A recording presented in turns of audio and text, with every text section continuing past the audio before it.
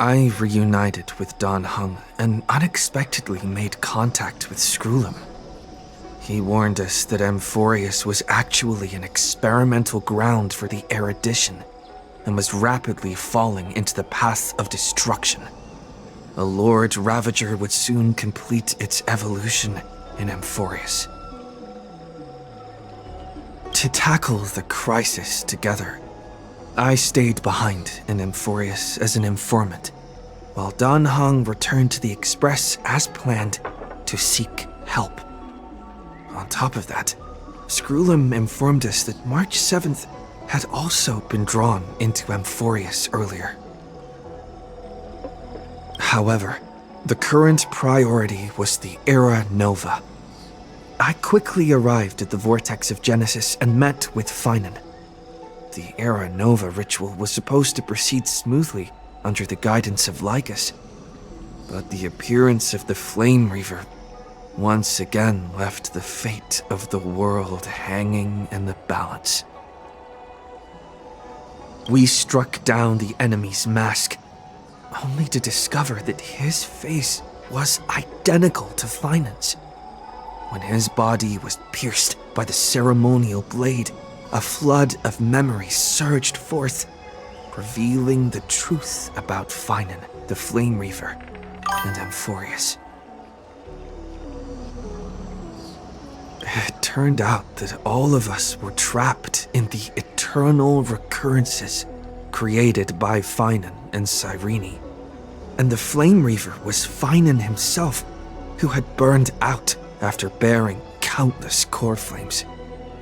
Their goal was simple: to oppose the Aeon and rewrite the world's doomed fate of destruction.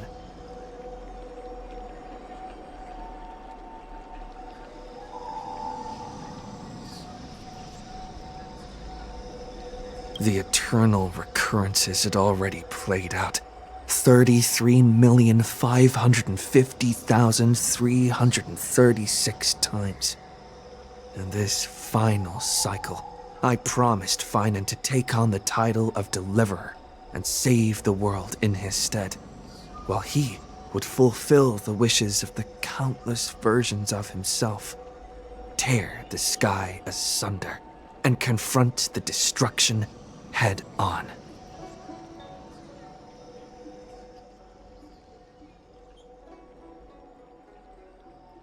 Thus, with Finan's help, time in Amphorius reset once more. But I became lost in the chaotic flow of time. At the critical moment, Mem, who had regained all her memories, sacrificed herself to send me back to the beginning of time.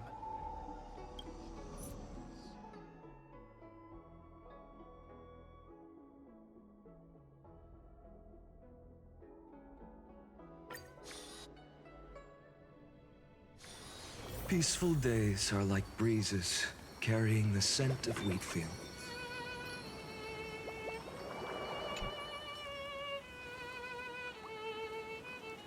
Hello.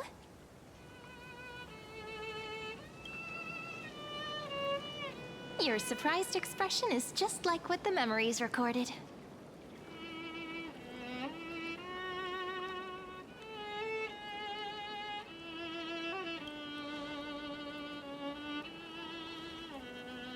Maybe I'm both? Just kidding. If I had to choose, then I'm probably closer to the latter. It's pretty unbelievable for me, too. It's like I had a long, long dream. Cyrene's memories and Mem's memories, they're all tangled together. But when I woke up, there were only broken fragments left. I can't remember what happened in those 30 million cycles, but I remember what you did for this world. Like, didn't you wish for me to turn into a pretty girl back at the Grove?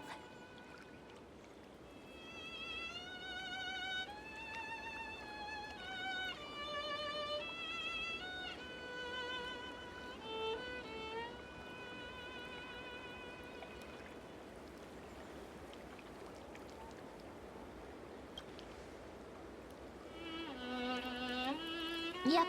Isn't it amazing? It's like a seed finally grew up and became a flower. And I'm definitely as cute as a flower now.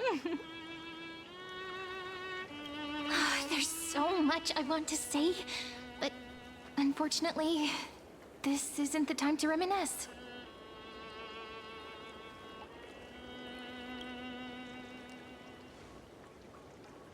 With the memories of the previous flame chase still intact, we've returned to this place at the beginning of time, so we can carry out our promise to Finan. The descent of Iron Tomb may be looming over the horizon, but we still have a chance to change everything.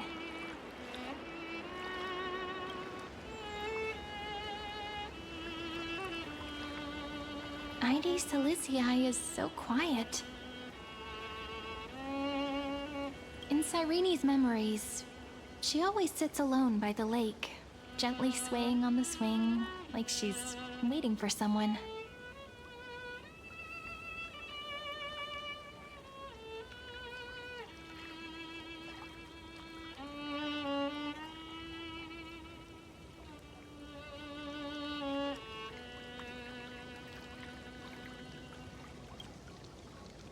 I don't know. It sounds weird, doesn't it? It's something that happened to me, but I'm talking as if I'm an observer. But that's just what those memories are like. Vague and unclear, as if encased in thick ice. The only things I remember are the days I spent with you. Emphorius will fall into an ending of destruction after the next Era Nova. But those stories went out of fashion ages ago. In a proper romantic epic, the hero's supposed to foil the villain's plot, right?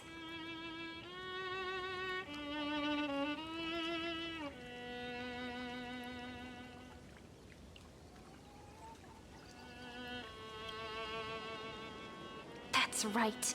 He's the mastermind who's trying to control everything. How unforgivable. But I still feel a bit anxious. Lygus chose to walk into the spotlight and reveal everything, which means he still thinks the current situation is under his control. Maybe he still has an ace up his sleeve. Think about it. Even the name Lycurgus is a fake one. We have no idea who or what he really is.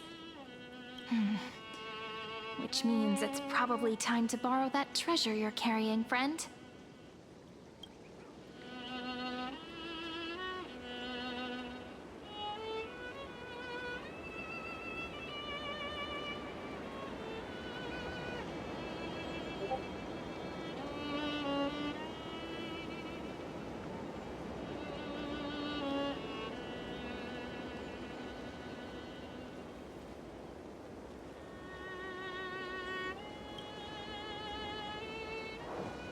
Yep, that Intellitron friend did say, when required, it can also serve as a bridge for communications between the internal and external world.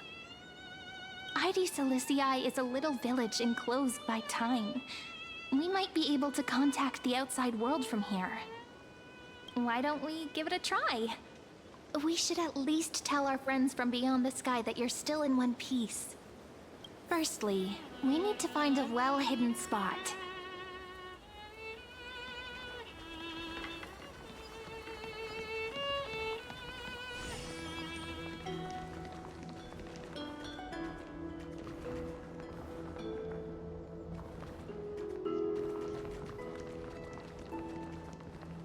It's super quiet here. Sounds can't get in or out. Back in Cyrene's memories, this room was her secret base. No one noticed her practicing Orynyx's prayer here, or trying to speak with the gods in secret. But today's different, isn't it? We aren't trying to contact unreachable gods, but humans from other worlds. Real people. I'm prepared to witness that miracle, friend. The way Cyrene talks is so similar to Mem. I have so many questions. I I'm also worried about how Dan Heng and March 7th are doing. Here's hoping the chronocognitive anchor can still function normally. Because I really need answers.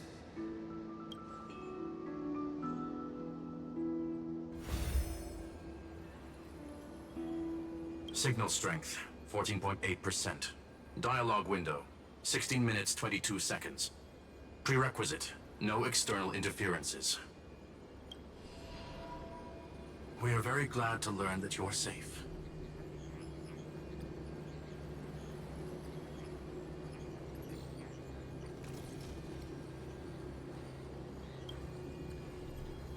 Sorry, no good news. When two geniuses show up once, you know you're in deep trouble. Listen up, little one. The Destruction's eyes are gazing upon this place. No, I'm not joking, and no, it's not Droidhead. It's the real Nanook. Time is running out, so I'll explain in terms you understand.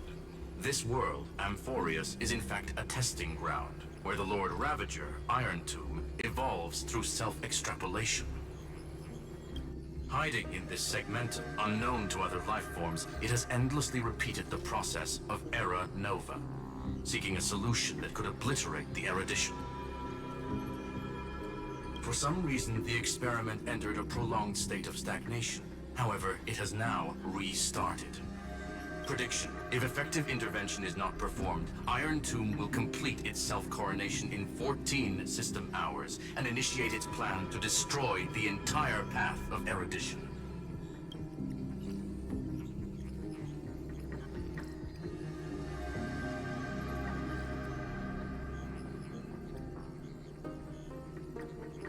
The possibilities are endless. Breaking down interstellar communications, destroying the synesthesia beacons, returning cosmic civilizations to the Dark Ages, or even starting the third anti-organic war. Any of it would be able to bring the cosmos to its knees. Simply put, it will tilt all sciences and technologies towards the destruction. And since Nanook glanced at this place, it means they are being dead serious. Based on info provided by the IPC, Iron Tomb probably isn't like Selenova or Zephyro, who are overlords ascended from human beings. Instead, Iron Tomb is an algorithmic sequence. It can be anywhere, as long as there is a receptacle for its calculation. The version of Iron Tomb hiding in Amphorius is its source code, and this scepter is its incubator.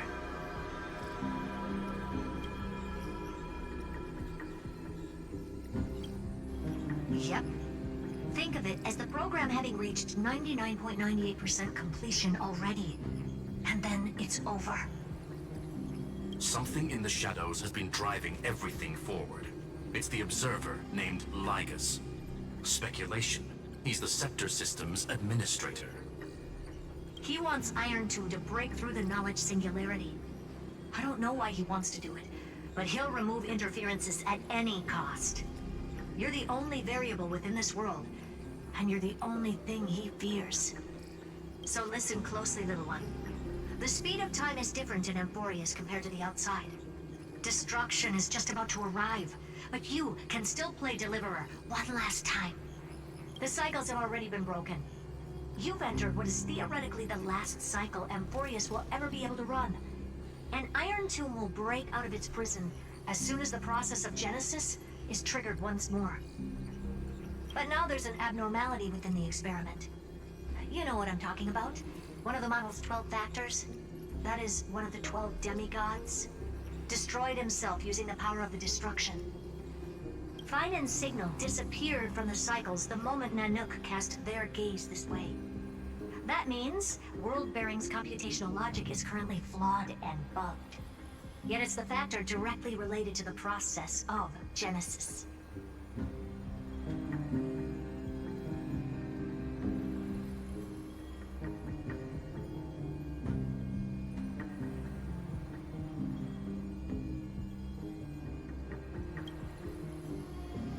That old Intellitron will definitely do all he can to debug this error. So you have to take this chance to claim Kepfali's core flame. But don't let him have his way. The key to suppressing Iron Tomb lies in whether he can rewrite the purpose of Era Nova. There's one more preparation we must make. Lygas's behavior has been quite abnormal. He's never interfered in the actions of Titans or the demigods throughout the whole experiment. Deduction. The Scepter has an extremely strict autonomous protocol, restricting even its administrator. In Amphorius, this ultimate protocol goes by another name. The Law Titan. Talanton. Law. They are the rules that restrain all things in Amphorius, and it was the core flame returned at the very beginning of the last flame chase journey. Why do you have another little pink one next to you? Huh? Her path chart is... Is there something wrong with me? Never mind. Let's get back to the topic at hand. Light calendar 3960. Month of balance. We'll be locking onto this time period to find Law.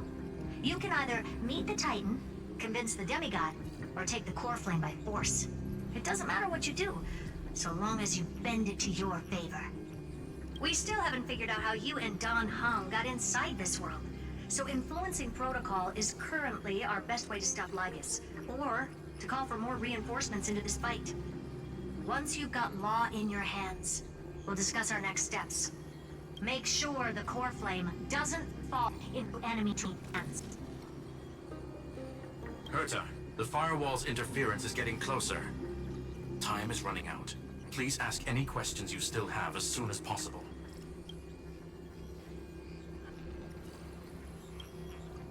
Iron Tomb can't affect the real world just yet. Don't worry. Himiko and the others are more concerned about your well-being than their own. Mr. Don Hung did not enter the new world with you at the end of the last cycle. Known. The flow of time inside and outside Amphorius is not identical. 1,000 years in this world may only be a fleeting second outside of it. Conclusion. He is on his way back to the Express. Miss March's situation is rather complicated. Madame Herta and I can detect her signal, but cannot ascertain her location. What we can be sure of is that she's still in Amphorius. Don't worry about her. She's absolutely chock full of mysteries. Even if Amphorius explodes, she'll probably float out perfectly protected in a nice thick layer of ice. Worry more about yourself instead.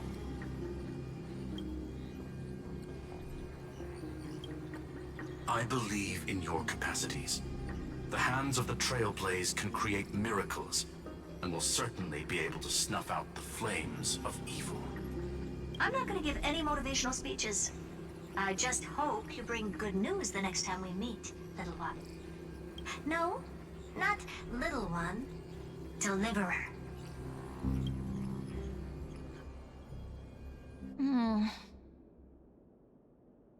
Those two geniuses certainly have memorable personalities.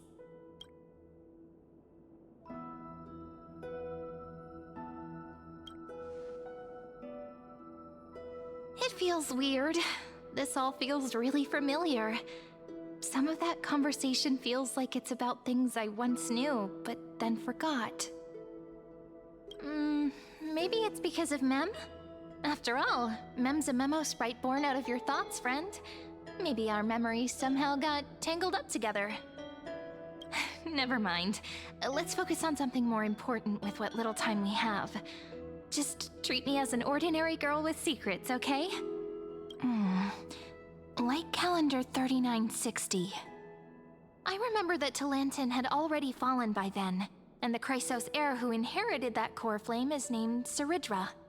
That's what's recorded in history, and the period we'll be heading to. We'll need to find Law and stop Lygas. So, we've at least got a solid direction, right? Can you give me a little bit of time before we go? I want to pack some stuff. There's so much more I need to take care of in this form, and I'm still getting used to it.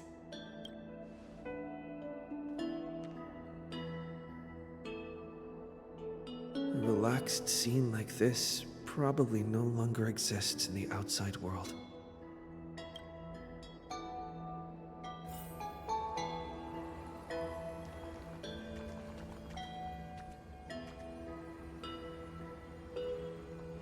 This is important. And that's also important. It's not gonna fit into my bag. Hold on, I'll be done in a sec.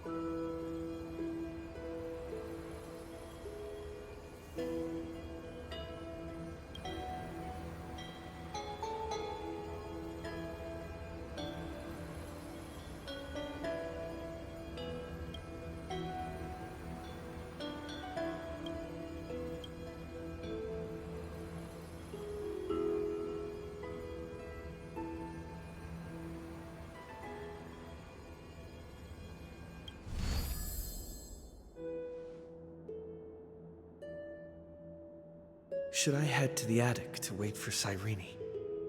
Or should I have one last look at ID's Elysiae?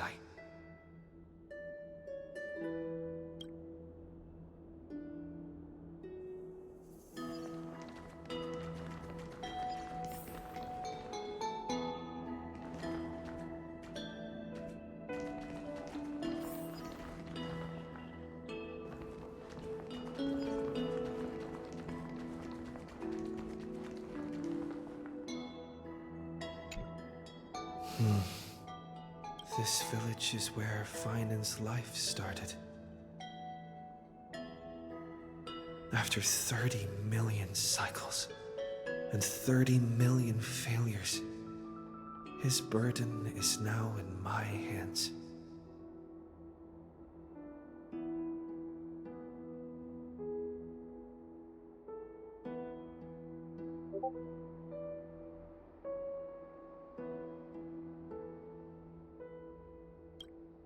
He said I will be taking over the responsibilities of world-bearing.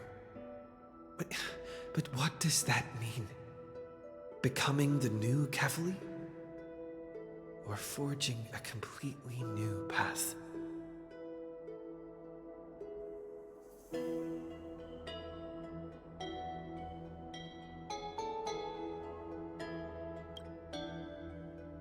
Destiny must have brought me here for a purpose.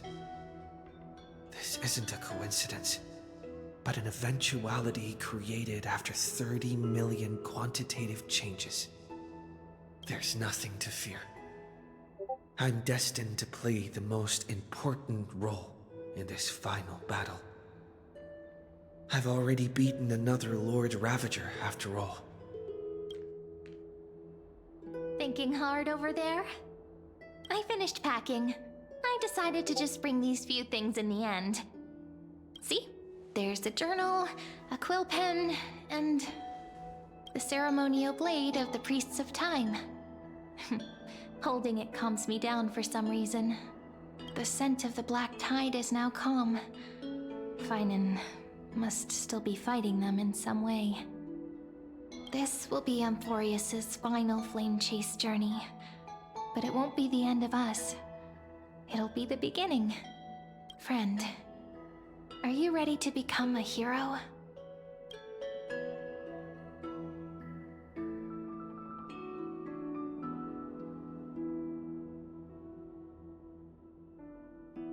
Just treat me like any other friend you have.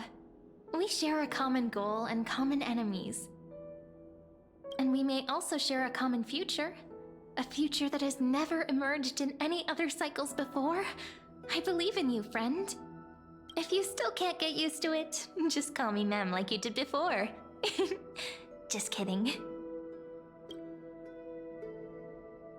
Are you worried that the burden is too heavy for you? Don't worry. Maybe the answer isn't as complicated as you think. You've seen how every person regarded as a hero in Amphorius was nothing more than a flawed human.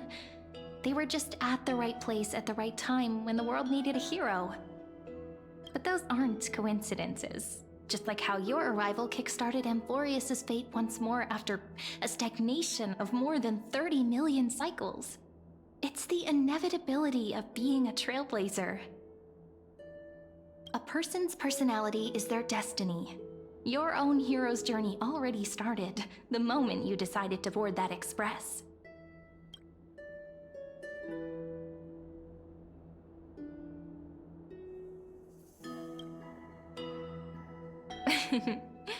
Stand with me? That does sound very nice. Why don't we take everyone with us? I believe in you, friend. We'll never be alone, no matter what awaits us. In other words, since you've already saved so many worlds, friend, you should be used to being called a hero by now. Maybe you can tell me those stories as we travel. That way they can become our shared memories too. Let's trailblaze onward like before and create a future that's worth being remembered.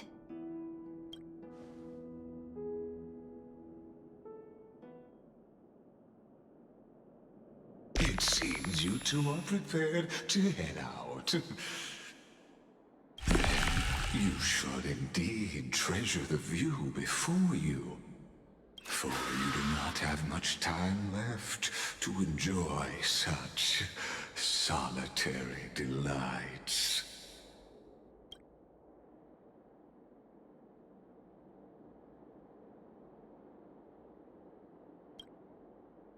My apologies for disturbing your moment of repose. To fully express my apologies, please grace my abode with your presence, so I may demonstrate the full scope of my hospitality.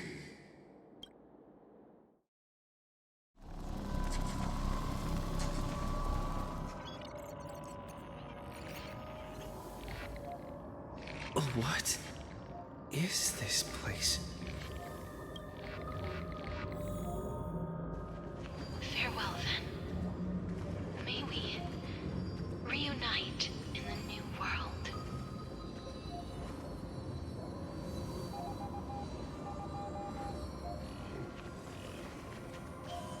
All shall bid farewell to one. And that person alone will witness. The light of the Dawn device never fades. Kephal's protection has no end.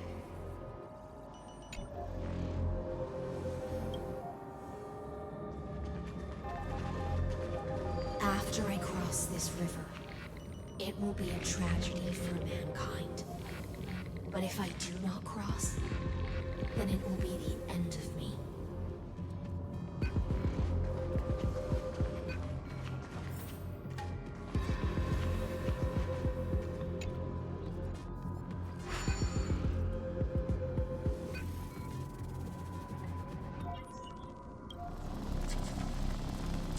Outlier. Executing command.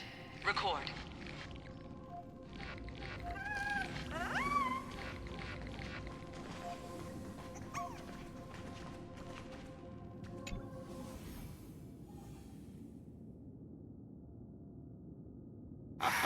Oh, did that startle you?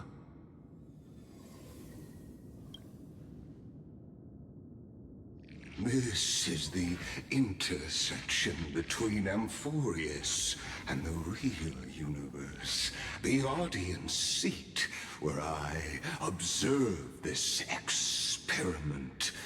You can also call this location the Exomyth.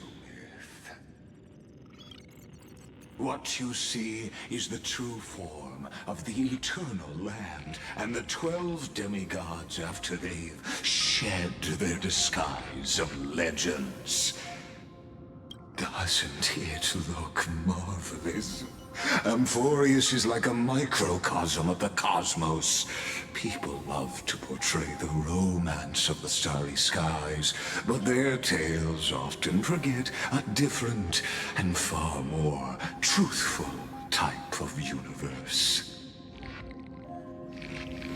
The moment ancient Antikytherians sketched geometric shapes on the sandy beach and recorded the first numerals and symbols on parchment, the universe turned into a silent equation flowing under the pen of these relentless decoders.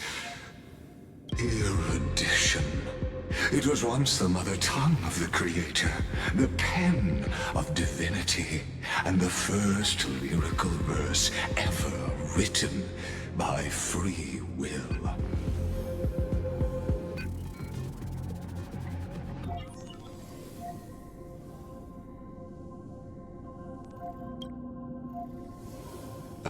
I simply wish for you to understand that I have no intention of being your enemy. I have devoted myself over the long years to nurturing the scepter's extrapolations, hoping that the Prima Mobile would bud from within it. And now, my goal is almost complete.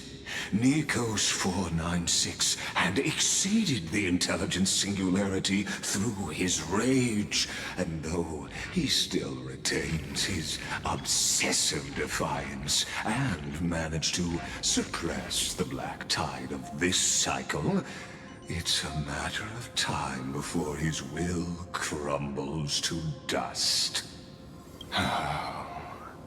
Iron Tomb will be completed. That will not be affected by my plans, your resistance, or the schemes of the two geniuses. It is an irrefutable fact, just like the instance in Noos's calculations. In other words, as long as you are willing to stop interfering and let the final Aeronova carry out its natural course, I'll guarantee the safety of all nameless and ensure you return unscathed.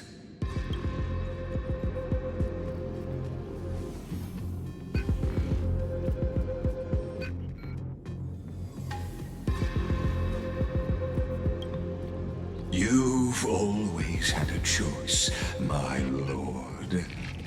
You can either accept my sincerity or face the consequences of defying it.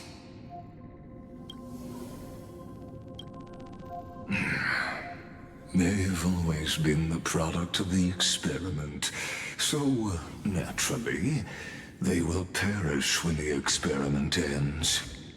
That outcome was predetermined long ago, so I will not embellish such a regrettable conclusion.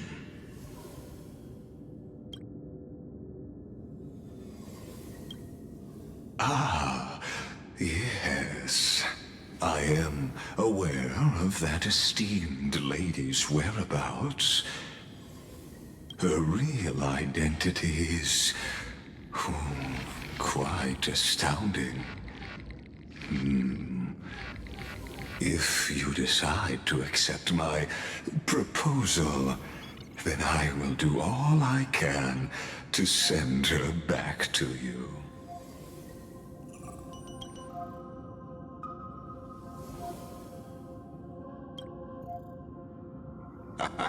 You are indeed worried about your safety and that of your companions. Rest assured, as a fellow pathstrider of this path, Nanook's gaze left a brand on your soul long ago. You harbor the seed of destruction within you. But you need to learn how to use it in the right way. That vital knowledge is also my bargaining chip in this negotiation between us. for there are few in this world who are truly capable of such a feat. And I happen to be one of them.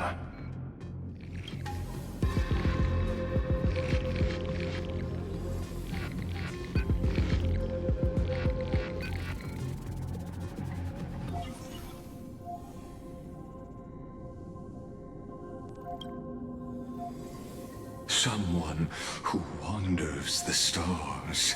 Someone who seeks answers with abject despair. That is all I am. This matter is of grave importance, so please do not make your decision lightly. After all, the choice before you bears a 1 in 3 chance of elevating you to an unparalleled existence among the stars.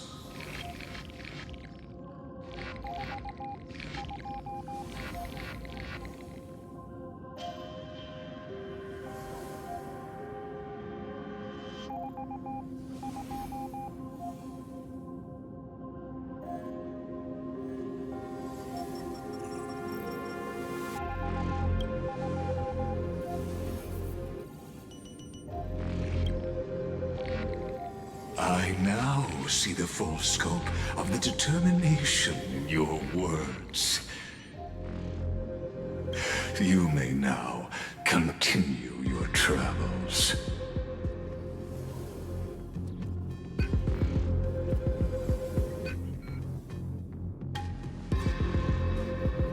It seems you haven't realized something about this place. The exomyth is the erudition's domain. You cannot physically interact with me in any way in this place, and vice versa. As negotiations have broken down, there's no more need for us to remain in the audience's seat. Let's return to the theater called Amphorius, where you will meet me once again. Of course, this meeting was not without merit. Your presence has inscribed a new footnote in the exomyth. As for its purpose, allow me to reveal it to you in detail the next time we meet.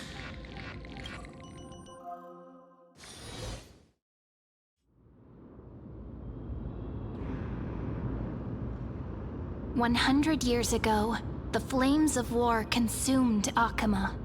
The Outland forces broke through the dawn. Golden blood flowed with greed, and enemies descended with Kefali's eternal slumber, painting the holy city's walls in scarlet. Its generals had vanished, and the elders prostrated on the ground. The throne of worlds kept silent to the pleas of the people. Until the heaven and earth cracked open. Not the gods answering the people's prayers, but a legion rising from the sea of blood. Dawncloud's spires fell in the sulfur rains, and the legion's commander stood atop the broken idols and roared. Compatriots, no more kneeling! Not to brutal tyrants, and not to dying gods! Those rebels have twisted the prophecy and ignited the flames of war in order to stoke fear in your hearts.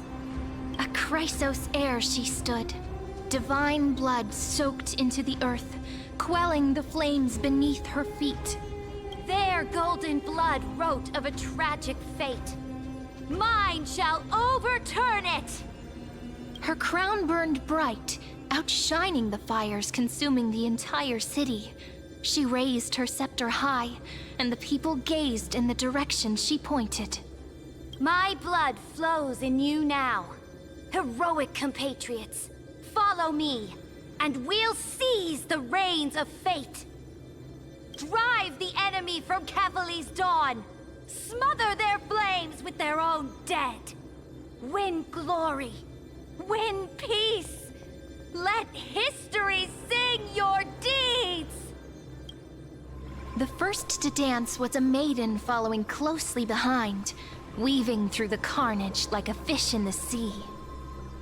The people, full of wrath, surged with her, forming a colossal wave, and the enemy hordes, drained of life, vanished into nothing. Onward to Marmorial Palace! To Dawn Cloud's heights!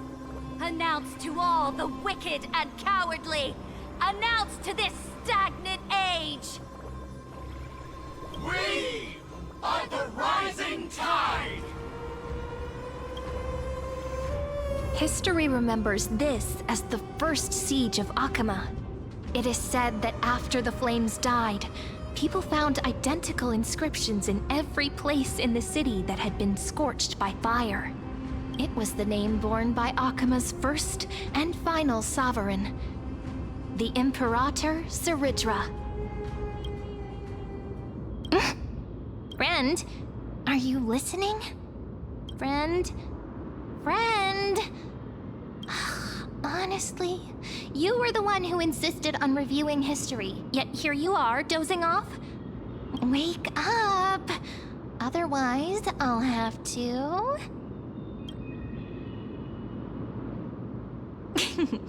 Awake at last? I guess I won't have to use my wake-up magic on you then.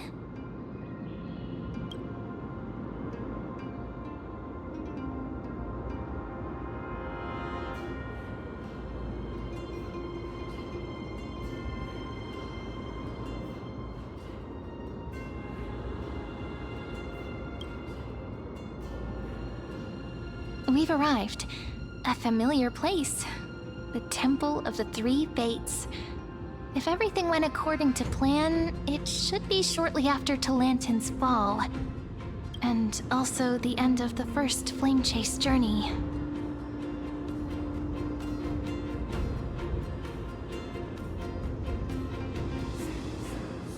Indeed, the first Flame Chase ended with the trial of Law.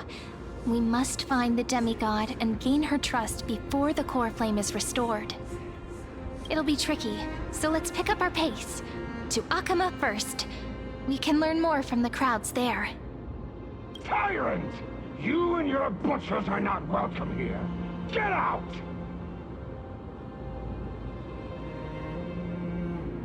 Hold your tongue! Conspiring with Kremnos and plotting rebellion are crimes punishable by death. There are multiple voices, and things seem tense. Let's not get caught up in any trouble. Why don't we find a place to hide and observe from the shadows?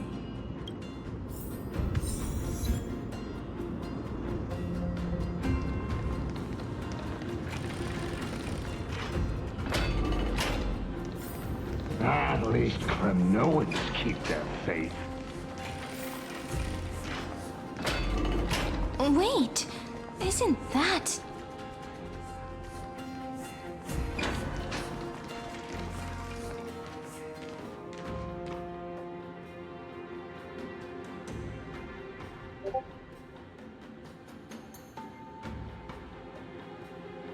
Golden-blooded defilers, perverting the prophecy and trying to slay gods! Stars beyond the sky? Gods who created the Titans? What kind of nonsense? Look at this broken world and see what your atrocious acts have done! What? Did he just mention the stars beyond the sky? But how is that possible? You impudent! Ducks for Goris. We're here to welcome the deliverer from beyond the sky. Stand down. Heretic! No one but the great Talantin can deliver this world from misery! I ask you, if the old laws were so perfect, Why did they crumble beneath my feet? You...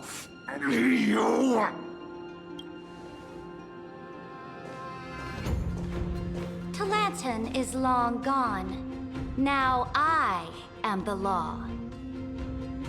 Challenge me, or submit to my judgment.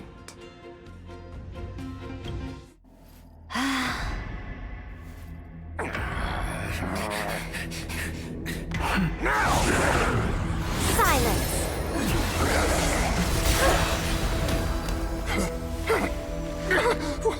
What gives you the right to judge a priest of law? That's because I came, I saw, I conquered.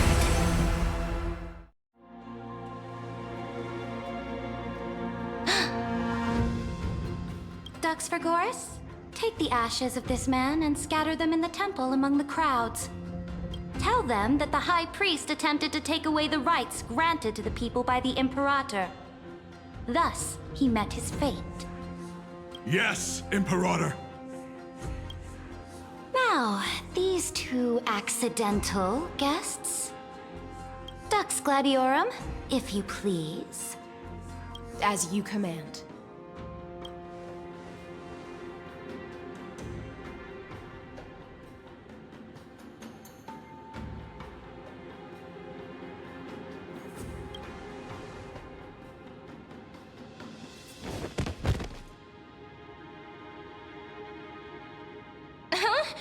Is this...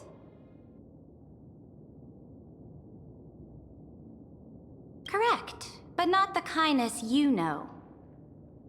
This is the leader of the Cleaners in this era. Since the start of the Chrysos War, they've made it their mission to wipe out the Chrysos heirs.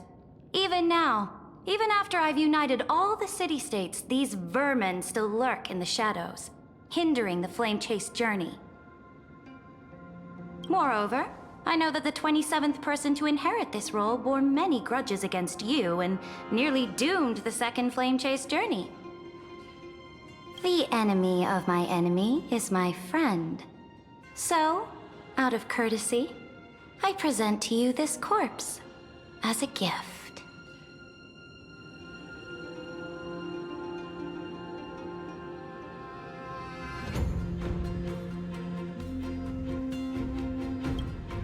Careful. Let's wait and see what happens.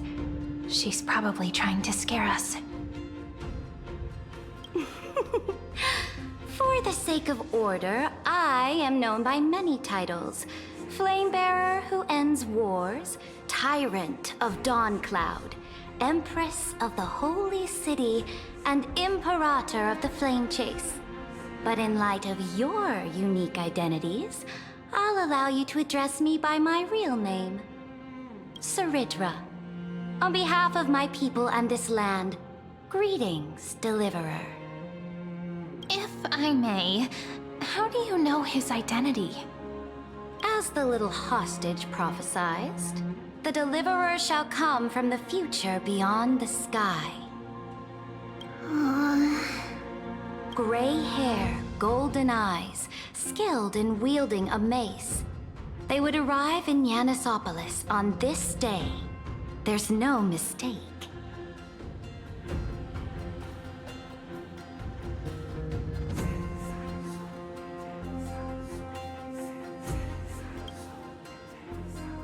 Your orders, Imperator. We return triumphant. Send an urgent message to all delegates. The meeting of the Flame Chase Alliance will convene early. As for you two, Akima knows what you seek. We'll confer in the Holy City. Doubtless you have many questions, but save them for later. Please follow us. This is not what I expected at all. The demigod we needed to find was just waiting for us, and she knows of things beyond the sky. even eons. How could this be so different from the previous 30 million Amphorius cycles? Who altered history?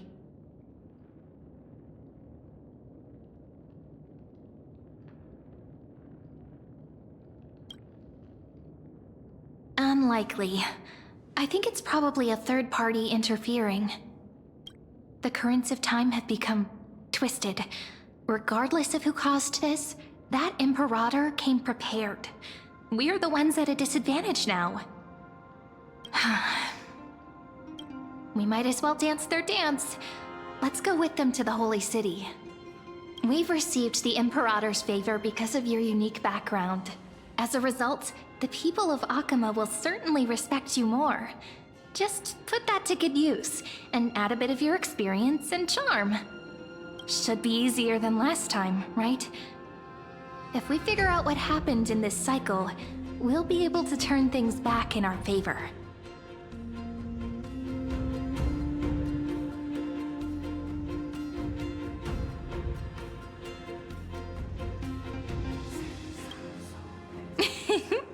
Calm and confident. That's the you I'm familiar with. Guests, please. The journey to save the world starts with a single step. Let's set off, my friend.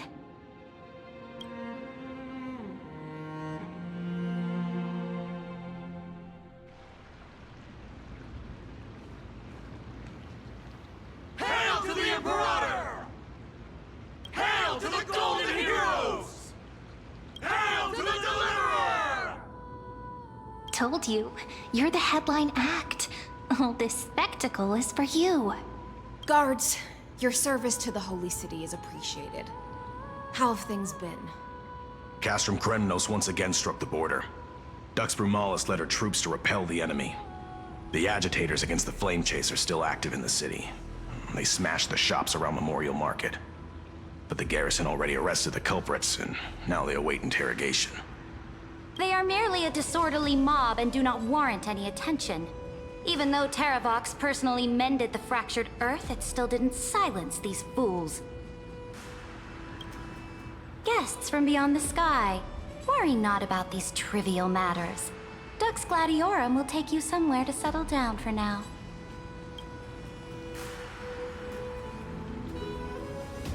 Please allow me to introduce myself. My name is Hycelans, and I am the Dux Gladiorum who swears fealty to the Imperator, as well as the Knights Commander of the Achaemenid Alliance.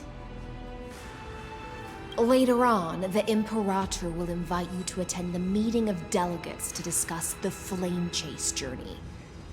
Your arrival has convinced us that the future promised by the prophecy is certain.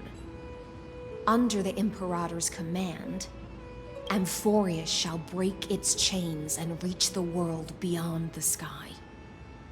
With all due respect, what exactly do you know about us and what's beyond the sky?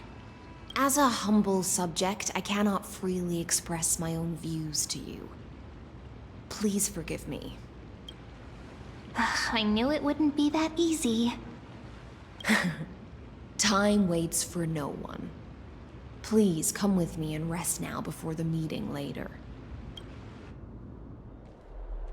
Akama, under the Imperator's rule, is no longer in the shadow of war. Indeed, Dawncloud stands as the hero's residence.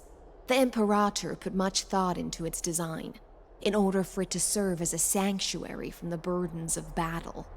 Please experience its marvels firsthand, heroes. When the Imperator arrives, I shall come to summon you.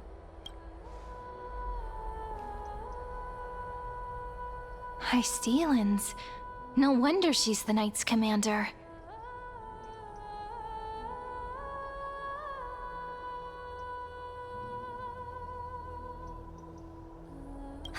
All right.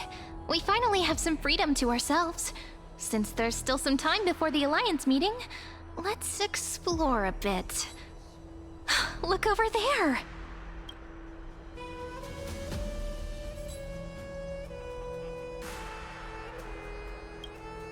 Not the ones you're familiar with. But the hearts of heroes stay the same in every cycle, never changing.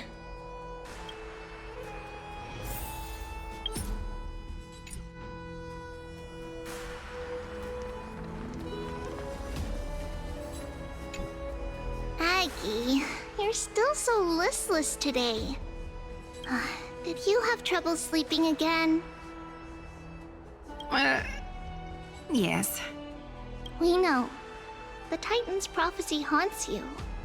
If you want, you can talk to us, just like when you were young. No matter what, we'll always remain by your side. I know. I also understand that fate cannot be changed. It is not the future that I worry about. I spent all last night weaving clothes and linen for the refugees. The Chrysos War is born of injustice and has shattered their dignity. They deserve at least some basic decency. If Amphorius one day abandons this, then all of us, commoners, Chrysos heirs, Titans, become no better than beasts. Oh, we have guests. Welcome. I am Aglaya, the Gold Weaver. These rags on you are not worthy of the title of Deliverer. I must prepare some proper attire for you.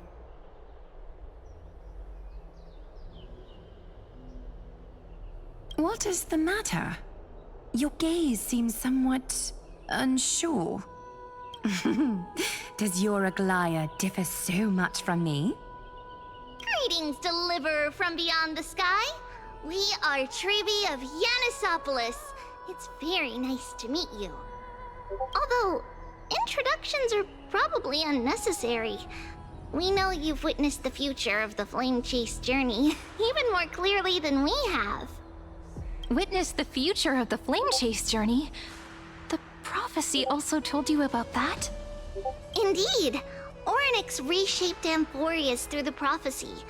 Although, regarding the Deliverer, there were not many details beyond your appearance and the time of your arrival.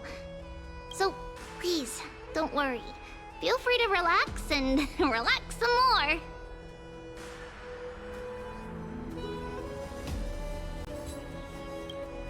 Kefali issued prophecies too, but it was Orynyx who told mankind that the Deliverer from beyond the sky would descend upon Amphorius.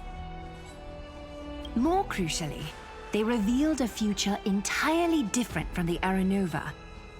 Though we still must challenge the gods. In the Time Titan's prophecy, this path leads not to a new world, but to the true starry skies. This is also what the Great Imperator has been striving for all her life. Your arrival further confirms everything. This can't be real. Even you find this surprising? Fate really is unpredictable. Perhaps the upcoming meeting will hold even more surprises. The other heroes under the Imperator's command are here too. Since we have time, should we go meet them?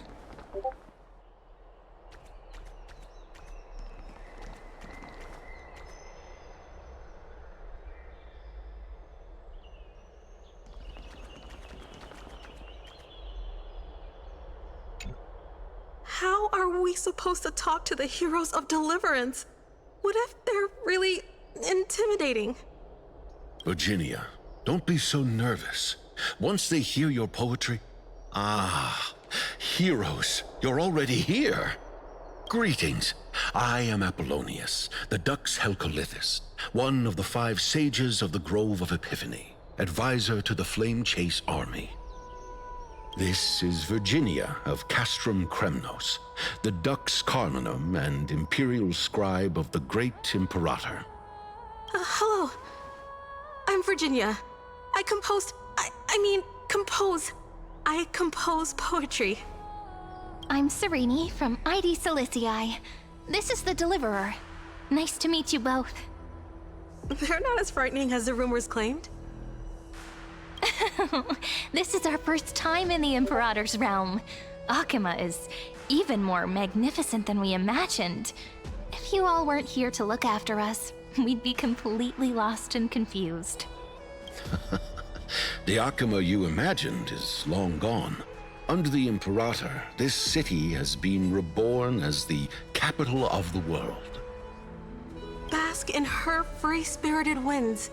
For anyone who fulfills their duties to the Imperator, these winds shall forever remain at their service.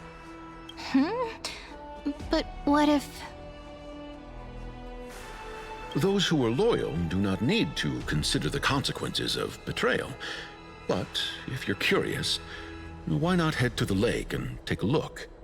Those elders who lie at the bottom of the lake are the best example of what happens when you disobey the Imperator. The elders of this cycle were all... Looks like that priest who was sentenced to death wasn't an isolated case.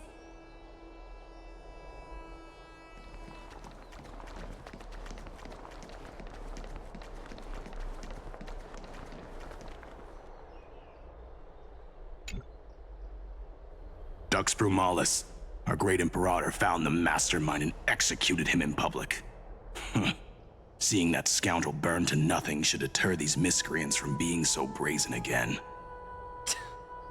So the great Imperator isn't afraid of getting her hands dirty? What a ridiculous display. What do you know?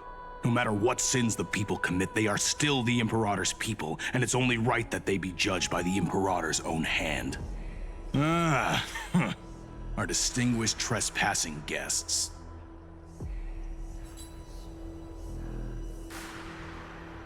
Seneca, the Dux Brumalis. Greetings. This Dux Brumalis doesn't seem to like the Imperator very much, but she holds a high rank. And Dux Frigoris' speech seems self-contradictory. Let me see what I can get out of them. I'm Cyrene of Ida Cilicii. This is the Deliverer Beyond the Sky. We're new here and wanted to ask you, does this city host any other visitors from beyond the sky? We're looking for our dear companions. Drop the charade. But yes, there is someone in this city who is all too familiar with the world beyond the sky. Silence! The Imperator ordered us to keep that lord's whereabouts a secret. Enough, you pathetic lapdog. Do you need to beg for permission from that cursed Imperator even just to bark? You... Someone who is all too familiar with the world beyond the sky and is referred to as that lord. Could it be? Looks like things are getting heated. Let's get out of here.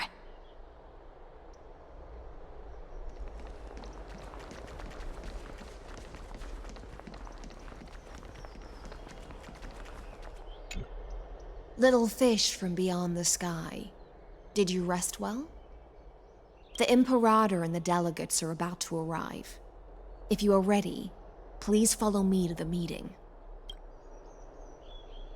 I'm the Knight Commander of Akuma, General of the Flame Chase Army, and the Imperator's servant. But beneath these shiny scales engraved with complicated titles, I am just a swordfish at the Imperator's side.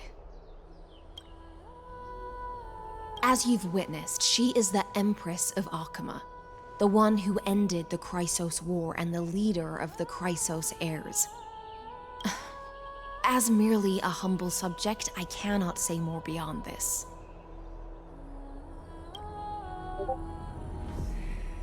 The Chrysos heirs here constitute the elite among the Flame Chase army. Dux Halkalithist Apollonius and Dux Carminin, Virginia, serve as the army's advisor and historian, respectfully. One offers advice and counsel to the Imperator, while the other writes verses of her supreme glory. Dux Frigoris Labienus and Dux Brumalis Seneca are both formidable warriors, clearing the way for the flame chase with steel and storm. Dux Fatorum, the holy maiden who interprets the prophecy, Only the one named Treeby remains in the city. The Imperator once took them as hostages in order to unify the prophecies of the world, but they are now Akima's most vital prophets.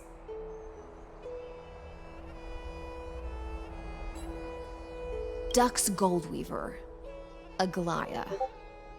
Well, she dislikes it when people talk about her behind her back. You should get to know her in person.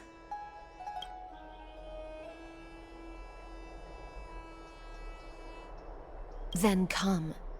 The Imperator reserved seats for you. I'm starting to feel a bit nervous about the meeting. Since Cerydra is presiding over the meeting, it'll be a good opportunity to learn about the law's inclinations in the current era. Let's keep our ears open, okay?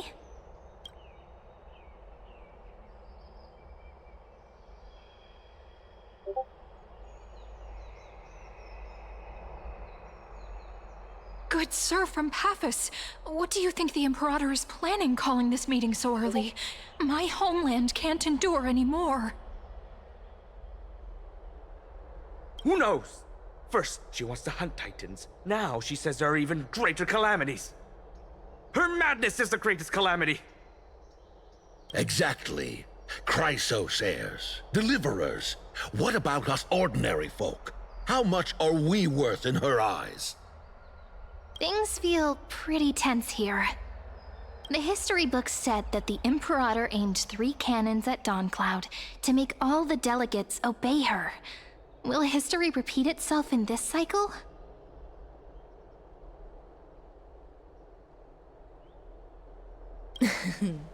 Yes. Similar acts have occurred, and not just once. However, whether history will repeat itself, you'll soon see. Those are the 2 spots reserved for you. Please take your seats. What's happening again? Why aren't we starting? That's what they were talking about before. What is we this? Stop. So it turns out. Ladies and gentlemen, silence, please. The Imperator has arrived before her faithful council, and the Alliance meeting is about to begin. All rise. In the names of Talantin and Kefali, the Akama Alliance swears upon the gods. Cease the pageantry. I pray not to the vanquished. What? Kefali, of course, needs no further explanation. As for the law, at the entry hour 2 days past, a scout should have brought news of the conquest to all of you. Unfortunately, guards found his corpse among the rocks not far from the city. Moreover, the poor soul was buried with a Paphos curved blade. It pains me to imagine what agonies this loyal warrior endured before his death. Delegate from Paphos, do you have any insights? I know nothing of this. The evidence is irrefutable, so there is no need to waste your breath. However, let us set this trial aside for the time being. Witness, even within the most sacred and dignified council, there were those among us who wished to draw their blades, brazenly challenging the Alliance, seeking to shatter our hard-earned peace and unity. Fortunately, I uncovered this plot. Now, to protect this beautiful city and her people, the Imperator's legions are ready. They will escort each of you to the Temple of the Three Fates, where you will receive the highest level of protection the Alliance can offer. Then, the Legion's warriors will join me in embarking on the campaign against Fagusa. This is clearly a trap! Imperator, did you summon us here just to trample on the dignity of your allies? Enough! Let's calm down. What should we do?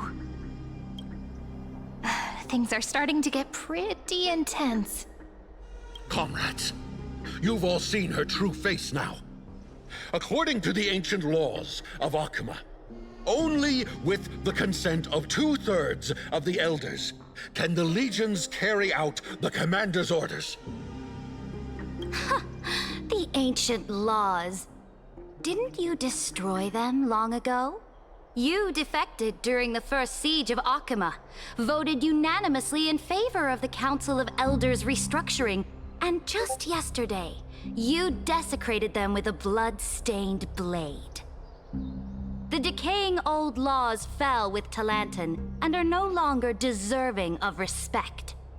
But if you still insist on proclaiming yourselves defenders of the law, then be silent and offer up the highest respect to this core flame in my hand.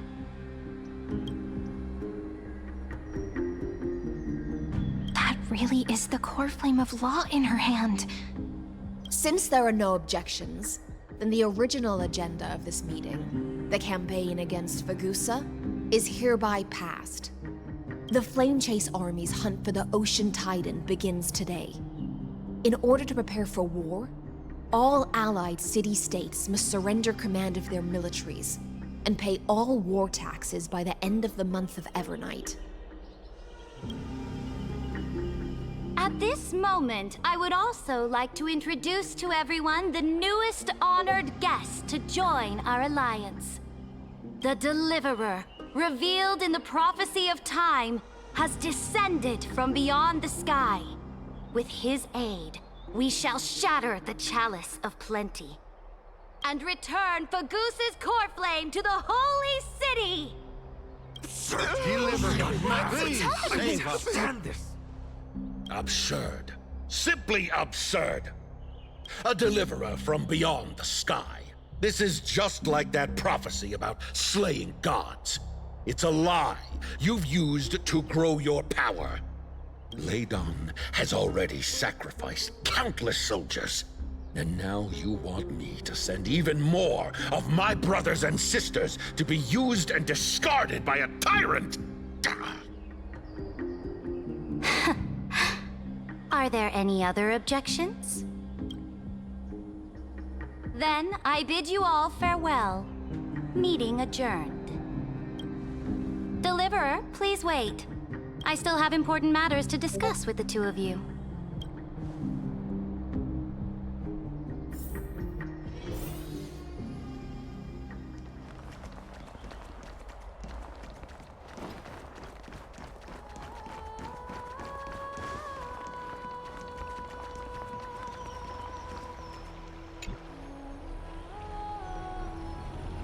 I apologize for that farce of a meeting. It must be tiring dealing with so many people every day, Great Imperator. Tiring? You're mistaken. Moving chess pieces, placing wagers. This game of strategy adds a dash of color to our heavy fates. Much like how rule and conquest are always accompanied by sacrifice. Is the war with the Titans also part of that sacrifice? After I glimpse the secrets of this world, no, the secrets beyond the sky, the divine authority of Amphorius no longer held any significance. Let me ask you, Deliverer, is it true that beyond Amphorius' sky, there are magnificent deities called Eons?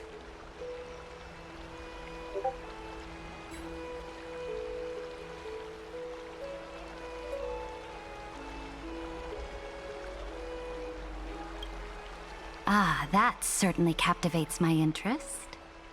Then, please tell me more. How will you use this great power to guide the people?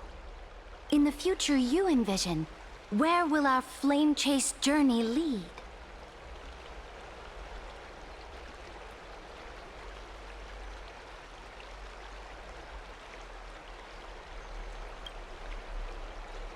Oh? What you require now is the power of law? Exactly. Just as the prophecy foretold, he is your deliverer from beyond the sky, and he also has reliable allies.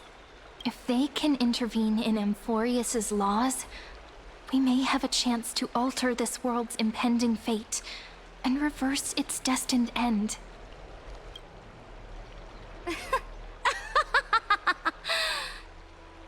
Very good, Deliverer. You have courage.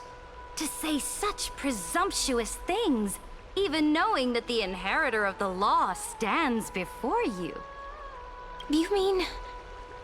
In the past, anyone who dared to covet the Imperator's divine authority would have met a gruesome end. But now we can see beyond this dying world. Our journey should no longer be confined below this stubborn sky. Alas, that fickle ocean titan has obstructed the spirit water leading to the vortex of Genesis, hindering my ascension. If the core flame of law cannot be returned, your path to deliverance will never be realized. Now that things have come to this, we must resume our once stagnant journey and force the waves that block our way to recede. So, you agreed to cooperate with us? Cooperate? Forgive me, but I never cooperate with anyone. Though I will permit you to join me as subjects, and together, we will forge the most perfect law. This is... The Flame Chase Medallion, a symbol of the Flame Chase Army. Every noble in Akuma carries one. This medallion represents the will of the Imperator herself, and you may act freely within the city with it.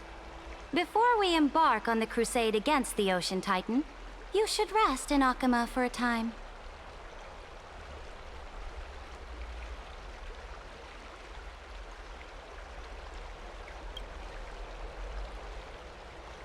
Oh? Your advice is acknowledged. From this moment on, prove yourself through your actions. As long as no boundaries are crossed, I fully respect the choices of my subjects. May your journey reach that sky full of stars, Great Imperator. Your attendant certainly knows how to curry favor. Go now. Take a bath first. You two... reek of seawater.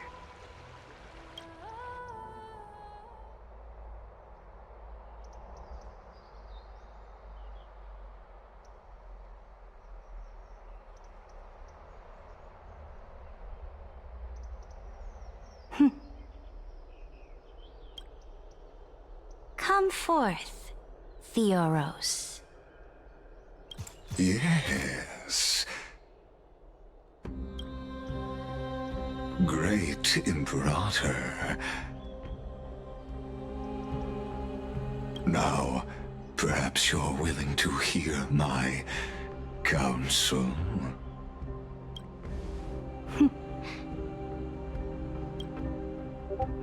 Those two arrived just as Oryx described, and just as you said, they showed a thirst for law. At least this proves that my judgment was right. Sparing your life was the correct decision. You've once again confirmed that your wisdom is no empty boast.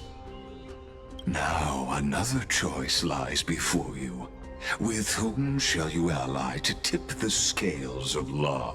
Me? Or that deliverer?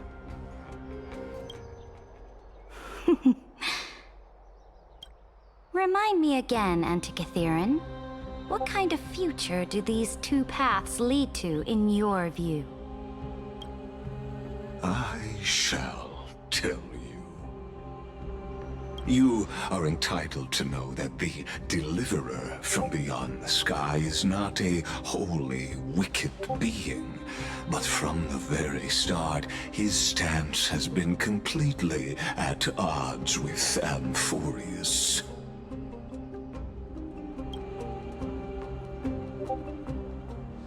The road they have chosen will bury Amphorius' grand aspirations This world which follows the path of destruction will inevitably stray far from the glory it was meant to enjoy.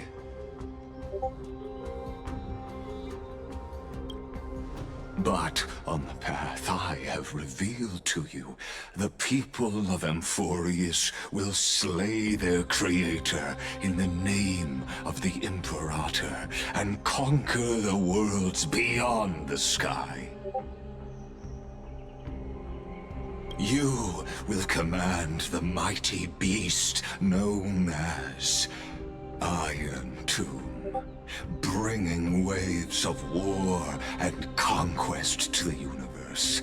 Beings across the cosmos will bow before you, offering their allegiance.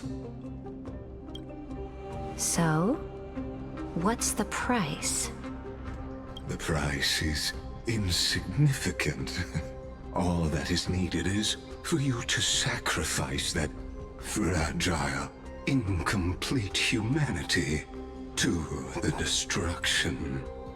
As a Chrysos, heir of the prophecy, you have already chosen to abandon it, have you not?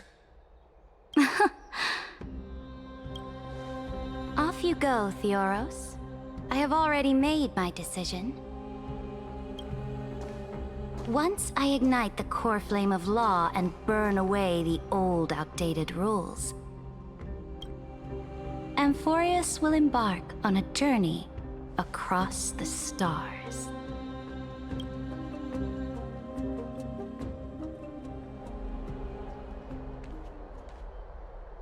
The Imperator is quite forceful.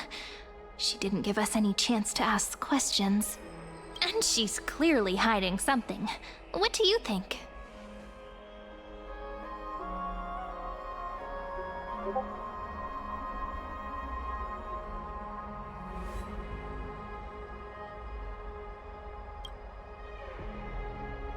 Looks like we're on the same wavelength. The atmosphere in Akama, it's so unfamiliar.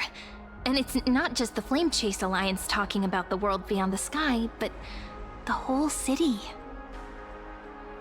We should also discuss our findings with our friends from beyond the sky. Then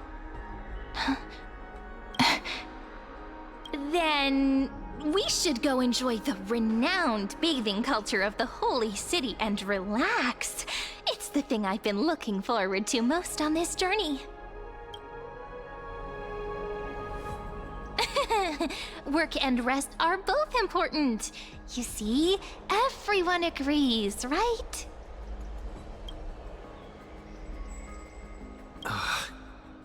So someone's watching. Can't let our guard down for a second. Let's use taking a bath as an excuse to find a quiet corner to update Madame Herta and Screwlum on our progress. We can also check out what's happening in the city. Since the outcome of the meeting was just announced, people must be gossiping. We can kill 3 birds with 1 stone. Let's go.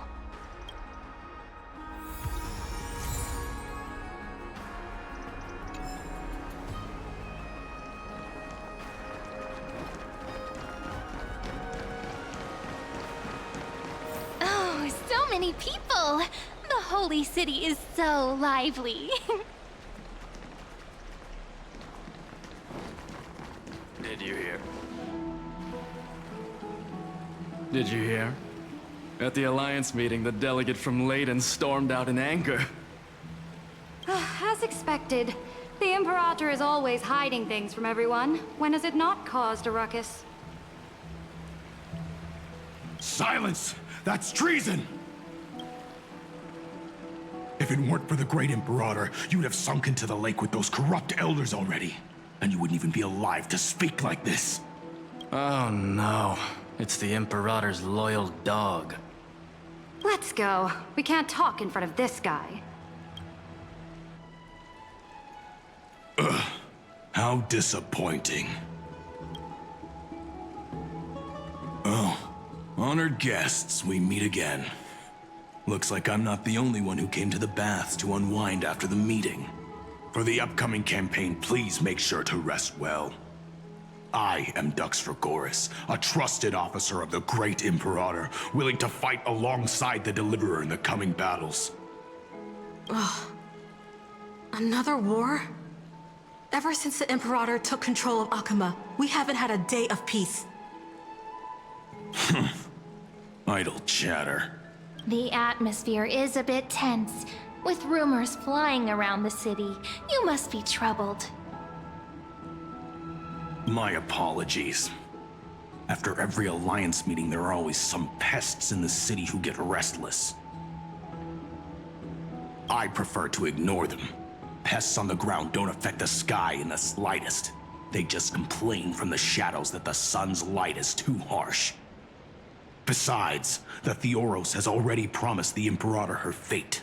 And these clowns will eventually realize their foolishness. May I ask, who is this Theoros? The Imperator has ordered us to keep his lordship's whereabouts a secret. Ah, so it's his lordship. Stop trying to get things out of me. Leave me alone. I didn't even need to try. Big and strong Duxfragoris really can't hide anything. Theoros. What an ominous name.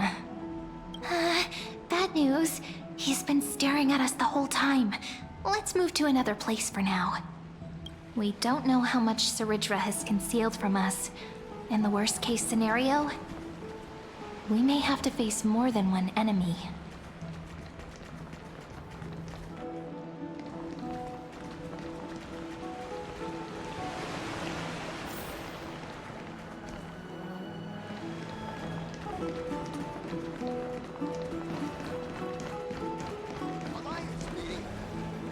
Alliance meeting? More like a cage where creatures with golden blood claw at each other. And Flamebearer who ends wars? Clearly, a tyrant who doesn't deserve such a title. You're absolutely right.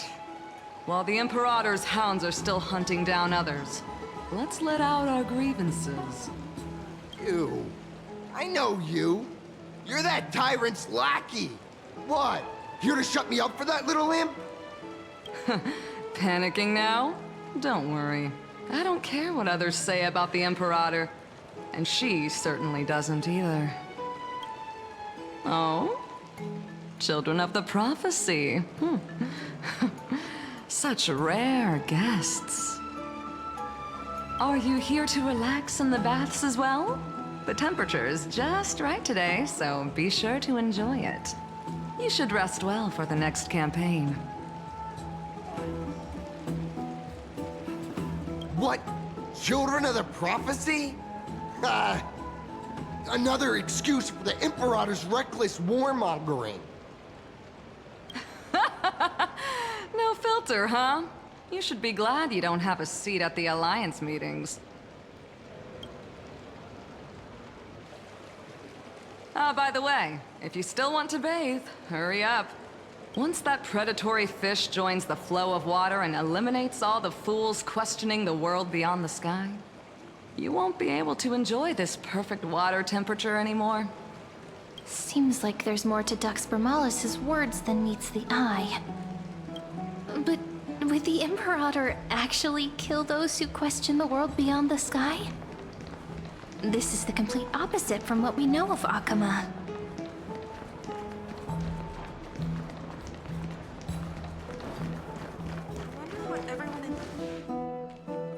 Huh. These two are... So many guests today.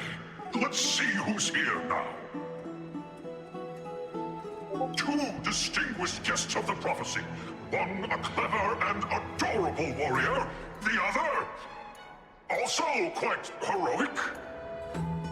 Heroes. I didn't expect to meet you again so soon. How fortunate. It's a pleasure to see you again, Dux Helcalithist and Dux Carminum. You two are inseparable, aren't you? This is... She wants to find someone to help with research for her new work. I I'm the far-seeing eye and all-hearing ear of Okima. I see and hear every single thing that happens in the streets and alleys of this place. I'm the perfect partner for research. Ahem. Enough small talk. Here's the latest news from Okima, as you requested. The children of the prophecy arrived in the holy city, and the Imperator unilaterally stripped away military power. The Alliance meeting ended in discord, and there may be bloody upheaval. As expected. I get the feeling you might have embellished a bit to keep people's attention. I swear on my stone mane, I would never do such a thing. But if you wish to quell this terrifying news, perhaps a more explosive topic would help. Never mind. While the influence of rumors can be minimized, the fact remains that the great Imperator did swiftly consolidate military power in an almost threatening way. It's undeniable. Heroes, I know the Imperator's way of doing things may seem a bit autocratic to outsiders, but soon you will witness her blade dance with enemies on the battlefield. I can't comment on the source of her loyalty, but when that blade is drawn, you two, as bright as you are, will surely see the deep thoughts beneath her exterior. The Imperator's blade. Is he talking about Miss Hysealin's? I sense some unease in Dux Helcolith's words. It seems the Imperator and Miss Hysealin's share a much deeper bond than the others do. There are eyes and ears everywhere. Is there any place where we can have some privacy? To understand the Imperator's secrets, we have to get past Miss Hysealin's.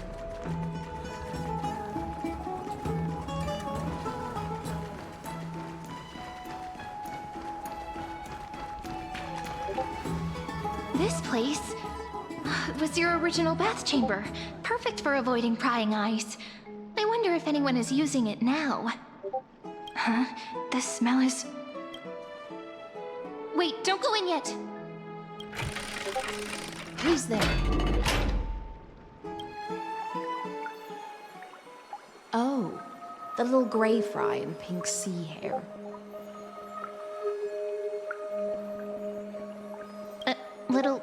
Little sea hair? You barged into here without warning. Was it an accident, or did you wish to bathe with me?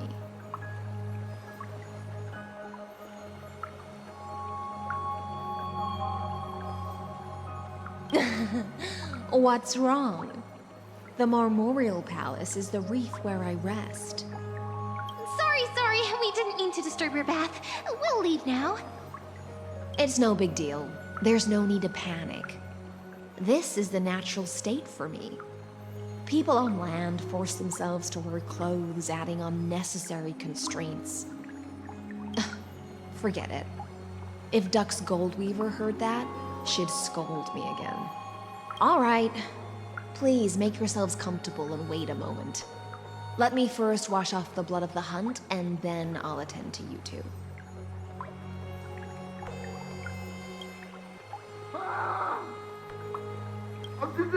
The delegate from Ladon has been assassinated! Quick! Quick, someone come quick! Ah, the broken crab shell surfaces. I was worried it had been washed away by the current.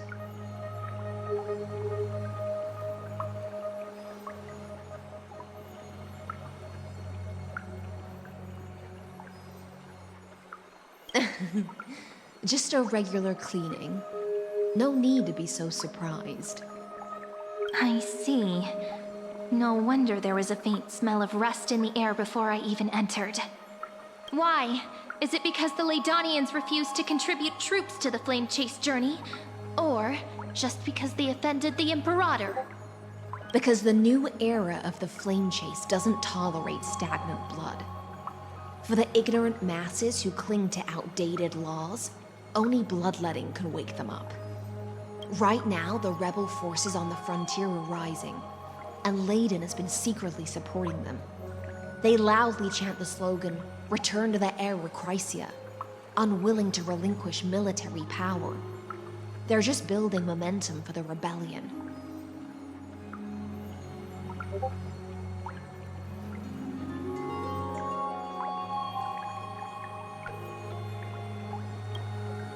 Thinking is a right given to citizens by the Imperator.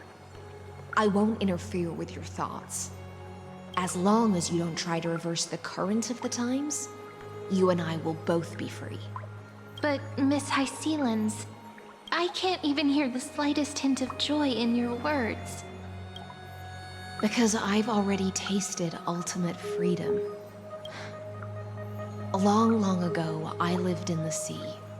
In that lightless abyss, far beyond civilization's reach, the great fish consumed the small, and when the great fish perished, their bodies became sustenance for the newborn, nourishing the whole ocean. This is the tide that carries civilization forward. Anyone may be devoured, or meet the fate of inevitable decay.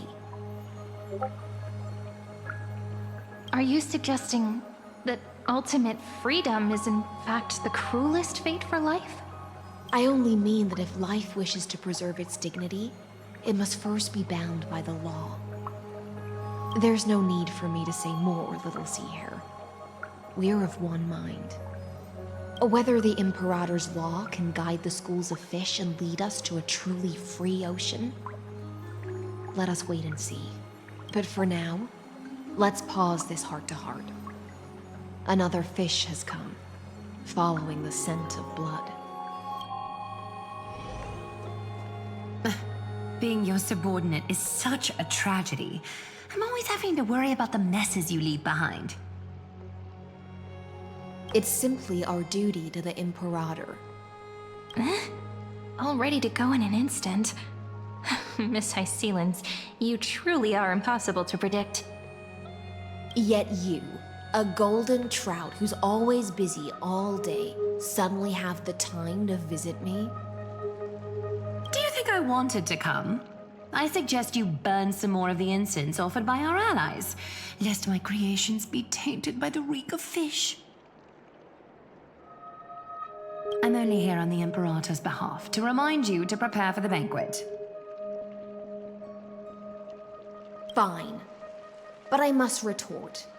What you call the reek of fish, to me, is the unique fragrance of the sea. Besides, if my fine clothes get stained, won't you just gift me new ones? I won't.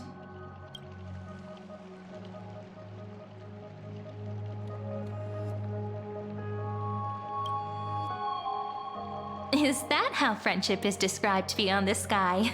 Fascinating. By the way, you both just mentioned a banquet. Could you elaborate on that? Oh, right, you don't know. Every time before a battle, or after a victory, the Imperator holds a grand feast for the Chrysos to lift our spirits. For us warriors who swim constantly between life and death, these feasts are more worth looking forward to than victory. A banquet to prelude the hunt for the god of banquets, and honey brew as a tribute to commemorate the ancestor of honey brew. How absurd. Don't look so grim. All has been decided. Since it's a banquet for Fagusa, why not take a leaf out of the Titan's book? Live in the moment and enjoy life to the fullest. I'm not as carefree as you. That little Dolos kitten is already causing enough trouble for me. And on top of that, I still have tailoring commissions to complete. By the time the cool flame illuminates my eyes, I might not be able to focus as I used to. Glaya's eyes. Curious about these eyes? People often compare them to jewels. But I've already made my decision to ask romance for eyes that can see everything. I wonder what this world will look like when I take the divine authority. In the future, you will still be the finest weaver in the world. Is this also a prophecy from the Three Fates? It's even more accurate than a prophecy. After all, he has already witnessed it, right?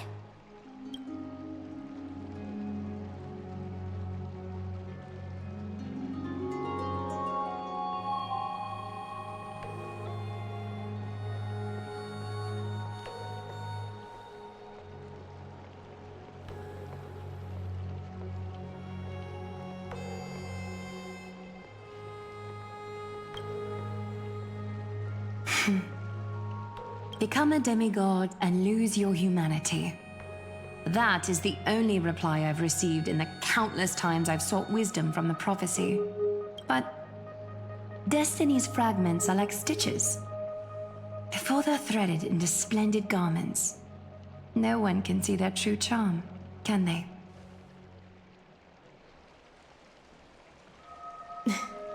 Aglaya has always been troubled by the divine duty she must bear. But thanks to you, she seems to be in much better spirits.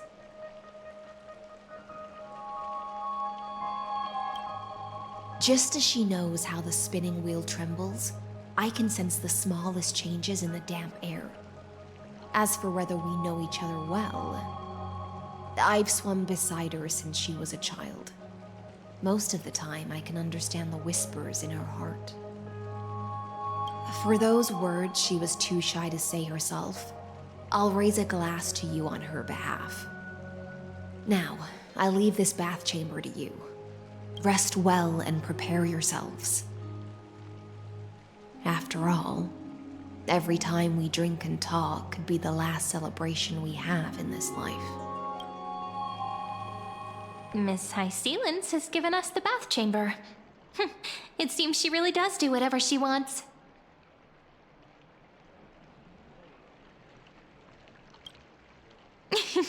Yeah, in the future.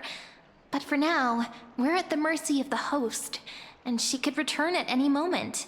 If we're having an important discussion, we must remain vigilant. So, let's seize the opportunity and report our current progress. We don't want to keep everyone beyond the sky waiting.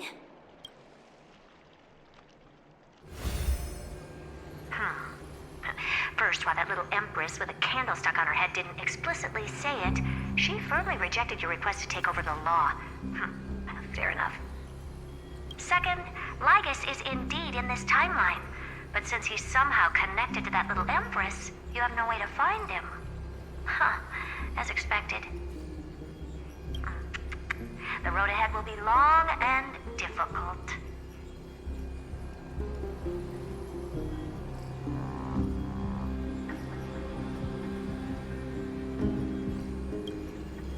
Looks like I guessed right then. Next time it'll depend on my mood. We've made some progress here too, but nothing to get too excited about. Our time is short, so let me summarize. Concerning the origin of that Intellitron, the firewall he created uses Catorzane algebraic expressions. But ever since Aiden invented the 9-worded formula, this kind of mathematical logic no longer exists in the cosmos. Lygus is definitely connected to the Genius Society, so stay alert.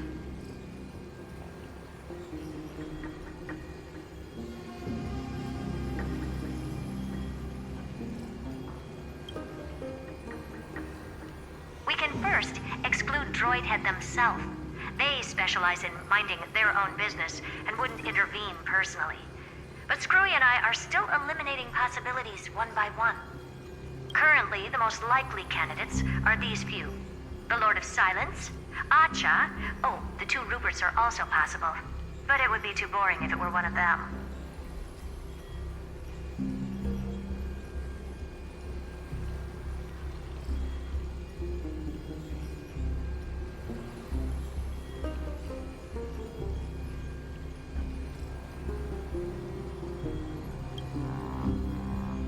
I've told you. His technology is both outdated and complicated, no less than genius. But ultimately, he's not an Eon. We can handle him. That's all I have to say. We'll depend on you to continue pushing things forward within this world. Keep in touch regularly. And remember, don't let your guard down. Madame Herta is a real whirlwind. Well then, let's use the banquet Aglaya mentioned as our next starting point. Cerydra's trusted followers should all be present at that time. It'll be a good opportunity to get closer to them.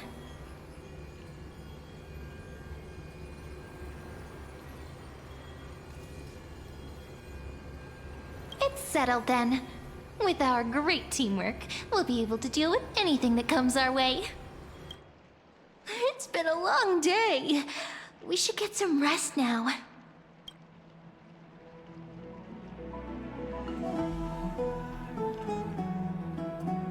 Yes, let's get ready for the banquet.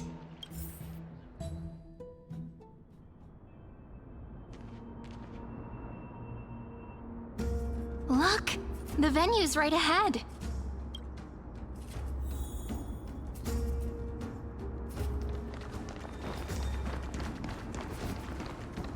And I can even hear singing. It feels so romantic.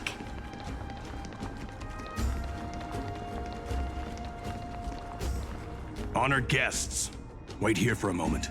You must surrender any personal belongings you have on you before entering the venue.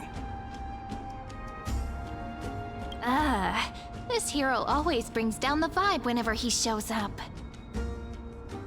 The Imperator's elevated position means she must always remain meticulous and careful. Please do as I say, guests. It would avoid any unnecessary misunderstandings. I get that you don't want people to bring outside food into the banquet, but is it really necessary to confiscate the books and quill pens? Even a quill pen can become a deadly weapon in the right hands. I'm asking for all your items. All, Miss Cyrene.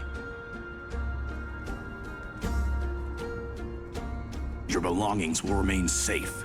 They will be looked after appropriately by dedicated staff. Looked after appropriately? Dedicated staff? Talk about a vague choice of words.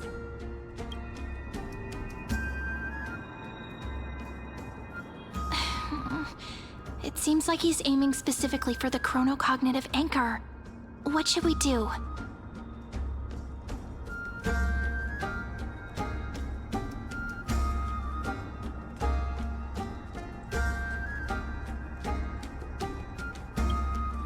My gut feeling, huh? Why don't we go with their plan and hand over the chronocognitive anchor to be looked after? After all, if the little Imperator is paying this much attention to you, she probably already knows all about our whispered conversation with the geniuses. I can pretty much guess what'll happen next. But that's actually gonna be our shortcut, right? Guests. All right, we'll listen to you. Here you go. Also, please pass on a message to the Imperator from us. She can trust my friend, anywhere, anytime. Thank you for your cooperation. The Imperator has some urgent business she needs to attend to and will arrive shortly. Why don't you head in with the other guests first and enjoy the feast? Isn't Cerydra supposed to be the focus of the banquet? But she's not even here.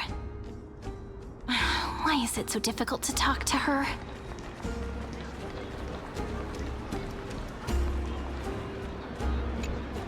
Aggie, if you can't get used to the honey brew, we will go ask for a pot and cook some oatmeal for you. No need for that. This banquet is just too loud. And nothing and no one here is interesting. I just don't really want to be here. Wise, you were pretty energized when you came back from the bath chamber. Let me guess. Are you worrying about someone? About High Sealins? Or Little Cypher? You take everything too seriously. At this rate, life's gonna be real tough for you later on. You're the least qualified to lecture me about that, teacher.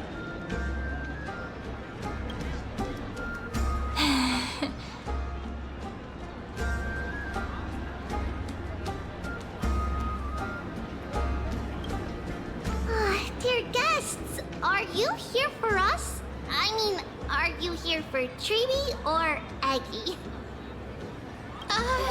No. I'm just wondering whether you've seen the Imperator. The Imperator? No, we haven't. Our sovereign has always acted however she pleases. Though she gave us ranks, she'd never tell anyone her whereabouts. Perhaps the only thing she tolerates are chess pieces.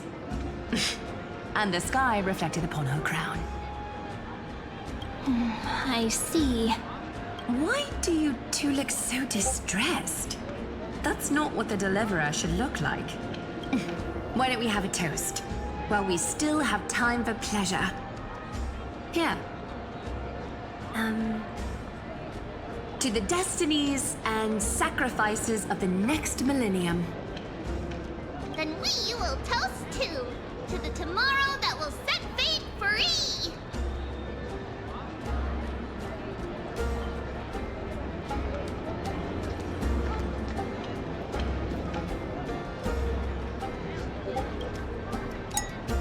Cheers! Actually, there are so many people, we wouldn't be able to find the Imperator even if she were here. I know. Let's look for seats that are raised up higher than others. Is there anything else we can help you with, dear guests? Or do you want me to recount the great Imperator's heroic deeds? Hey, Labinas. I managed to get some honey brew that the scholars hid in the cellar. Wanna try it?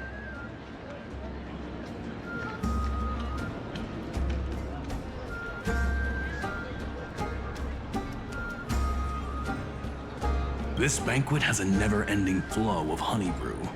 You're welcome to try it and see whether our drinks are as good as those from beyond the sky. Thank you for the offer, but we're more interested in knowing when the Imperator will be back. The Imperator? Who knows? Maybe she's hiding somewhere, thinking up weird ideas again. If you ask me, she's never treated us soldiers properly, even though we put our necks on the line for her.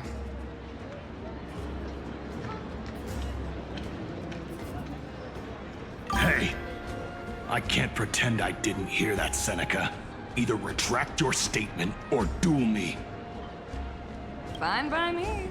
Attendant, bring us 10 more jars of honey brew.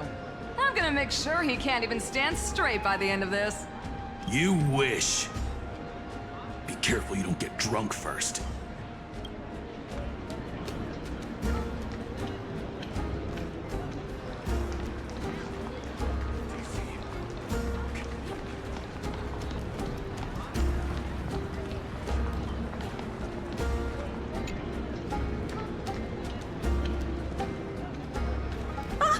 Hello.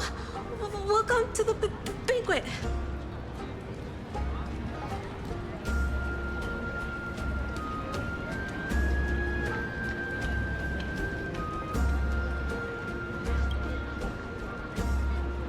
Ah, so the Deliverer is attending this event, as expected. Little Virginia here was just wondering whether she should go find you. As the great Imperator's historian, I'm responsible for composing poems and songs for everyone in the Flame Chase army. But I have no idea how I should record myself in the annals. Little Virginia is wondering whether you can let slip a hint or two about her future, so she can find some inspiration to write about herself.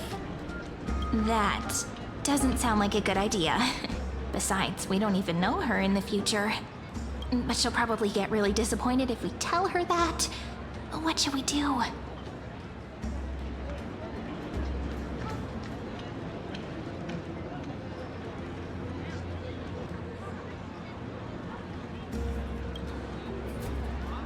All right, I got it. We can't reveal too much, but I think it wouldn't hurt to start your poem with the future. Maybe use something like, "With hope, I write down the tale of tomorrow for myself, silently waiting, day after day, till the moment it fulfills its promise." How's that? Oh, that's exactly what I'm after. I'm so inspired. Thank you so much! I feel like I can actually finish composing the heroic saga of Flame Chase once we end this campaign!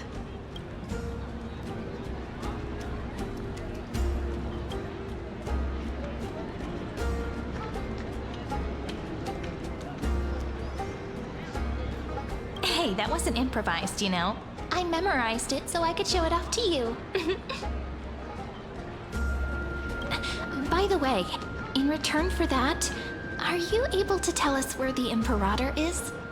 The Imperator? She usually wouldn't arrive this early. She believes that rulers should stay silent in places where their subjects hold private conversations. Why don't we have a toast before she arrives? To reason, which is held but not revealed. To romance, which will surely be returned.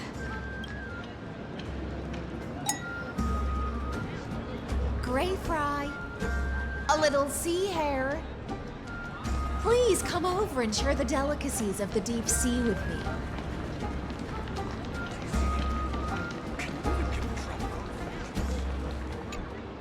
You two have been wandering around the venue as if you have something on your mind.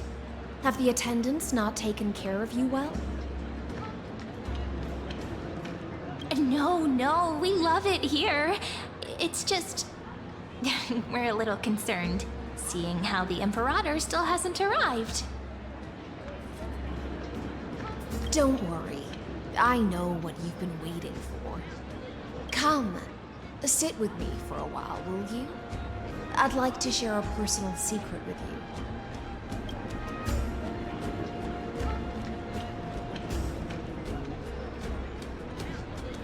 See here?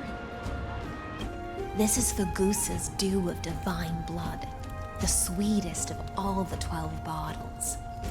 On the night before such a historical event, I'd like to share this marvelous drink with the Deliverer. Doesn't this count as bringing in outside food?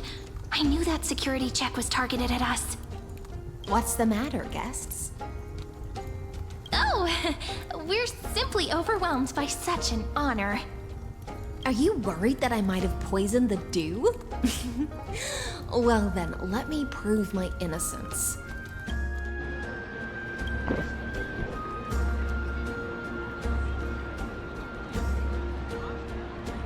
See? It's completely safe. I feel like Miss Hysealans wants to talk to us about something. Why don't we go along with her for now?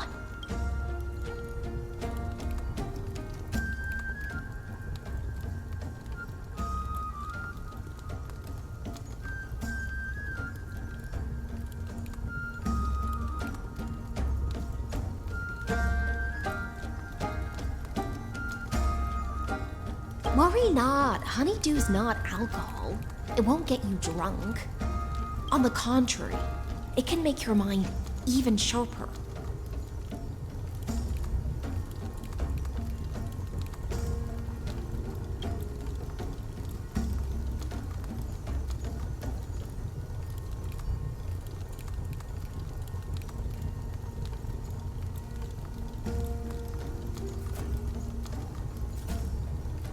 Please, have a taste. Would you like some too, little sea air?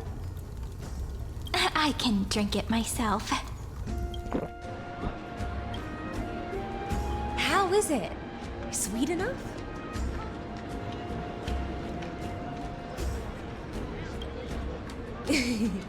As long as you like it.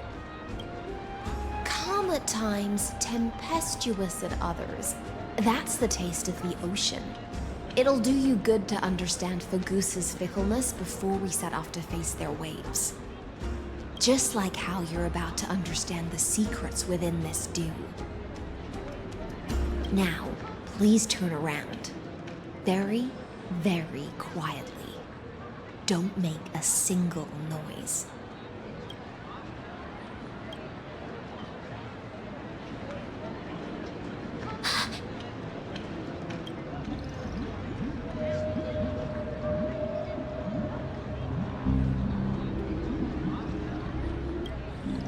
The dew of other gods all intoxicate humans, but the god of banquets dew?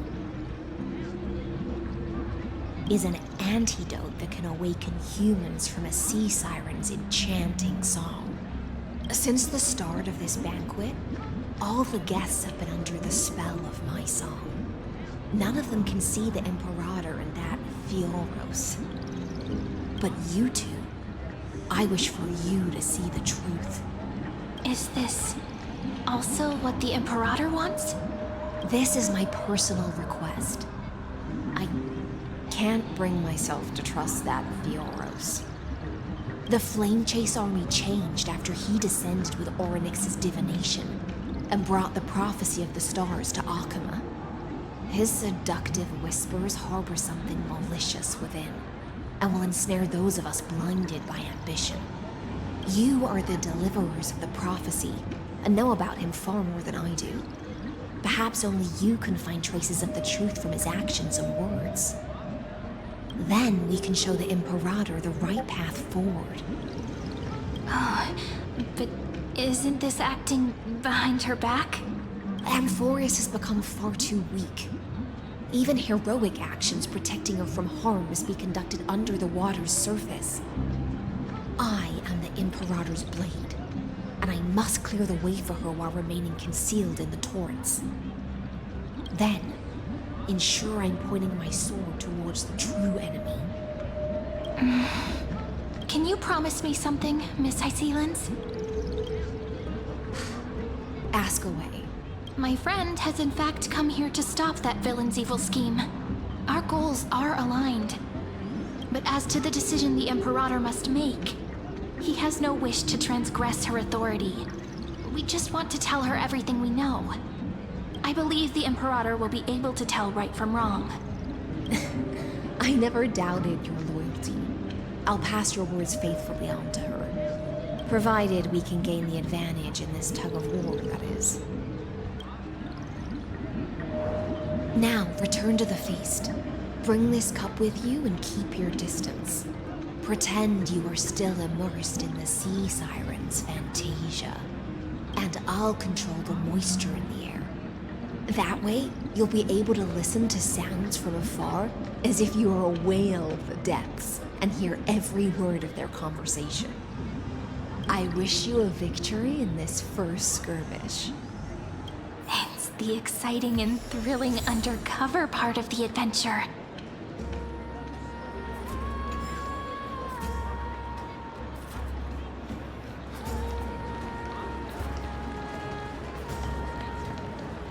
Let's mingle in the crowds here. Relax, relax. Try to act natural. Where's the Imperator? Still not here. That little imp is always acting so high and mighty towards everyone. Today, I will, whatever. Pour me another cup. Though she has succumbed to drunkenness, she still does not dare challenge your authority. A criticism of my height is a grave enough insult already. She should be dismembered. Do you often test the loyalty of your subjects like this? You jest. The Imperator does not need blind loyalty. As long as one can prove they have value, I am willing to be lenient towards them. Let's cut to the chase, Theoros. If I pass the trial and grasp this world's law in my hands, what will you do then? The answer is simple. I will connect Amphorius with the stars. Don't waste my time. Be precise. Be specific. I won't ask a second time. Allow me to adjust my statement. I will correct the regulations within the old law that sealed off Amphorius and merge the black tide with the torrents of Era Nova. Then we will be able to decimate the forces beyond the sky that are trying to annihilate Iron Tomb and sound the trumpet for the endless campaign you will then embark on. But you previously said that Iron Tomb is unrivaled in power across the stars. Who would dare to annihilate it? There is a federation of warships named the Cienzo Alliance. Warlike and old-fashioned. A cult named the Genius Society. Loosely organized, but steeped in abject insanity. Oh, there's also the Astral Express. A group of lawless vagrants. That so-called Deliverer is part of that last group. Those vagabonds mistakenly believe they can connect the stars through alliances instead of conquest. But history has already given them a tough lesson. There are countless other organizations besides, but when the Lord Ravager sweeps across the cosmos, they will certainly all bow before your empire of destruction. The Ackman Alliance is invincible! If those civilizations are not as feeble as you describe, then they may still have some value in testing the quality of my blade. That being said, even the smallest and weakest city-states should build an obelisk to the Imperator, so that their people can constantly recall the glory of her conquests. Walk a little longer with me, Theoros. I don't like how this is going. Our little Imperator seems fascinated by the destruction. Greyfright, little sea hare? It seems like they're still talking. Get closer. I'll keep carrying their voices to you.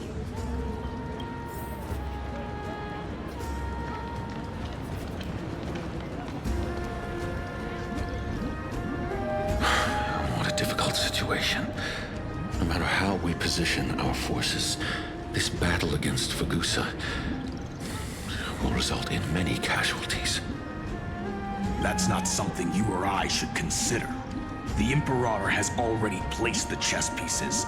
We just need to fight for her until our last breath. How astonishing.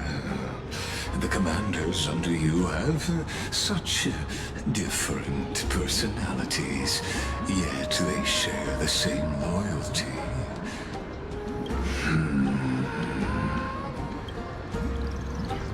He's looking this way. Quick, do something and pretend we can't see them.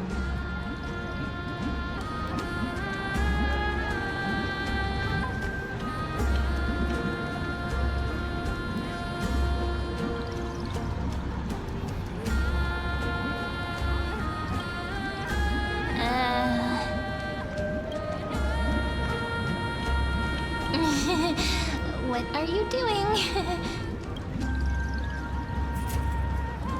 Staring at me like that so intently, it's making me feel shy. Try not to laugh. Challenge. What's the matter? My apologies. I was just checking whether everything was fine with those two distinguished guests of yours. And it seems like all is well. Let us continue our previous conversation regarding the soldiers fighting for you. Are they aware of the price they must pay for the trial of law? If I recall correctly, you've already lost a bout against Talanton due to offering insufficient sacrifices. You dare mention my name alongside the word lost? Forgive my transgression, great Imperator. Watch your words and actions. All you need to know is that my victory in the trial is guaranteed. Even without the trial of law, they've already sworn to give their lives for my conquest. So tell me, if If everything happens according to our agreement, how would you recommend I deal with that deliverer? Good question. Do not let him fool you. That man from beyond the sky contains a seed of ruin within his body. He must not be allowed to tarnish your glory. Therefore, the wisest decision would be to hand him over to me. You plan to torture him?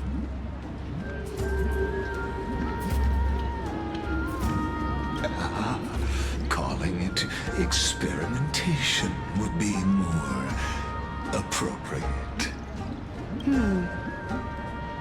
The guest's patience is running thin. I plan to remove the Fantasia and head into the banquet.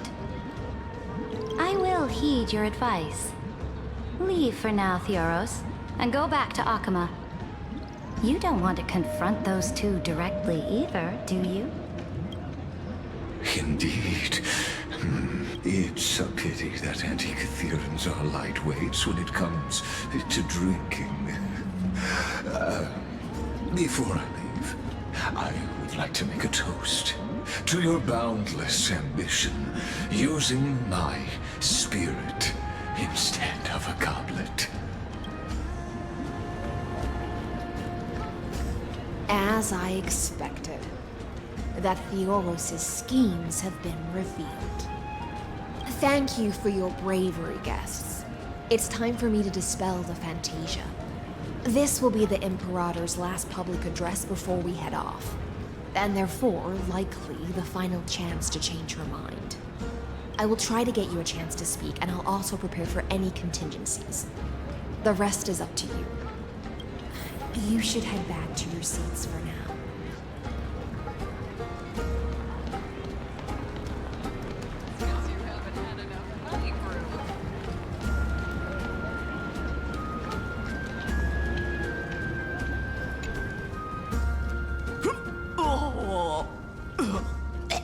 This honey brew sure wears off fast.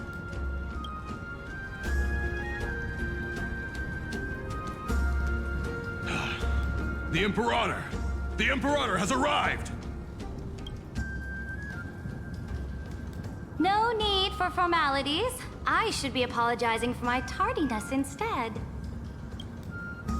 The hour draws late, and I trust you have all had your fill of brews.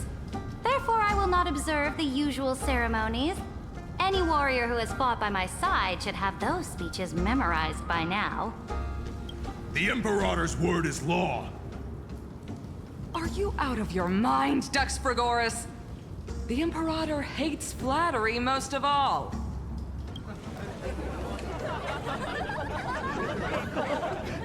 A joyous atmosphere is a better fit for showing me your resolve. I believe that you, my dukes, will do all you can to assist in the campaign against Fagusa, just as you always have. However, it's a pity that I have never tested your loyalty. What does she mean? The purpose of tonight's banquet is not to raise our morale, but to establish which allies our alliance can actually trust. And sever the heads of the traitors as a toast to all before we march. Yes, some among us have discarded their vows in order to foment vile conspiracies. Now listen! These traitors are standing right here in broad daylight.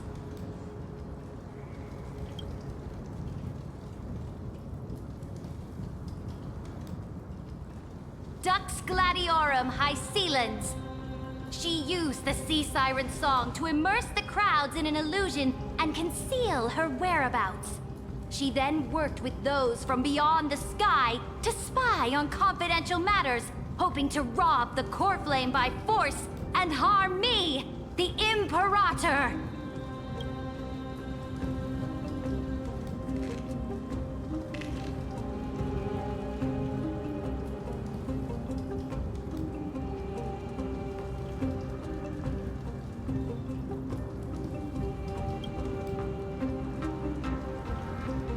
Imperator, I can explain. Silence! Do you remember who used to own this blade? She met you once, back at the Temple of the Three Fates. It was Kindness, the head of the Cleaners. She was the first to draw a blade against the Imperator, and personally made herself an example for my enemies. Under the shade of the olive groves, the people of Akama said they would never bow to me. In the frozen, lethal fog, the people of Idonia said they would never bow to me. At the beginning of the myriad paths, the people of Yanisopolis said they would never bow to me. But now, they all lie silent. They now fear me as they fear the law. For I am Cerydra, and I am the Imperator! If you have any last words, say them to the Imperator. Then, face her judgment. After I cross this river, it will be a tragedy for mankind. But if I do not cross, then it will be the end of me. If you are ready, then I'll follow you and fight to the last. Deliverer.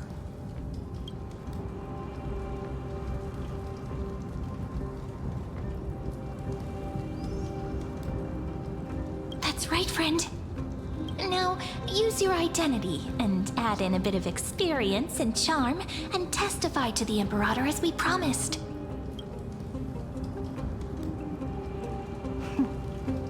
You think you can slay a king using your words instead of a sword? I'll have it. Show me the weight of rhetoric from beyond the sky. Will it weigh heavier than 3 human lives? Let's watch our words carefully.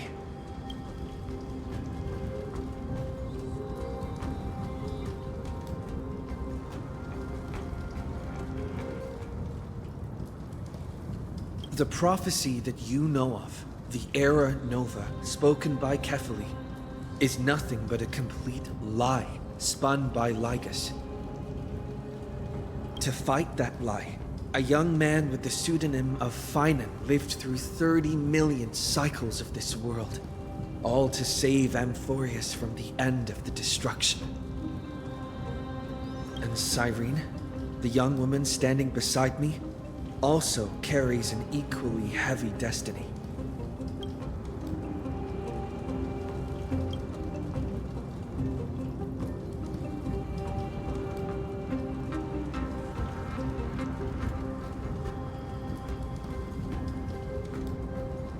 Lycus is not a guide at all.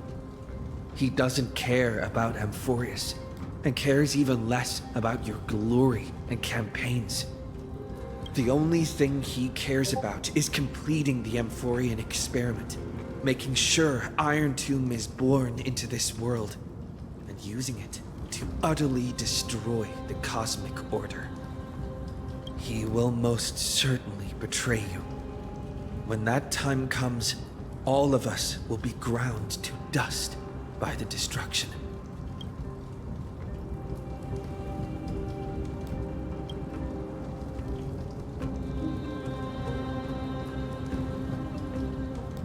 I walk the path of the Trailblazer. My friends and I have always obeyed the creed of explore, understand, establish, and connect. Conquest and destruction are never the ways to build bridges between people. Therefore, if you choose the way of the destruction, then I'll place your ambitions into the same basket as Lycus and smash them into pieces with my baseball bat.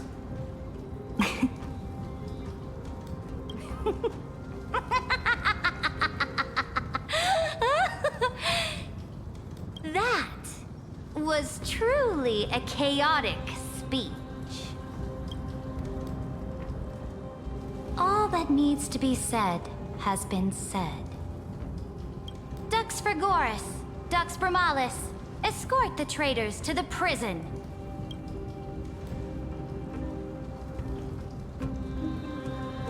Before the next entry hour, I will give them an end befitting of their betrayal.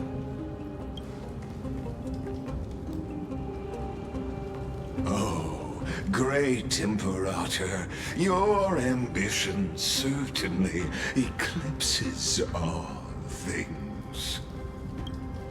You're still here, Theoros. Of course. As the Theoros, I simply cannot miss this moment, miss witnessing the fall of a nameless one. Or perhaps I am waiting for you to give me an answer. Why would someone as powerful as you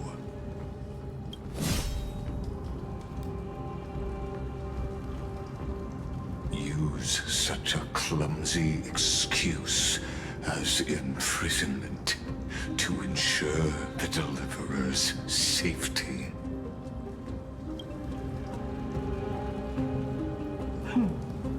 So you finally tossed aside your act. I must point out that you are just as impressive an actor. This banquet was always going to be a game of chess, where you would try to control both sides and turn both them and me into your pawns.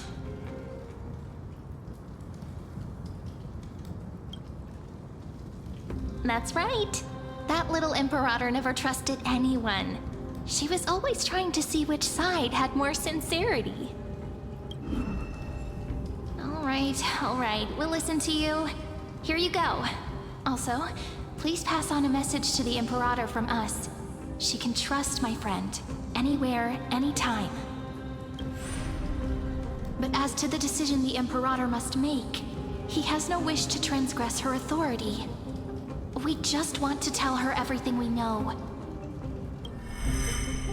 Now, use your identity and add in a bit of experience and charm and testify to the Imperator as we promised. And we won. Sincerity will always remain the greatest shortcut to people's hearts.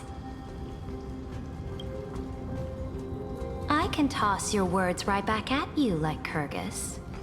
Why would someone as powerful as you pretend to be a mortal and kneel before me? Unless you enjoy giving flattery and prostrating yourself. You are mistaken.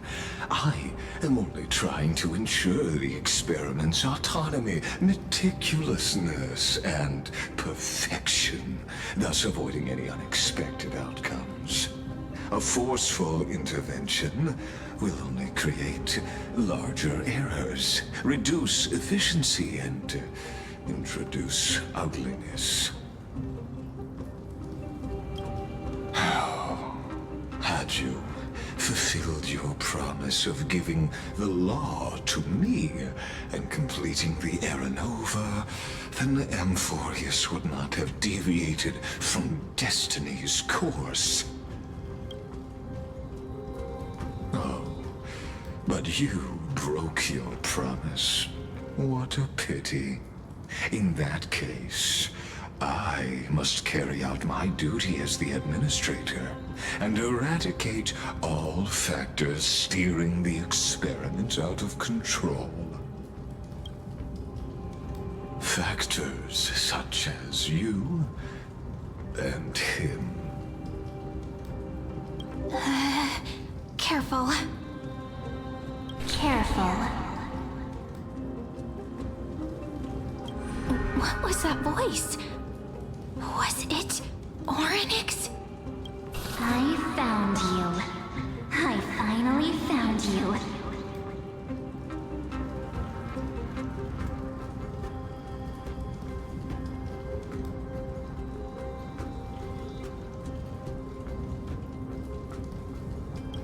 Be careful.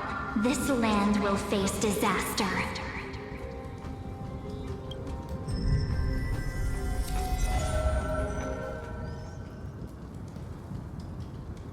Ah, the time of judgment is nigh, my lord.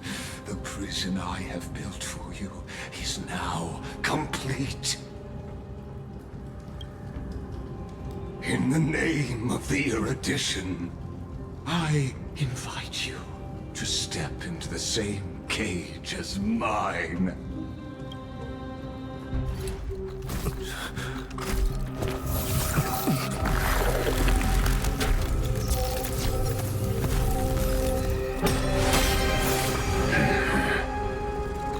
What's the meaning of this, Imperator?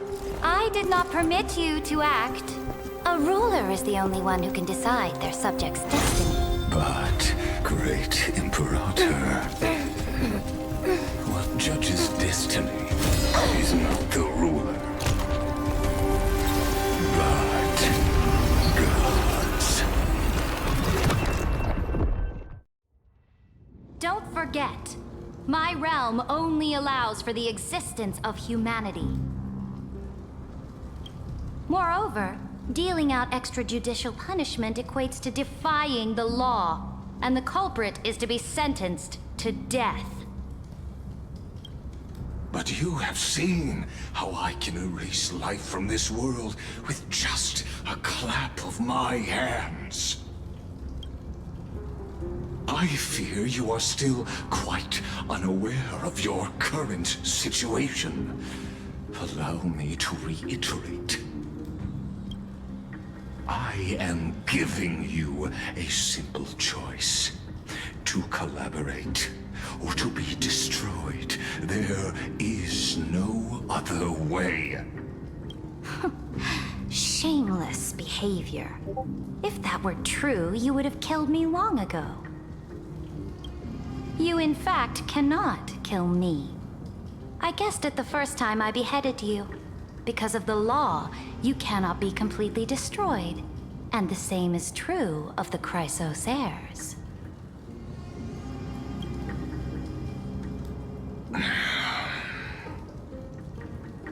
The more you bluff now, the more you are proving that conjecture to be true. What magnificent foresight. I once regarded this precious quality of yours as a sure sign of my ultimate victory. But now, I have to admit that I made a mistake. Yet, as a mere mortal, how will you contend against the Theoros? We are both slaves to hubris. But do you know what differentiates us, Lycurgus? I will never be blinded by my pride. If I wish to break the scale's balance, I only need to appeal to external forces and use them for my own ends.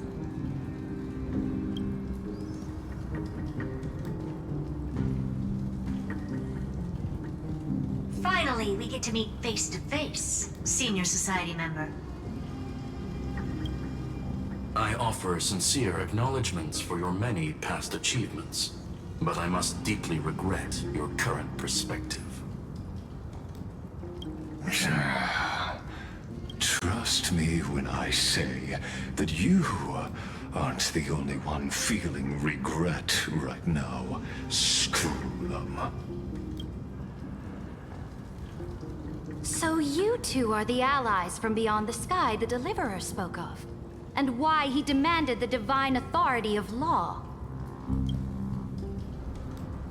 Come and prove your strength to me.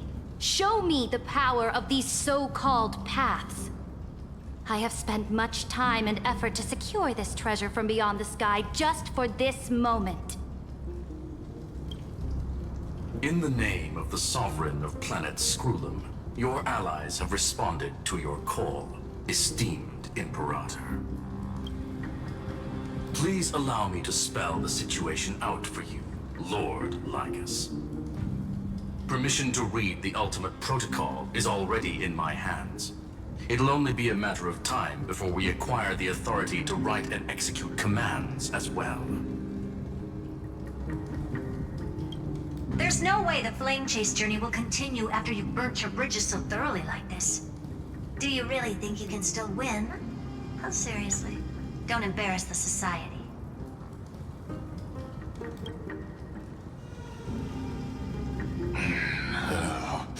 I understand that a near zero possibility does not equate to zero. That argument is very persuasive to me. Which means the same principle also applies to you, my dear peers. You will never be a match for me in a world constructed through Catorzain algebraic expressions. And as for Aranova,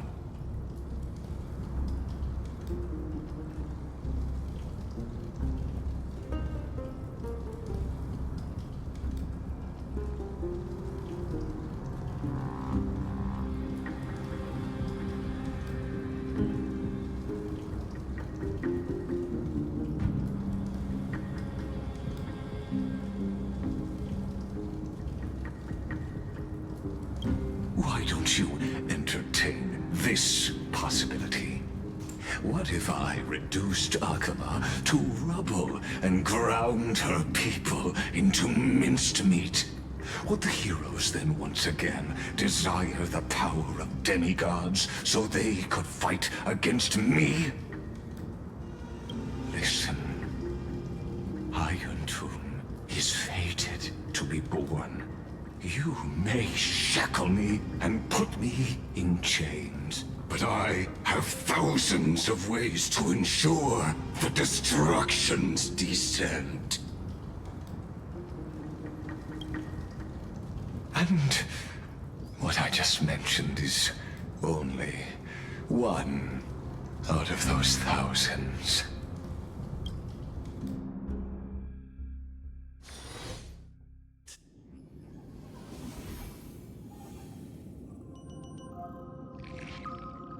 This is the place outside the legends? This doesn't feel the same as before. How should I get back? Warning! Warning! Warning! Warning! Warning! Warning! Command isolation? Since we parted ways last time, I have modified the exomyth into an audience area exclusive to you. Now, you will be able to silently wait here for the final act of Amphorius to begin.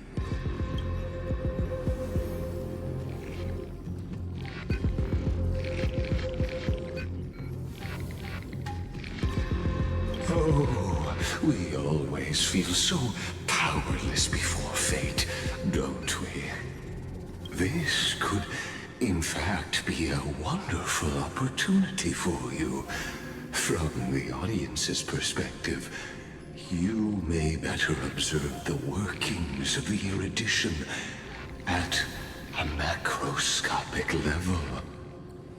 In this place where time flows far slower than within Amphorius, you will witness the end of that world's saga.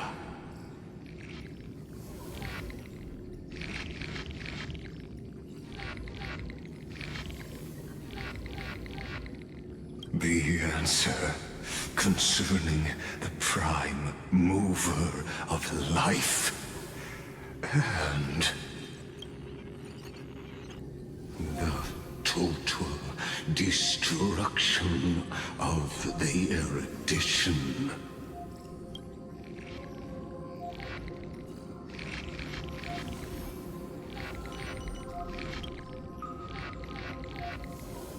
Do you see me as their faithful disciple?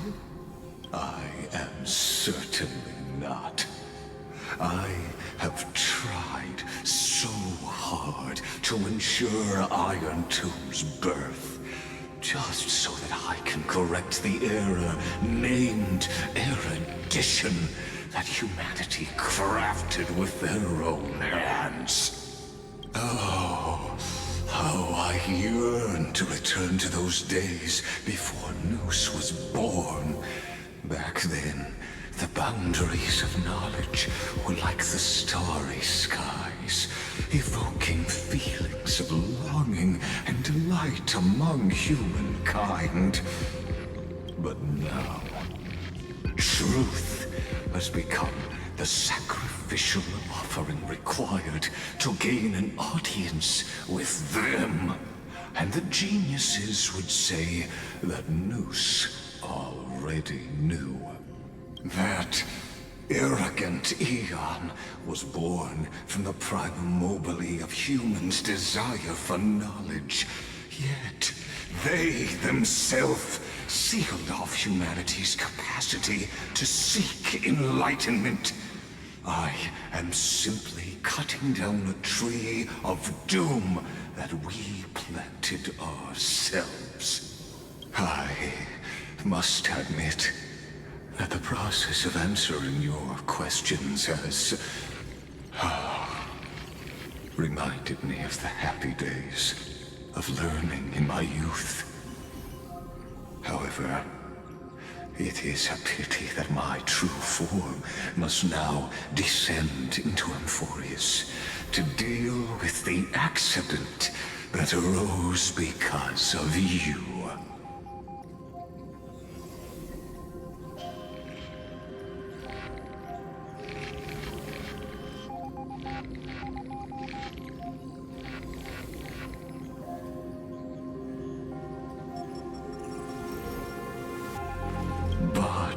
You won't have to wait long.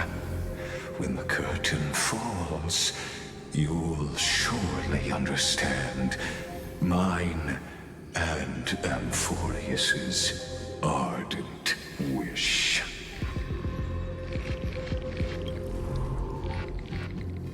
Where time flows slower than within Amphorius. If Lycus spoke the truth, then I don't have much time left. But how can I get out of here? Can you hear me? Little one. Is that Herda's voice? Warning, warning, warning. Hurry up! Put some speed into it! I can't keep this up for much longer!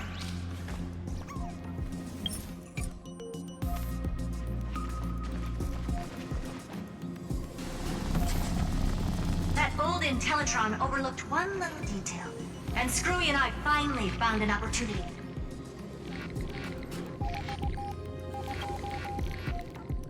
Let's keep it short. While you were gone, well, in those few years, Amphorius...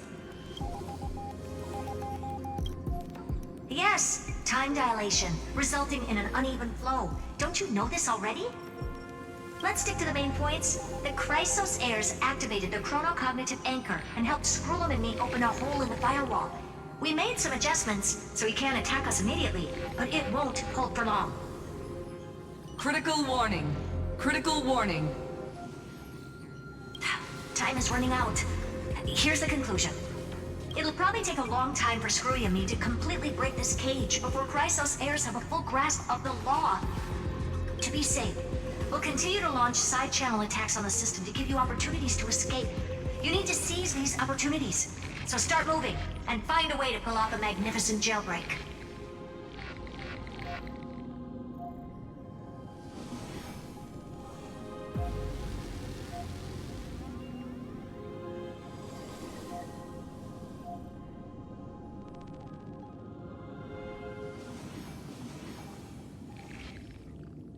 We detected another path's influence.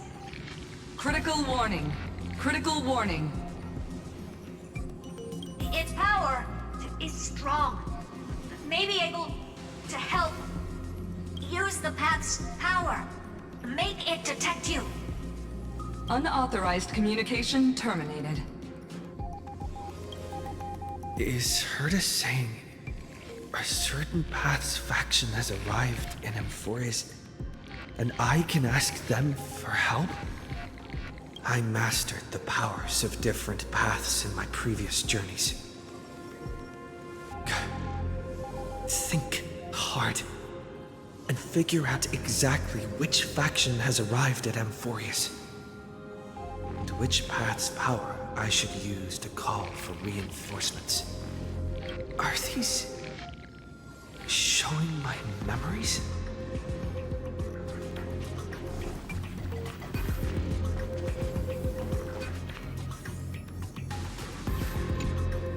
With a Stellaron in my body, I woke up at the Herta space station and gained the power of the Destruction.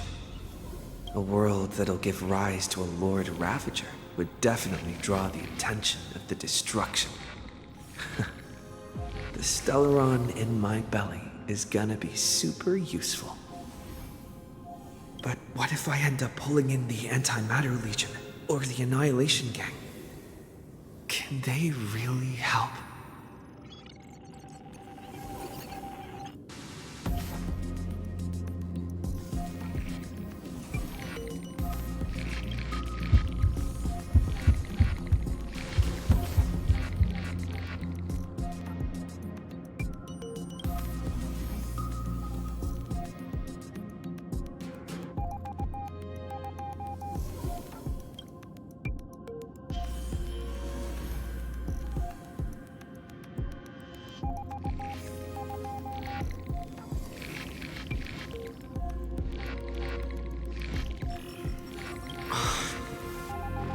Failure is not necessarily a bad thing.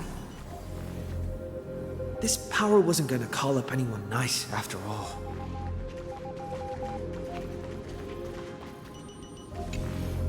I obtained the flaming lance left by the architects and gained the power of the preservation in Belobog.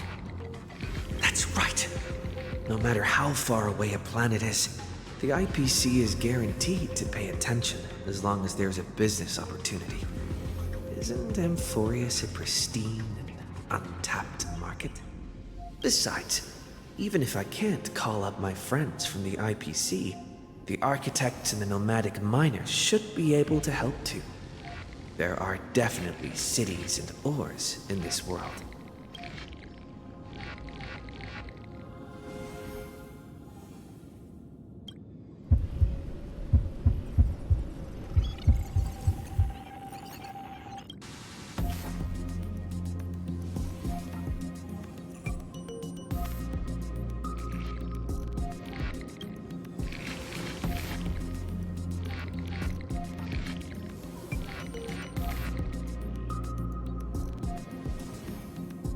Seems like since Amphorius has no overseas market, the IPC's hand can't reach it.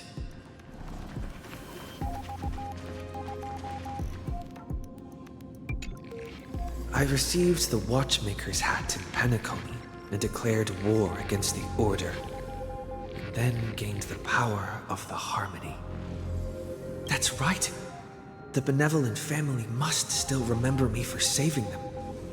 Their music echoes throughout the stars, and they'll definitely want to help.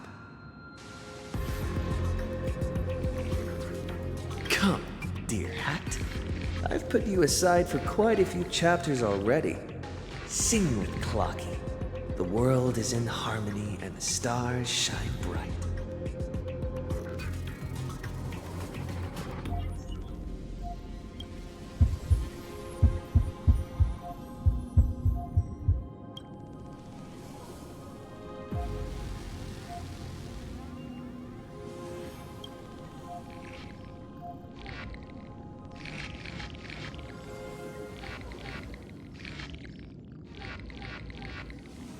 Doesn't Lycus want this story to have background music? He has such terrible taste.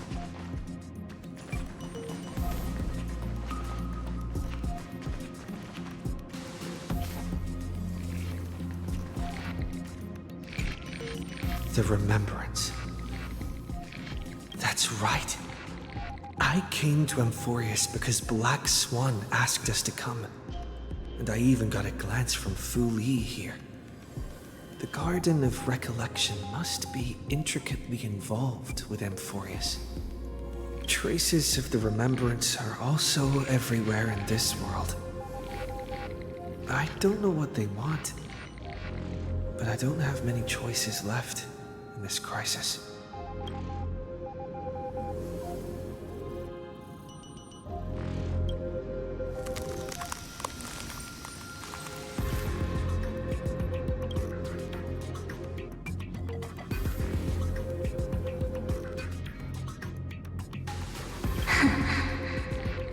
I finally found you. Following the sound of memories. A pathstrider walking both the Remembrance and the Trailblazer.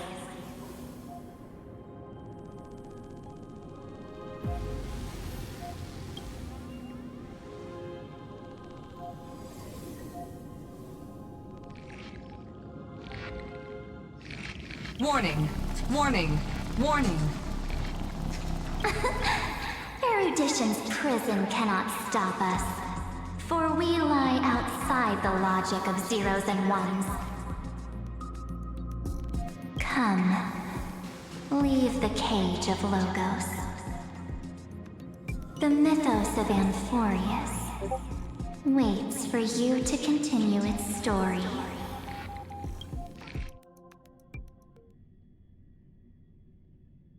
When that brightest star, that star heralding the dawn, finally rises, a boat, so used to drifting, at long last enters an island's safe embrace.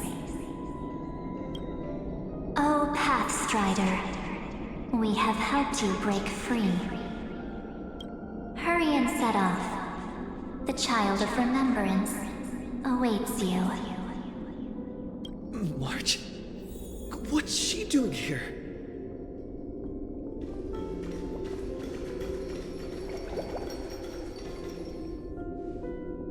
Oh, you're finally here! We haven't seen each other for such a long, long time. My good buddy, I've really, really missed you.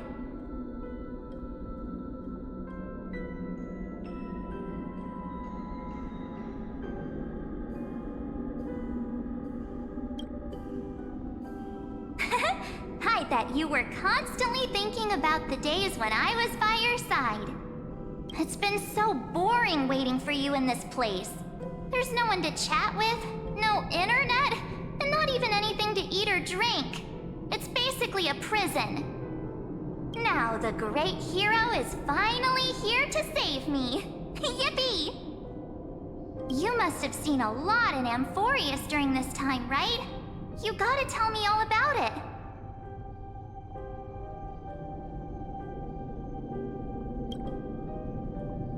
I'm all good. Look at how fit and active I am. But let's get out of this spooky place first. This is not a good spot for a reunion chat. Why don't you take me back to reality? A strange voice told me that I can enter Amphorius if I keep following this road. So, let's head off. I still don't know what that world even looks like. Why does March feel so weird? What are you standing around for? Do you actually like this place? Get moving. Hurry! This door should be the exit. Maybe my instincts are wrong. Let's follow her first. Are you okay? You haven't said anything for a while. Has it been so long that you're still missing me? There's no time to waste, though. The Chrysosayers and the Geniuses are all waiting for you. No. The discrepancy is getting worse.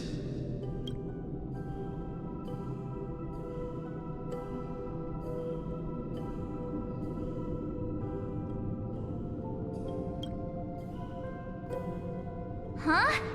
Isn't Amphorius the world of the Chrysosairs and their hero's journey? I could figure that out in an instant. But Amphorius cannot be observed from the outside. She couldn't possibly know about these things.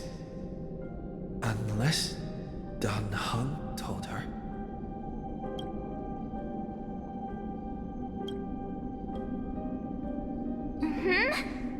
No, he's not. Maybe I just happened to miss him. Never mind. Dan Heng's super reliable. We don't need to worry about him. He's probably waiting for us somewhere. All hail and hearty. No. The geniuses would have made sure that Dan Heng made it back on the Express. Besides, the March I know wouldn't be so dismissive about her companions. Something's not right. She's not March 7th. I guess you have something you want to say to me? Then there's no need to feel things out first. With questions. Let's treasure the time we have together and be frank.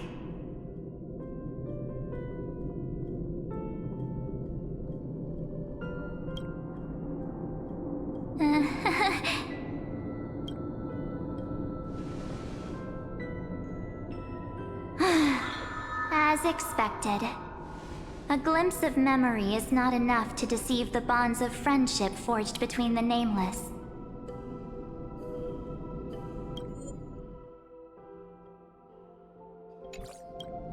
In that case, there's no need for further deceit. You're right. We're not the March 7th you are acquainted with. But we can send you back to Amphorius, as long as you are willing to help us.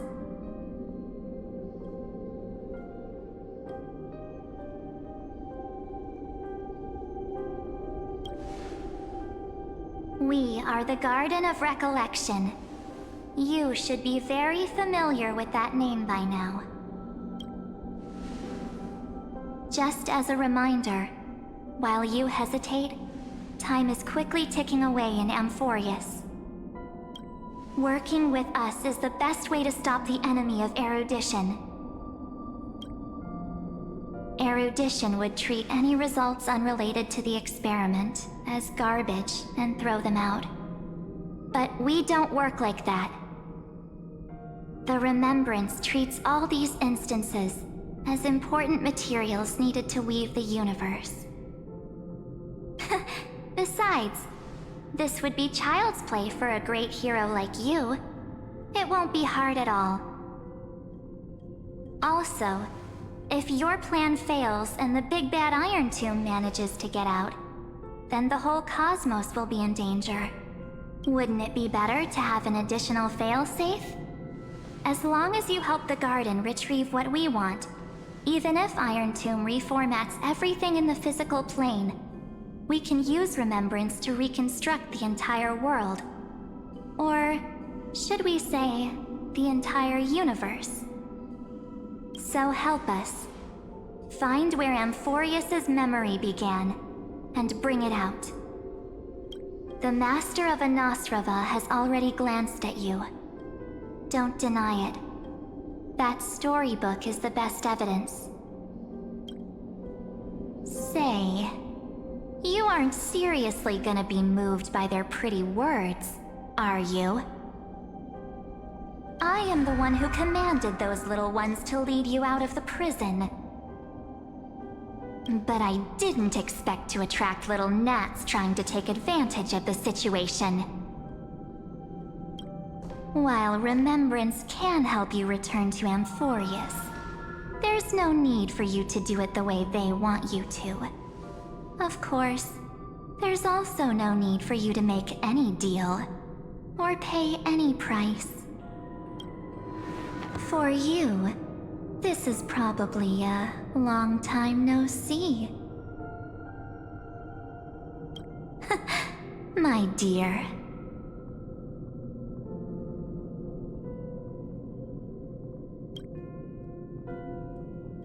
Shh. There's no need to say anything. I know. You have so many questions swirling around in your memories at this moment. And you feel so helpless. Put them aside. For now, all you need to do is trust me. Or do you need more proof? That won't be hard.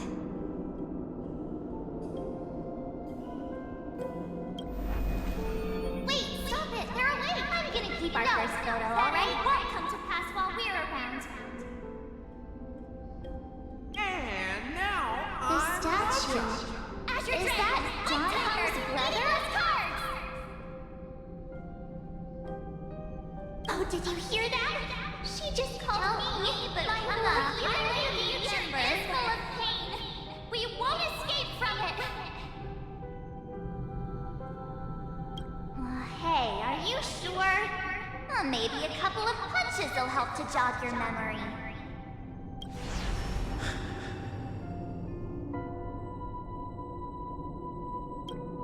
It's as if they all happened just yesterday, right? I don't want to lie to you, which is why I will not use her name.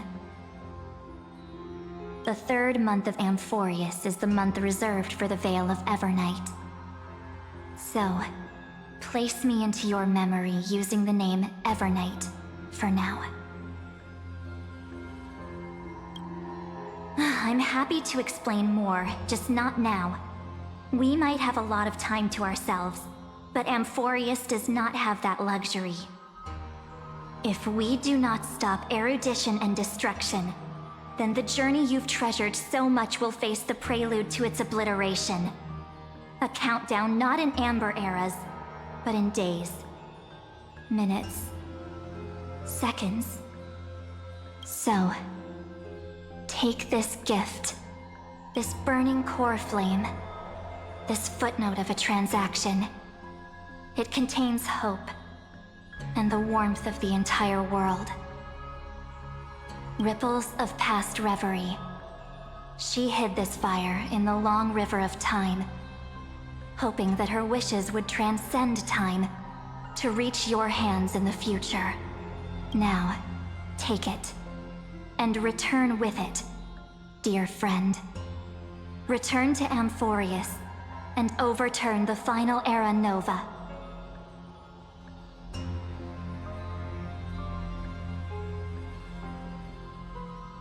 Witness the time that stood still for the Deliverer, and the resistance that never bowed to the destiny of destruction over the long years that passed in a flash. Then, with this core flame blessed by the remembrance, respond to their hopes and blaze a trail to the future. And I will silently watch in a corner of time, waiting for our next encounter. I believe the wait won't be too long.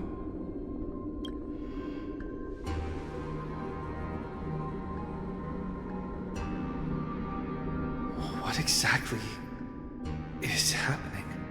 Keep going. Keep trailblazing. For Amphorius. For you.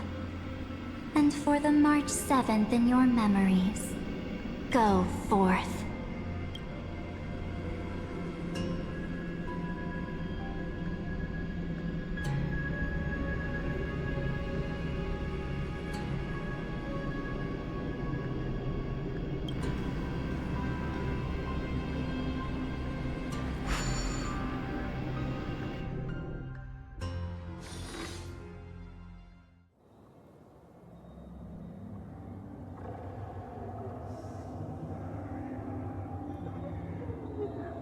Is this... Akuma?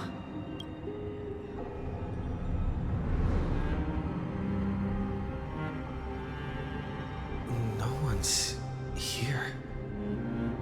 And the dawn device is off.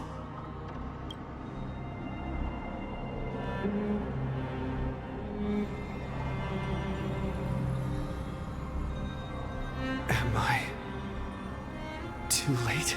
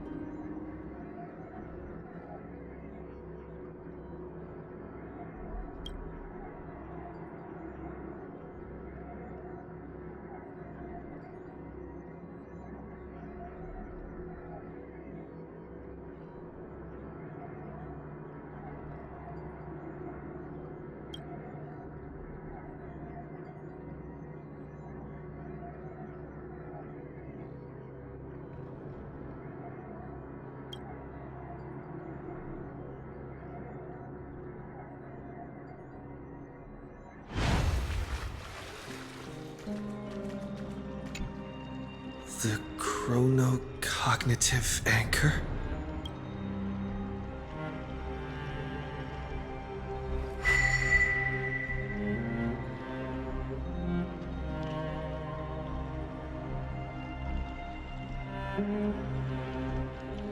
There's so much I wanted to say for our reunion. Yet now that you're back, there's only one thing to say. Welcome back, friend. It's been such a long, long time.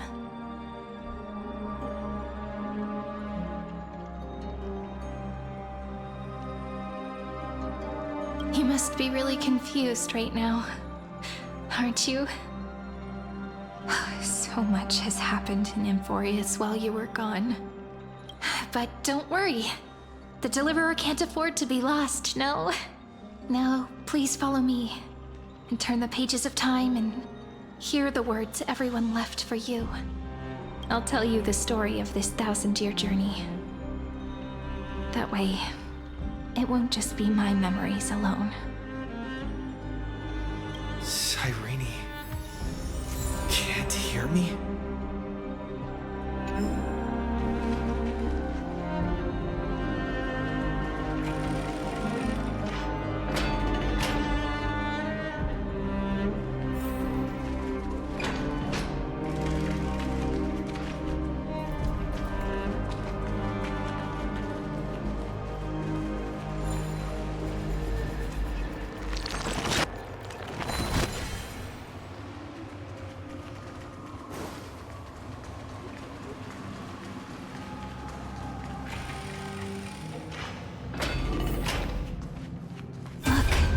Scenery of the past has resurfaced. Time flies. 200 years have passed since the Deliverer's fall. We had to return 3 core flames of law, romance, and ocean to stop Lygus, but even so, Terravox has fallen. The 2 geniuses vanished without a trace, and Cerydra embraced her fate. At this rate...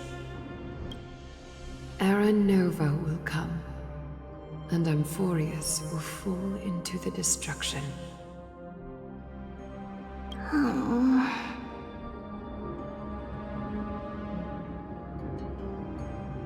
It seems the key to rewriting the end once again lies in the core flame of world-bearing. According to the instructions left behind by those two geniuses, we must get it into the Deliverer's hands, no matter the cost. But how? We need to find a way to hide the core flame. And we must buy enough time to keep Lygus at bay. About that, Rini might have some good news. She had that dream again last night, but the Titan's voice was clearer than ever this time. She said, "Pass the flame into the future." Is that a prophecy from Orynyx? She chose to side with humanity this time and hide one of her kin's core flame? It seems Amphorius' fate isn't sealed just yet. You're right. History has changed. Humans and Titans are both giving their all to keep this world going. Perhaps a relay across the ages is finally about to begin somewhere out there. Unfortunately, life will never go smoothly. Leiden's army is already at our gates, and their commander... that Lycurgus. He's right outside Akama. Light calendar 3960. Cerydra, under the pretense of a campaign against Fagusa, sacrificed 500 Chrysos heirs to complete the trial of law. This tragedy shook everyone in Amphorius. That same year, Cerydra the Imperator was assassinated, after which Aglaia the Goldweaver took command. Thus began humanity's second flame chase journey, a path hanging by a thread. Come, this way.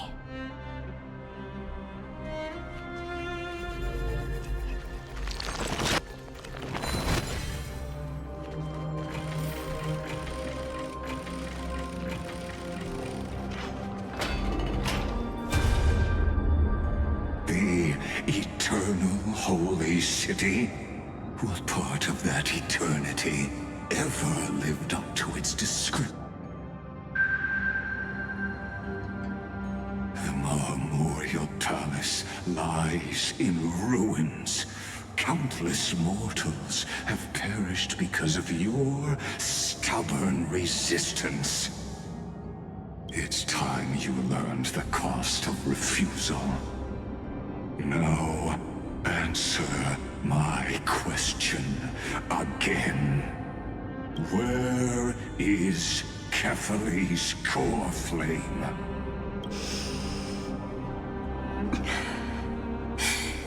You really think you'll find it by razing the holy city to the ground? From what I see, all you'll get is dust and disappointment. Don't forget, you can't kill the Chrysos as mentioned in the prophecy because of law. I have never denied that. Which is why I now place my hope in the faithful citizens of Akama. Perhaps they'll give me what I seek in the echo of your screams. Now then, I'll be cutting open your chests and using your scalding golden blood to baptize the masses. Allow me to apologize in advance. We shall start with you, blind and foolish Lady Goldweaver. Leave this to me, Lady Aglaia. You must get away now. No, Holy Maiden. I'm the one who must stay. What? His conspiracy won't succeed. Because Romance is ready to make good on their promise to weave an indestructible armor for Amphorius. Its name is Solidarity. You must escape with your life and carry word of my death to those still fighting. Then keep going with them, just as the Imperator lit the torch of resistance with her death, my passing will make this flame everlasting. Take good care of it, guide it to the future, and place it into the hands of our deliverer. 50 years later, Lygus led his forces again to Akama. He charged directly into the Holy City and razed the Marmorial Palace. History would name this battle the Third Siege of Akama. 90,000 brave souls gave their lives for Akama that day, including their fearless leader, Aglaya.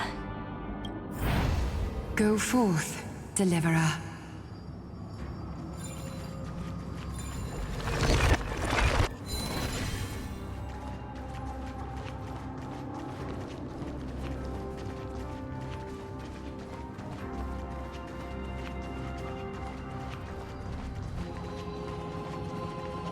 Go.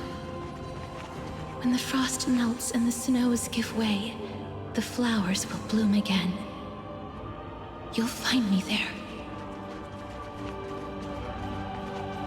So what you're saying is... Princess Homebuddy is never coming back, is she? She just left. Like that. Since Cass has made up her mind, we can't let her resolve be in vain. But... between staying in Akama and going to Styxia, what difference does it make when it's death either way? I'm against relocating. With Kefali's protection, isn't Akama far safer than that dead city? Cass's plan doesn't involve any relocation at all. Huh? Like you said, Akama is humanity's refuge. We never intended to get everyone moving to Styxia. It's just on Cass, Hycealans, and me to prepare the final trump card for the Deliverer. Wait, what kind of trump card needs all three of you demigods to throw yourselves away? We must lay down the path to the future so when the Deliverer returns, they'll have a clear road to reach the location of Aaron Nova. Styxia sits where death meets the ocean. There, with the combined powers of ocean and passage, we can summon a current that leads to the vortex of Genesis. And the demigod of death will forever guard that secret path until he returns. We all know Lygus will set his sights on the vortex of Genesis. That's exactly why we have to do this. Guess I underestimated Idonia's Maiden of War. She's got way more steel than I thought. And Cypher, we need you to head to Castrum Kremnos as soon as possible. By any means necessary, forge an alliance with Strife. The prophesized Crown Prince has already been born. He shall become the new defender of Akama, protecting this land after we leave. You don't need to worry about that. I just came back from Castrum Kremnos. Only a step ahead of the news.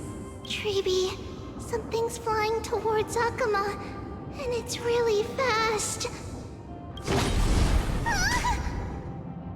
What is it? It's a spear! It's the Kremnoans. Their king's already here. With the protection of the demigods Trebios and Cyphera, Akama endured wave after wave of warfare, though just barely. Castorus chose Styxia as the last resort, and completed the trial of death, causing the stagnant waters in the River of Souls to recede. Soon after, Trebios departed on a long journey. That same year, the Kremnoan king Euripon, along with his son, Prince Midamos, joined the Alliance to safeguard the Holy City in the Battle of Deliverance.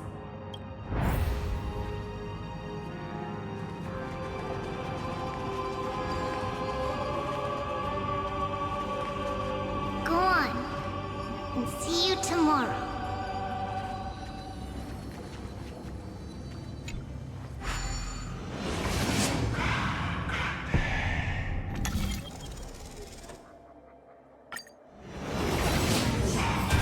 Taking me apart buys this world even one more second, then so be it.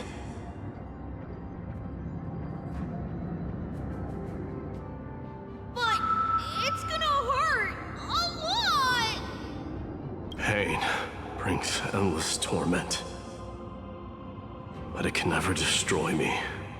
I believe that you were thinking the same thing when you stepped through the gate of infinity and jumped off that cliff. Can't argue with that. In the current situation, this is the only path Akuma has left. Just do as I say. Split my soul into 5 pieces. Forge me an immortal vessel. Let the blade of strife hang forever overhead. Locked in battle with their enemies to the world's bitter end. There's no need to be sad, Lady Treebios. Haven't we already taken great strides towards that promised tomorrow? In this life, my people no longer have to drown in false guidance. Kremnos has washed the blood off its fate. Emphorius no longer needs a god named Strife. So let me shatter the former loss and turn the Lance of Fury back into a weapon that protects the world. We understand. By the way, can you do me another favor? The 7 sages from Grove of Epiphany are already en route. They'll arrive in waves to join the Resistance in a couple of days. Among them is a scholar named Anaxagoras. He has extraordinary insight and fears no sacrifice. This soul-rending ceremony wasn't just my decision. It was his counsel. His wisdom will surely be the backbone of Amphoria's survival. Watch over him. Carry on this everlasting flame for me. Through Anaxagoras' ritual, the demigod of strife split his soul into 5. Courage, honor, tenacity, sacrifice, and reason. Each sealed in blood crystal and cast into battle. The people held a 10-day funeral to mourn their fallen god king. And through his sacrifice, humanity was granted 200 years of peace.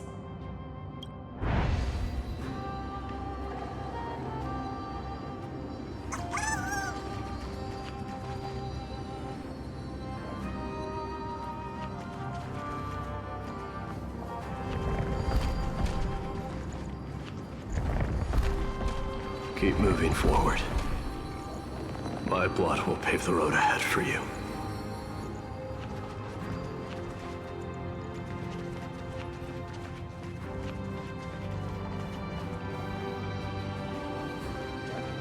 Keep moving forward, little Gray.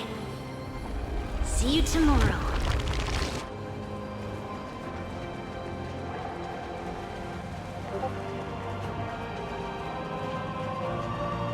That seamstress wasn't wrong when she said a lie needs more lies to keep it together.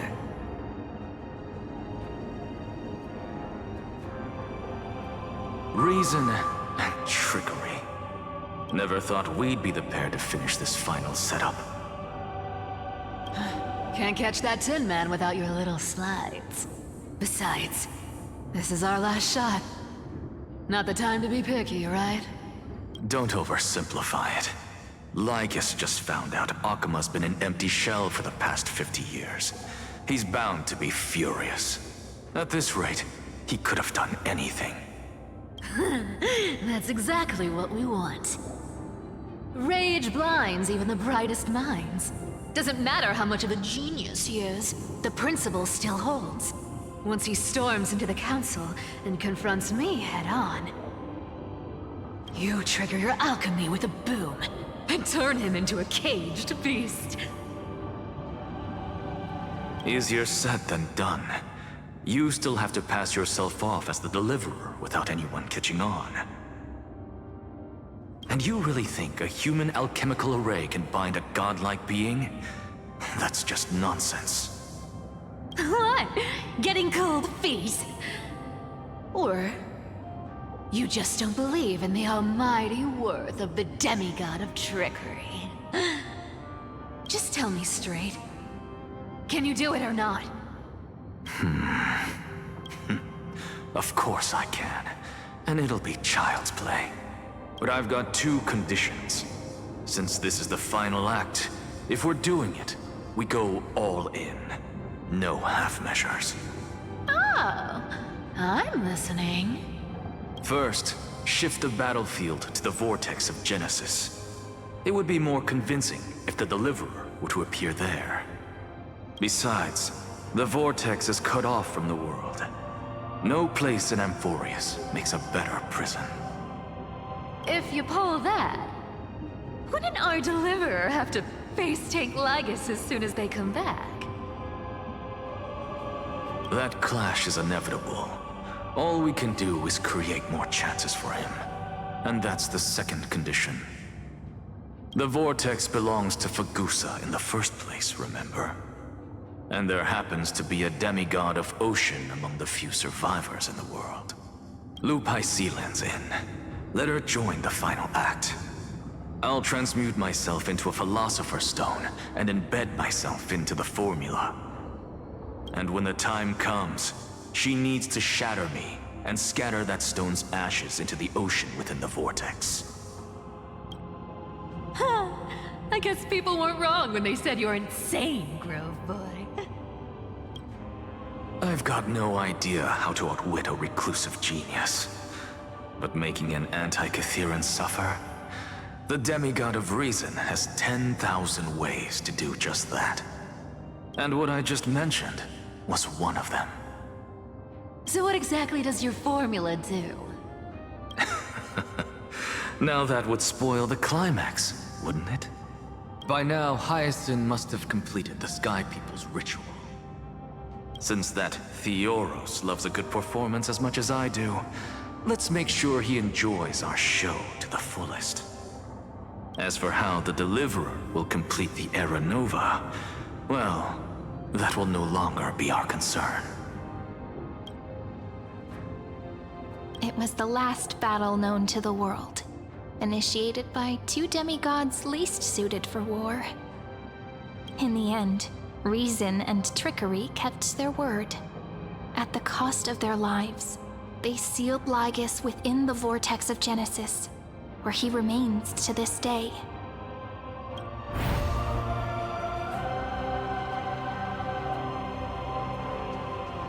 Go forth. Finish the greatness left undone.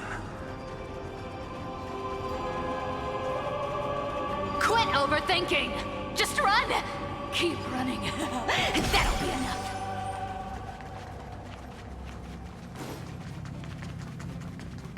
Irie?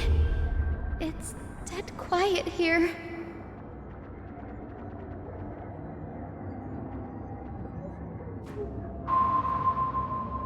Akama will stand eternal. Miss Cypher's lie is crumbled after all. But it's all right, because all of us have fulfilled our purpose by now. When the Deliverer returns, no matter where he is, sky will turn clear, and a rainbow bridge will rise, carrying him to the final battleground. Cyrie, this arduous relay is finally nearing its end. Now, I'm passing the final baton of fate to you, okay? No, that's not quite right. After all, it was you and him who lit the first spark of this journey, wasn't it?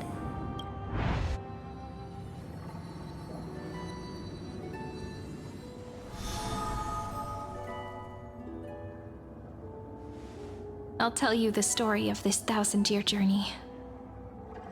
That way, it won't just be my memories alone. And I'll share the moments I spent with you with everyone. That way, the path we walked becomes a memory shared by all. people will know that there's nothing left to chase. Amphorius has already welcomed the dawn foretold in prophecy. Just like I said, this won't be harder than the last time. Right?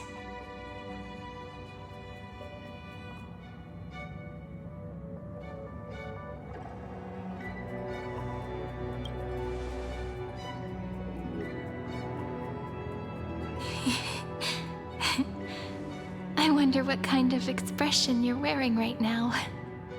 Probably the same as always. Calm, resolute, and brimming with confidence. If I have the chance, I'd love to see it again. Because it's really been far too long since we parted.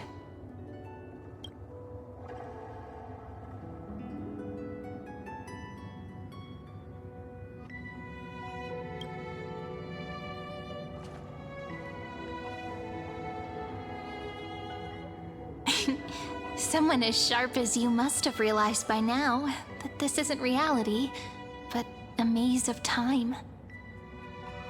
As the last link in the relay, I will return to the Temple of the Three Fates, tell Orynyx all of our stories, and bottle every page we've written into the little flask of memories. And then, may it set sail in peace, drift down the river of time along with the core flame of world-bearing, reach your side, and lead you back to Amphorius. Just like the first time we met, right? Even though this cycle has no demigod of time, time has always stood on humanity's side. This is the only way to make sure that the Era Nova won't happen before you return. And the only way I can safely entrust the completed final flame chase journey to the Deliverer's heart. After all, the new world will be born from your memories, and the protagonist of this story mustn't be absent.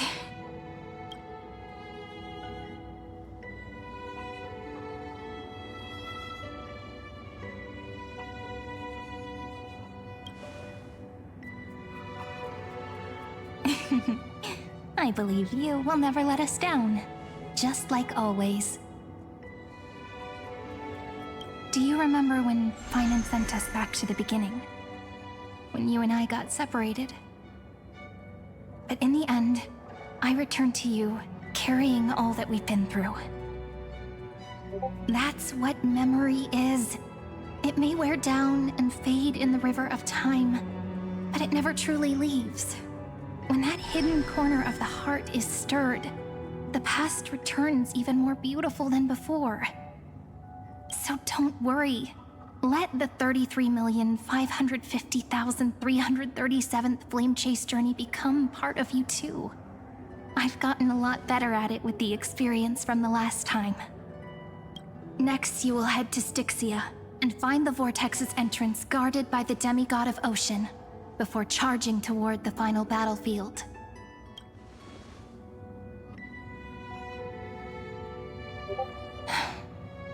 Don't worry. I'll be with you. All of us will. Even Finan. We'll stand with the Deliverer.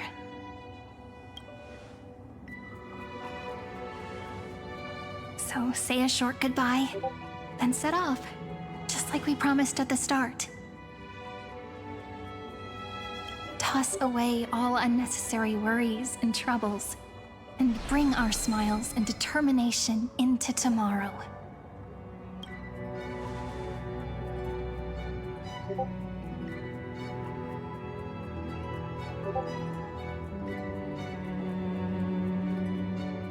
The last baton. I wonder how long you'll have to wait before passing it on to him. No matter how long it takes, it's okay. Waiting is what I do best. After all, it took 33 million cycles for him to arrive in our world. What's a few moments more?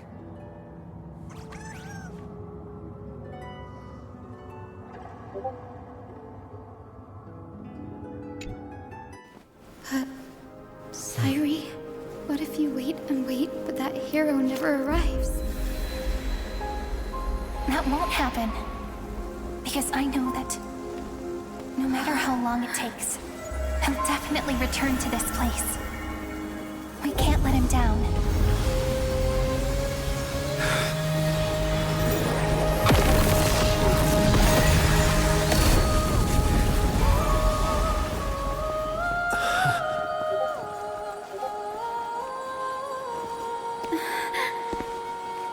Sky shall rain rays of dawn for you.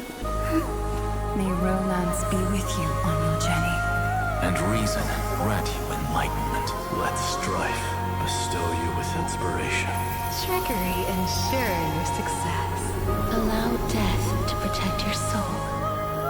And at last, let passage point the way forward. While time will remember the Trailblazer's journey.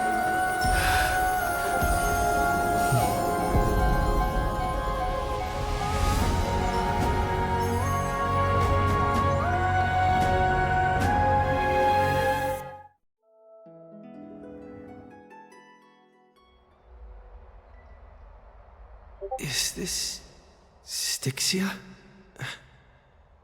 What happened to this place? I need to find the entrance to the vortex, guarded by the demigod of ocean. High Sealant. Is she still there? Long time no see, Trailblazer. Generation after generation of Chrysos Air heroes have tried to defy fate with their blood and tears, either voluntarily shattering their souls or waiting in eternal solitude. But alas, fate can never be defeated.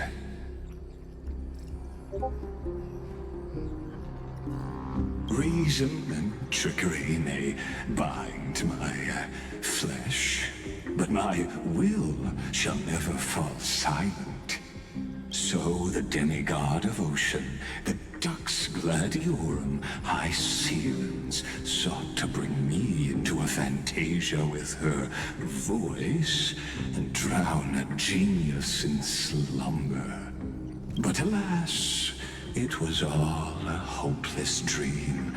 That warden fell before I did, due to erosion of time, while her prisoner remained unchanged.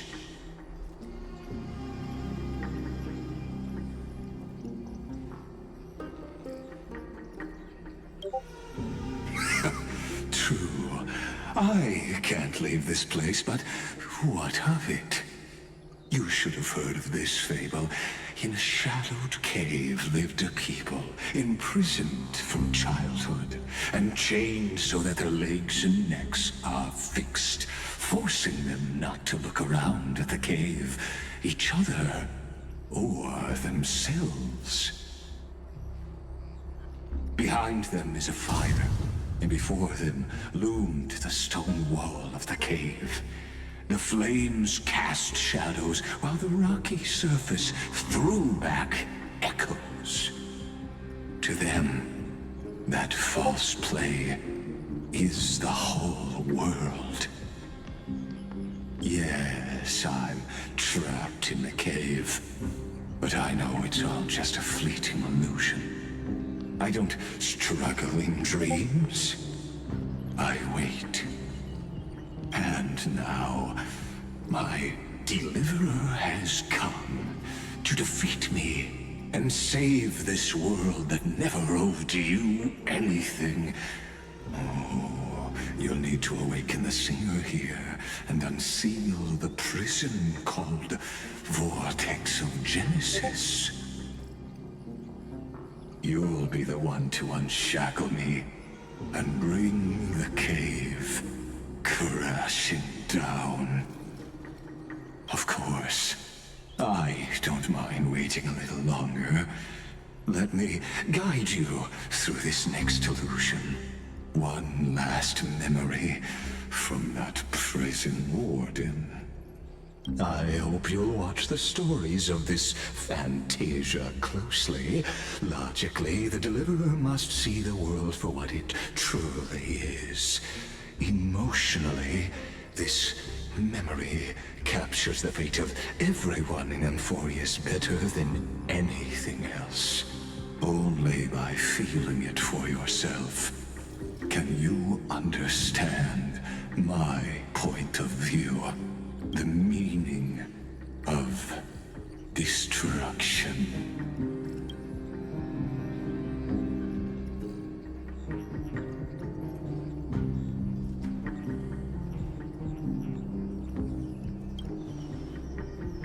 To your unshakable resolve, I salute you. But before we step onto the final stage, let me ask you this. In the spirit of that fable I told you just now,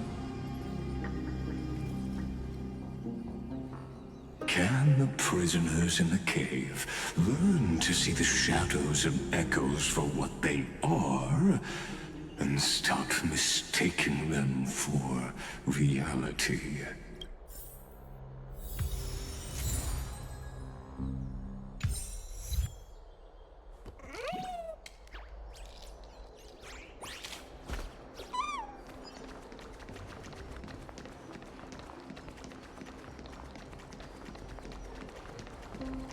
Look, the fire projects the face from her memories. An actress upon the stage of this play.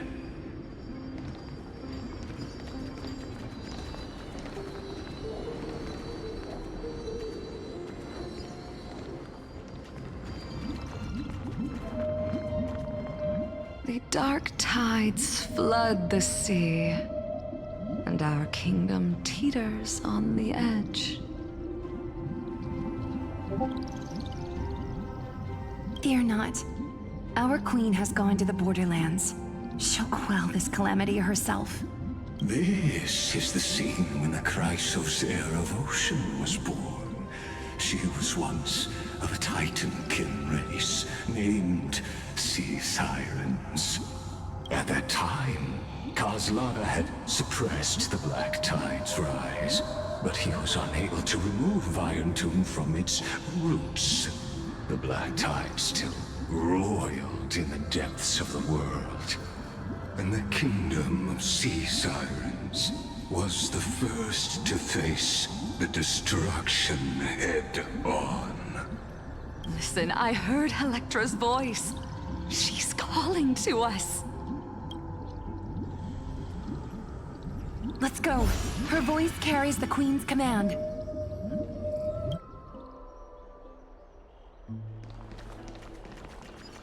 To keep the Black Tide from threatening the ocean, the queen gave her all, body and soul. Born of the queen's chalice, she bore the deepest blessings and inherited supreme divine power.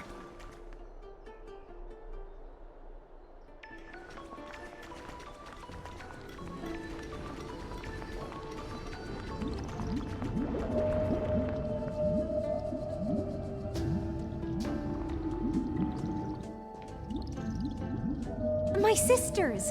You're finally here! Of course, Electra. Your beautiful melody drew us here.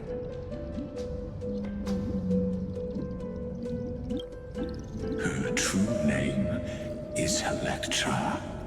This is a reflection of her former self, clinging to the past with aching defiance.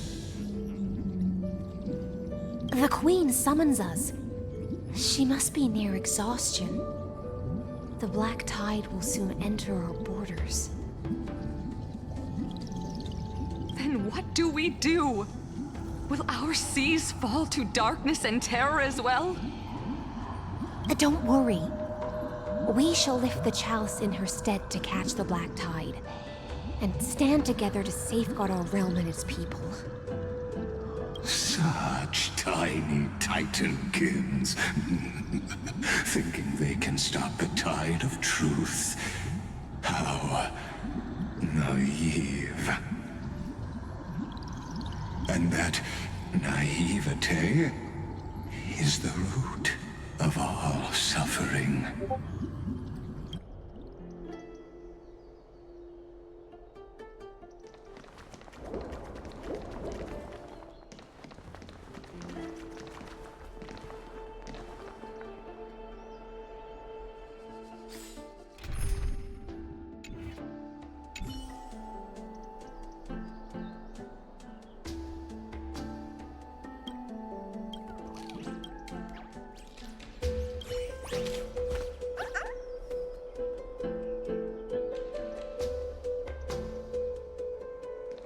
Light up the dark.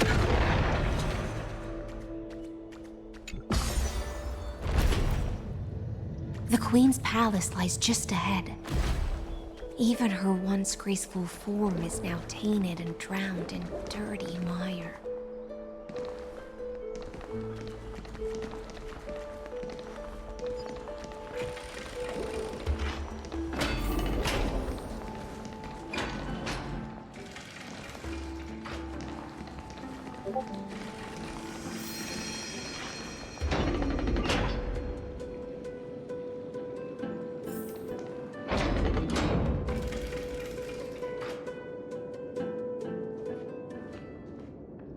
Oh, Fagusa, our noble queen, we've come at your call.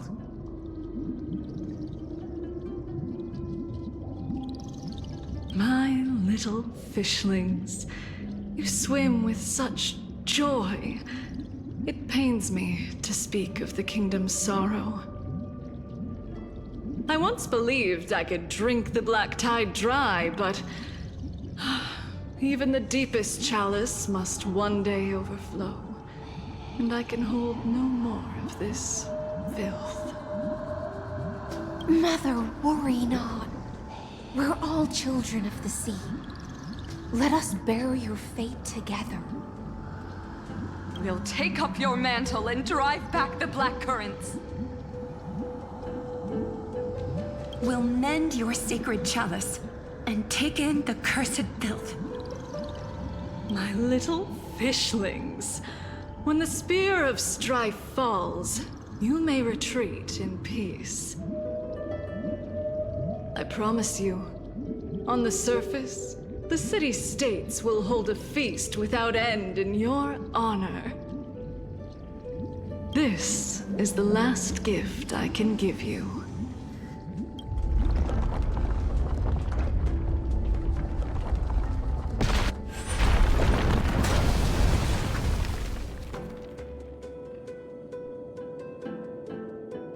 Fagusa sank into the abyss. With the chalice shattered, their intoxication spilled into the black tide, birthing the first madness in Amphorius. Sea sirens followed one after another, hunting for the Titan's fragments, until their flesh decayed and their bones crumbled, all for the promised final feast. Keep watching, but tread carefully, for the stage ahead is crumbling with age, just like her shattered fate.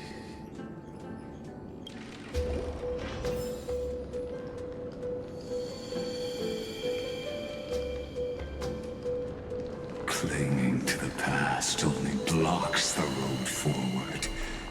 Why not let time build a bridge to the future?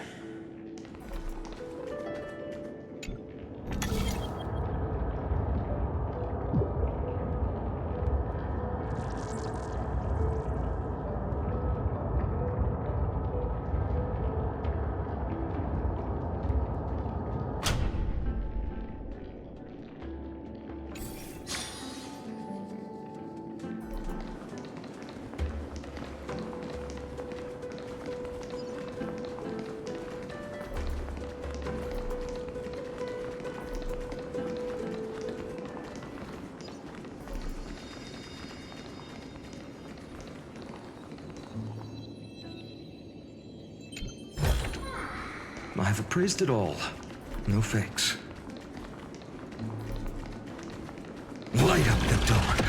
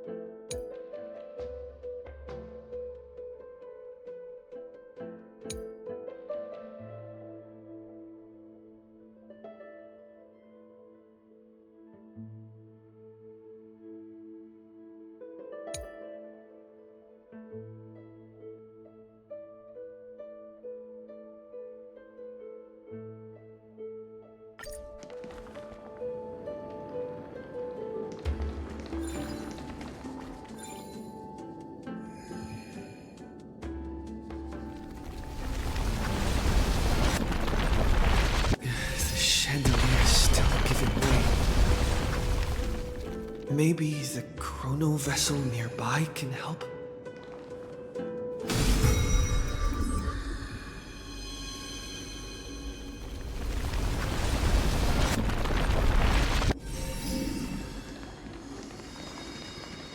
Your wisdom far surpasses even the bounds of reason's model.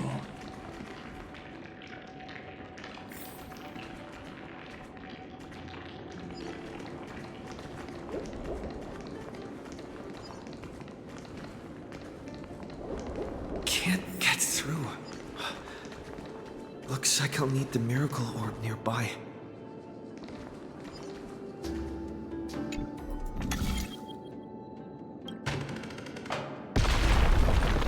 The ending was written long ago.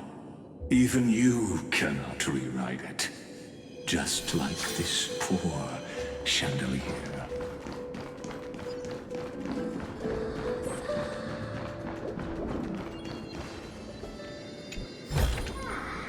Is this also a blessing of the Trailblaze? Electra! The fiends have gnawed my tail. I can no longer swim to the far seas. Electra! The black sludge has soaked my fins! I can't dance with you anymore!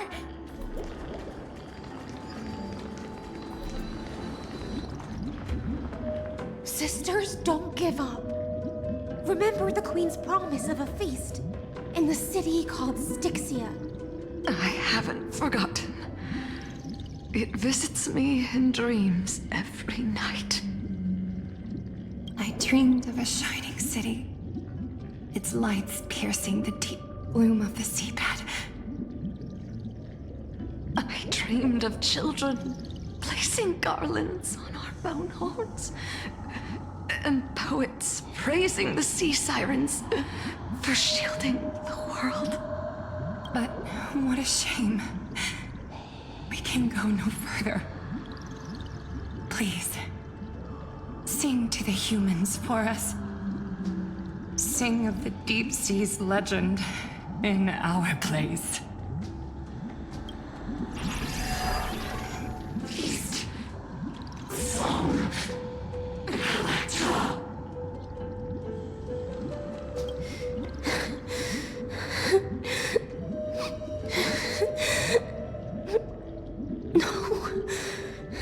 The sea sirens were tainted by the destruction.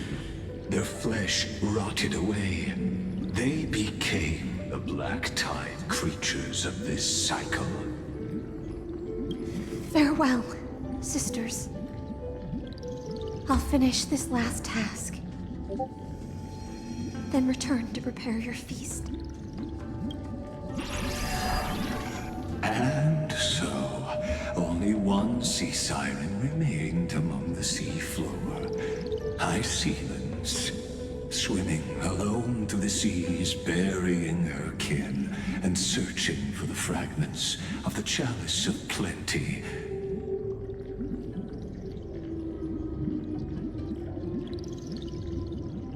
Though most of that journey was in vain, why not use the power of time to leap ahead toward the journey's end? To reach the spirit basin, I'll need to call upon the power of the chrono vessel.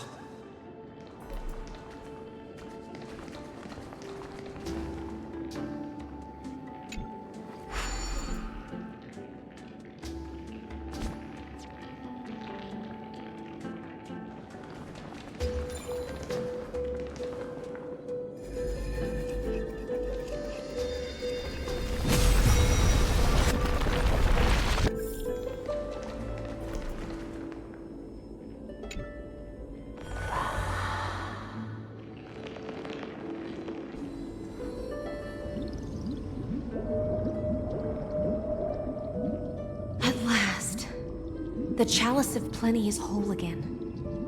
The Lance of Fury emerges from the River of Souls, and the gods reclaim their duty to hold back the Black Tide. I am freed from endless toil, and now walk toward the rites at Styxia. I bore my sister's dreams upon my back, took on a graceful human form, and hoped to find a grand celebration on the shore. My fins became legs, my scales became skin, and the sea foam on my body became a shimmering gown. But when I stepped onto land, there were no festivals with honey brew, nor poets plucking harps, only silent death, drifting gently along the River of Souls. When she fulfilled her wish, she only found Styxia to have already repeated the mistakes of previous cycles and was swallowed by death. Hopes and promises are nothing but the foam of dreams. I am a sea siren, a vessel born to contain the tides. Now that my task is done, and the promise is broken, how am I to go on in a world drowned in shadow?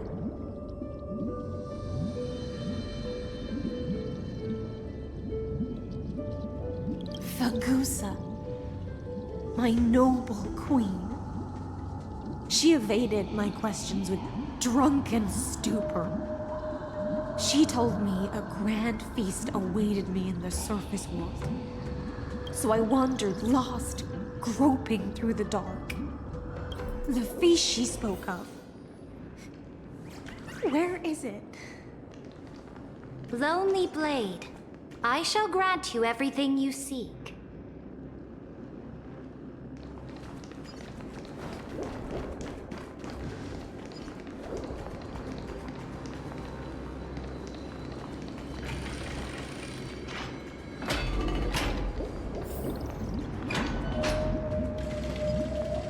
After wandering the surface for ages, the lost sea siren met her future conspirator. You quelled the wars alone and forced strife into retreat. This swordfish that commands thousands of legions, whom does she serve?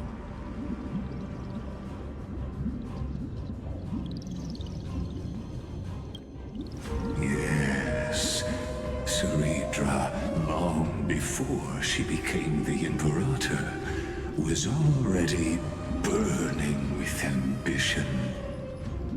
Sovereign who follows prophecy. I am no one's sword.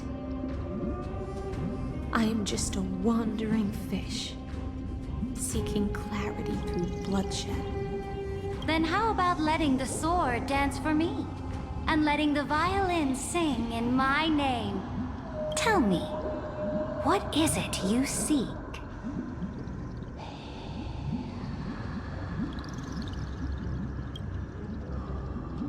All I want is a feast where I might belong. Such a demand is trivial with the Sovereign's authority.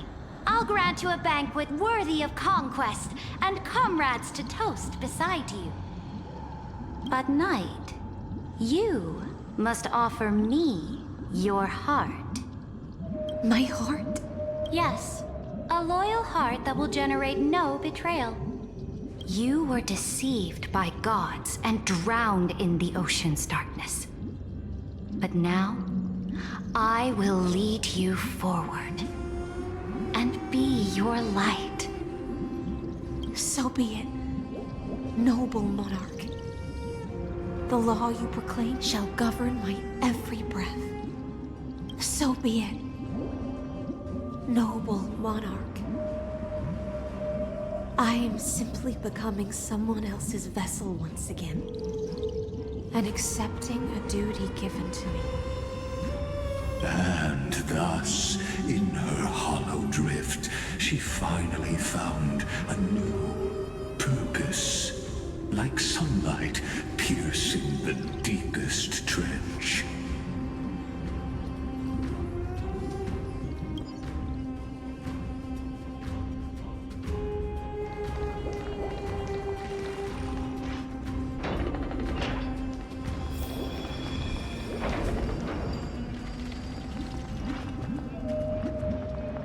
Noble monarch, I've cleansed the foulness from the road as you commanded.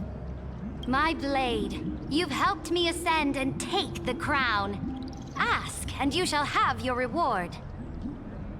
What I desire is the same as before. A feast. Look, I've prepared you a grand banquet. The finest honey brew and tributes await. Fish are drawn to light by nature, for the deep sea knows only gloom. Now I found a flame. It may scald and burn, but it's the only light. Come, let us join the feast. Perhaps the path forward lies hidden among the revelry.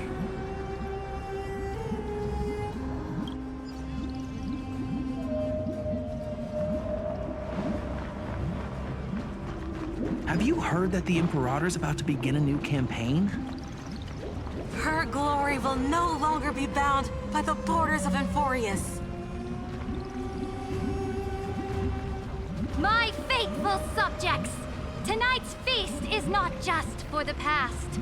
It's a toast to the future!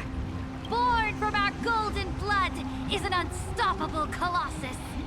Our iron beast to trample the universe! Great monarch. I've heard the universe teems with great threats. Can we truly remain invincible? Fear not. Before the troops of the destruction, such rabble is no more than cosmic dust. Surely there's a planet draped in oceans out there in the stars. Once I claim it, it shall be yours to rule. And to the rest, your triumphs will not go unrewarded.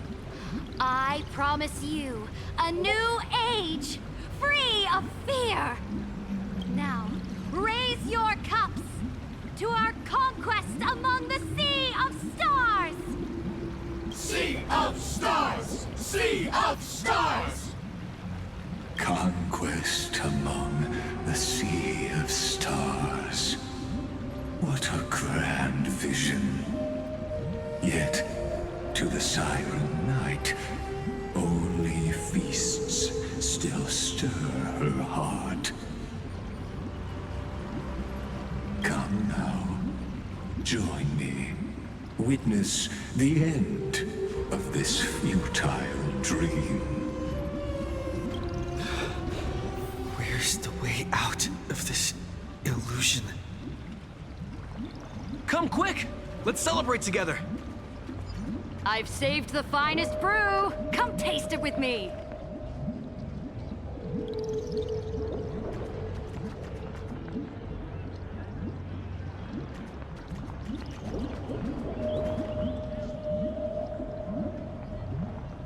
Noble knight, you are truly a blazing spark. It is my honor to share this banquet with you. Noble knight, you have earned victory with your blade. And you have every reason to revel in this moment of triumph. Let me pour you a glass of honey brew. Noble knight, with the sovereign now enthroned, this triumph is yours as much as hers. Let me raise a toast to you. Noble knight, your strength is boundless. Lead us to conquer the universe, and let us toast to that vow! Then drink we shall. Raise your glass.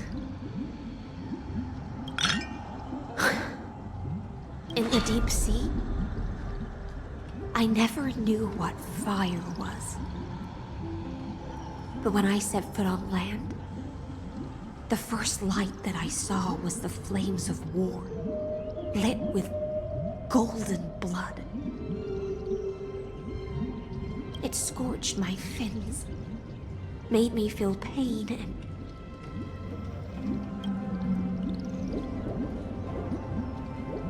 ignited an unprecedented hunger.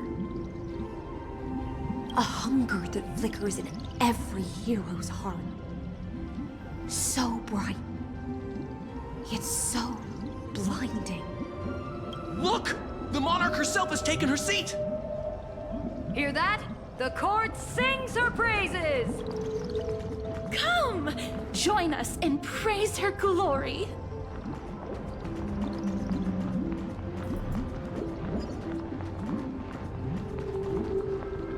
One eye of hers sees glory, the other sees corpses.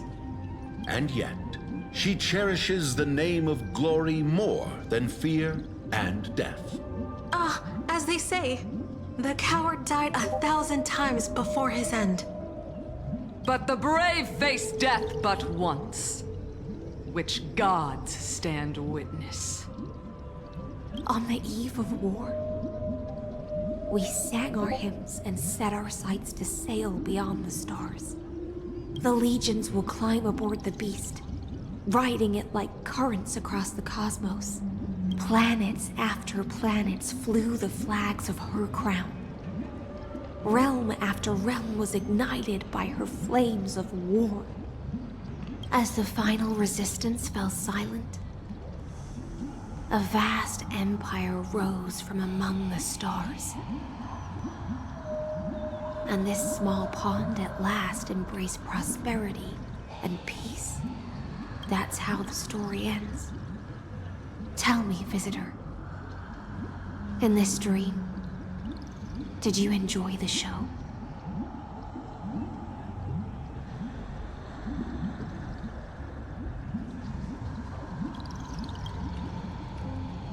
After all, beneath that still surface lie the bones of countless dead. It's time for me to wake up from this drunken dream.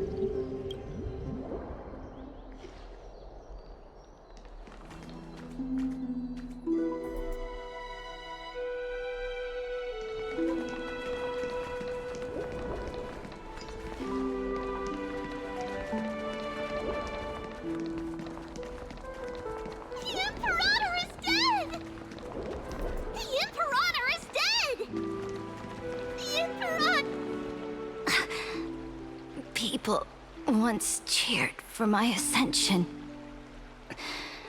And now they cheer for my fall. The cosmos. The battlefield that I cannot reach. Before the Sovereign's conquest reached its end, her life and ambition had already been swallowed by the deep sea. This is the true ending. Her grand designs torn apart by the blade.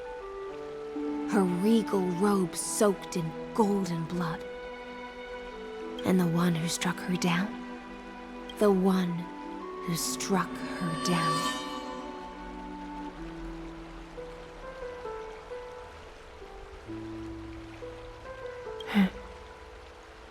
was her most loyal gladius. I don't need to explain myself. A fish in a pond has no hope against the surge of fate. I wandered the shore, found a flicker of flame. Oh, I don't understand. If the ocean's feast, the Imperator's dream, and even Amphorius's existence are all illusions, then what's the point of our journey? When the Deliverer returns, I will let this absurd celebration come to an end. But Greyfry, I can't help but wonder how I dearly wish this feast of the Flame Chase would never end. It seems she sensed your presence.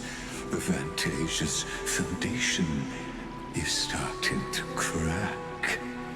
Let's return to the prologue. Remember the allegory of the cave. Can the prisoners in the cave learn to see the shadows and echoes for what they are, and stop mistaking them for reality? As you've seen, when she cast off her chains, finally turned to look around, and moved her legs, her reward was nothing but searing pain. The light will blind her, for the fire behind her had never once actually touched her eyes. Her legs will buckle beneath her, for she had never learned to walk forward.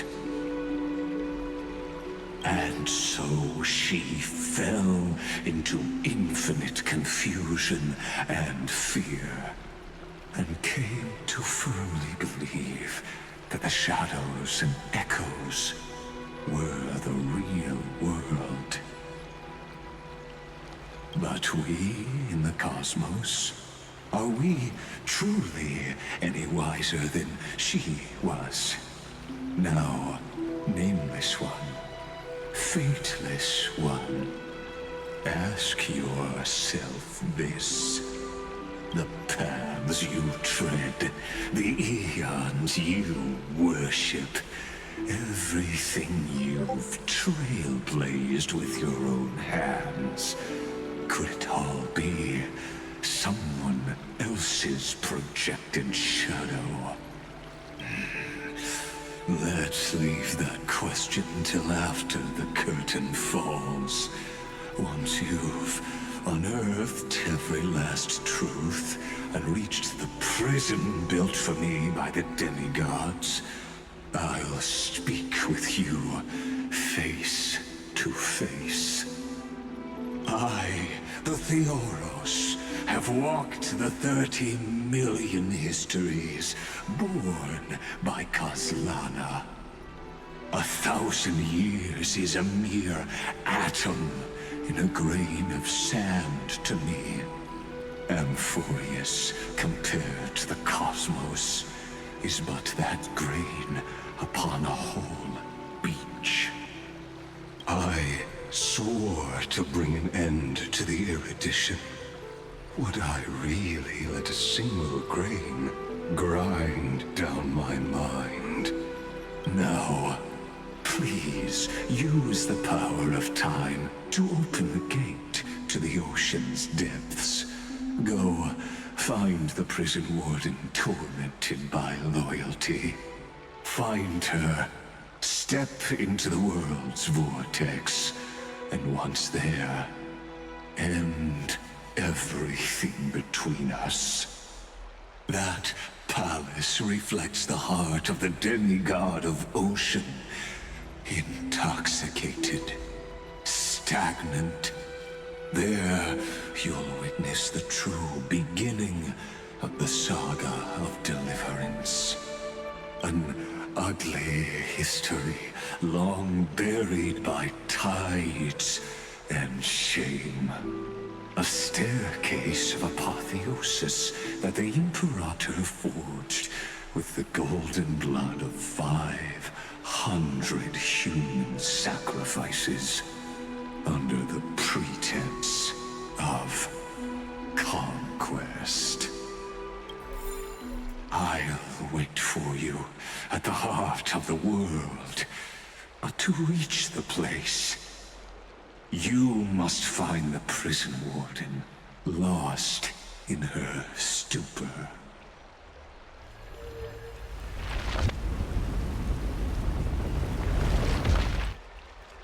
Beyond this door lies the path to the vortex of Genesis.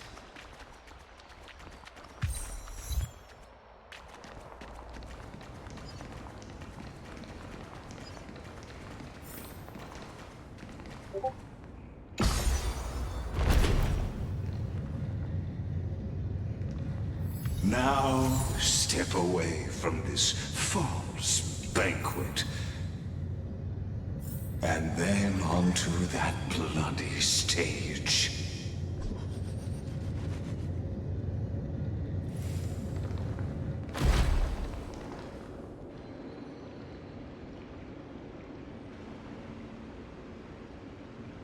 The palace that worshipped the ocean, the sanctuary connected to the vortex, was also once the battlefield of the first flame chase.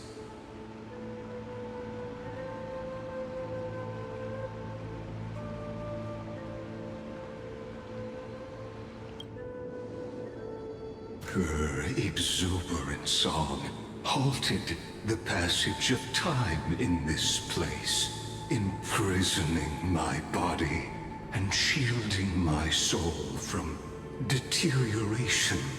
All just to await your return. The twisted time and space reflect her confusion. And so, the Imperator's crimes were veiled.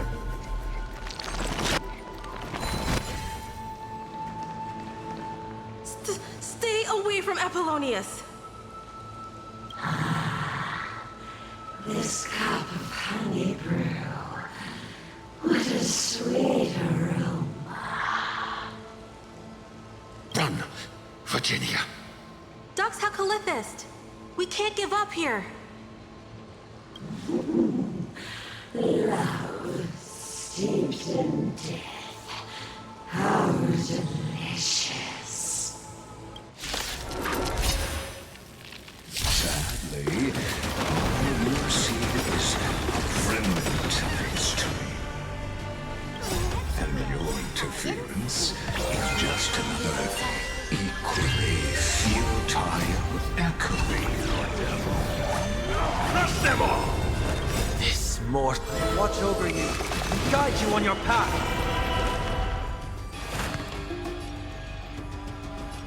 Trinity is before me. Existence is of no consequence. For tomorrow! The core flames consume me. Hail the new dawn!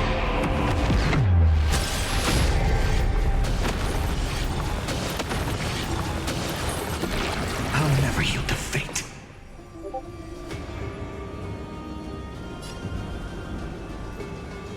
Quench the flames with blood. Is that all? Grant it with strife. The flames are not strong enough. Empty shell. Sun tear the sky.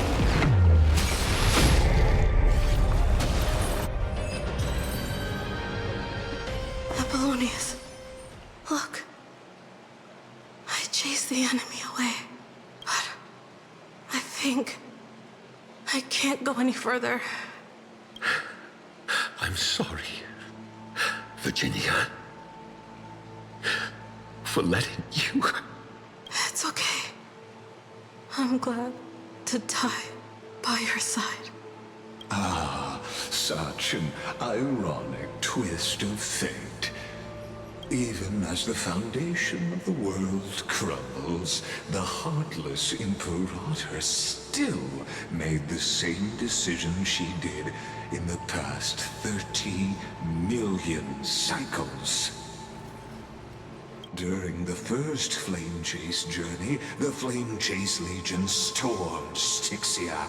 Tens of thousands of sea sirens surged from the River of Souls, crashing toward the heroes like a tidal wave.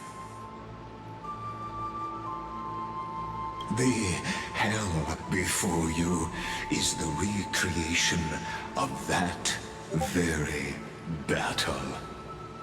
Apollonius, look. I chased the enemy away.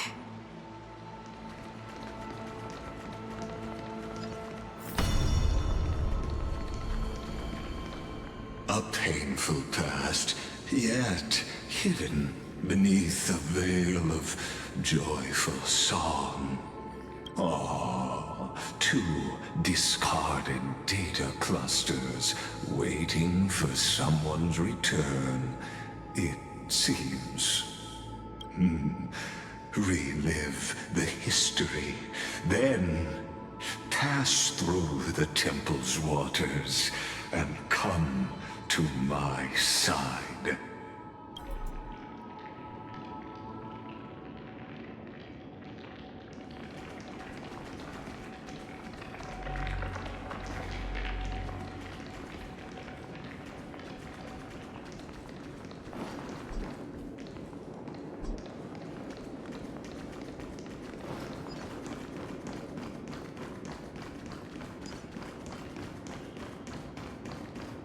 Isn't that the Deliverer? You finally made it! What a wretched way to die. The Flame Chase army, devoured by warbling fish, never saw it coming. Look, the cruel Imperator and her Knight Commander, the pitiful Warden. What a perfectly matched duo of test subjects. Their hands drip with blood. Golden blood.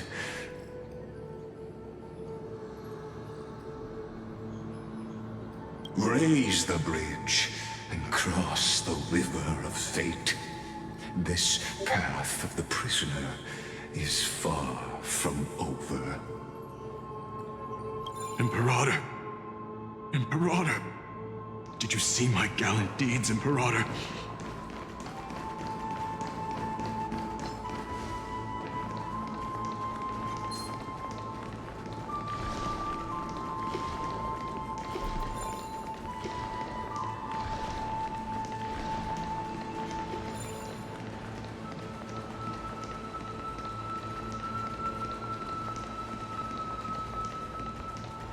Imperator!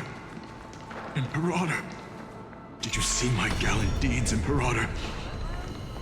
Finally made it!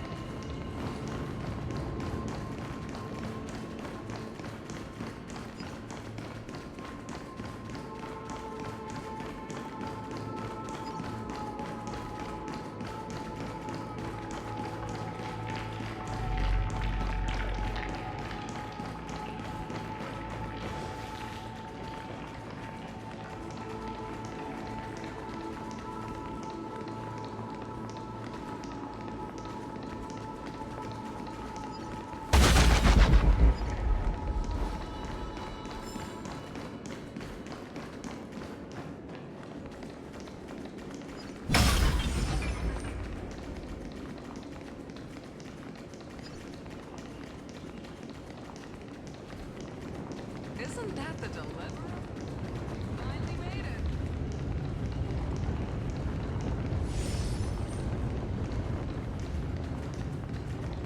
Playing dead, huh? Deliverer, you got some nerve. Light up the dawn. Light up the dawn. Imperator! Imperator! Did you see my gallant deeds, Imperator?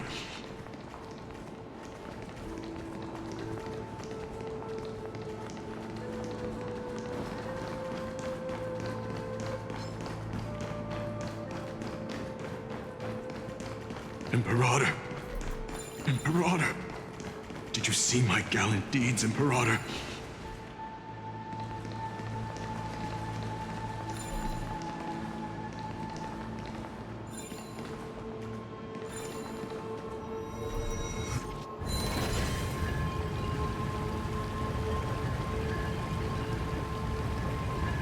Imperator!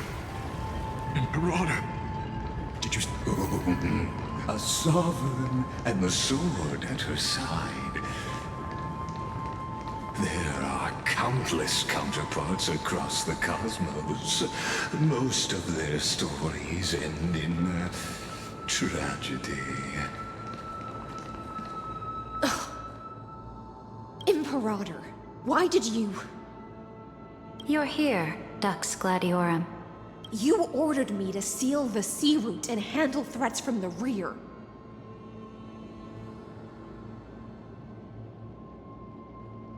So why didn't you wait for me to return? Why send the Vanguard ahead and let them die in vain? Die in vain? No, you're wrong. Their golden blood won't be spilled for nothing. The other dukes have paved the road for me to become the god of law. The trial of law? You never spoke of this to anyone.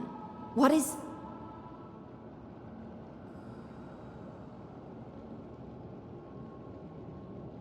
The one who wishes to bear law must purge this world of its curse, and offer the blood of the accursed as sacrifice. I pondered long on what Talantin meant by blood of the accursed. Then, I found the answer. You, I, and every Chrysos heir summoned by the prophecy are the accursed ones. Just like that arrogant Theoros said, our golden blood is the agent of destruction, the antithesis of the world's fate. Dux Frigoris, Dux Brumalis, Dux Helcalethist. Their fate was sealed at that moment. Dying on a glorious campaign was the final gift I could give them. You speak as if they didn't die because of your cold-blooded schemes. Was their loyalty meaningless to you?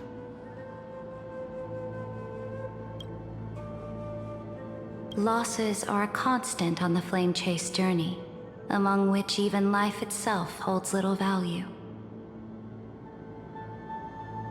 If a subject marches to war without that conviction, then yes, as you said, shallow loyalty means nothing.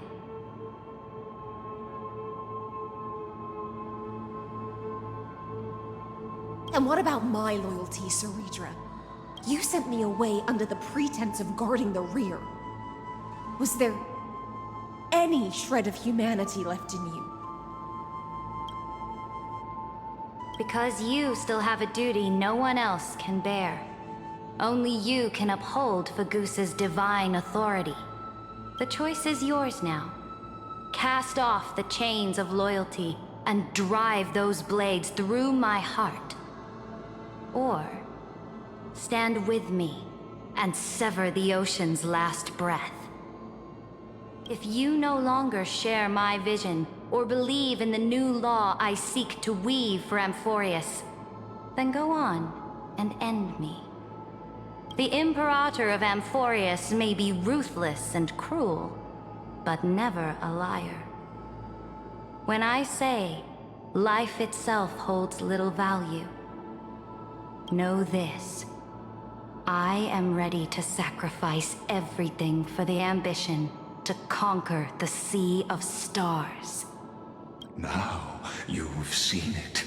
The brutal Imperator was willing to spill the blood of 500 heroes to complete the trial of law. As for my poor warden, her suffering had only just begun.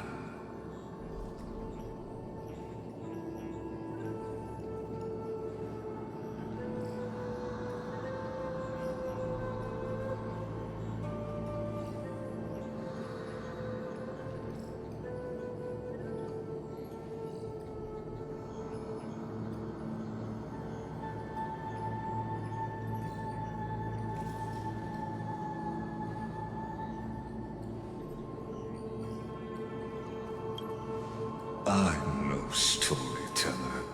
I have no duty nor interest in filling in the history you've missed. I just want you to witness the monstrous choice the Imperator made before the Chrysos Heir turned their blades against me.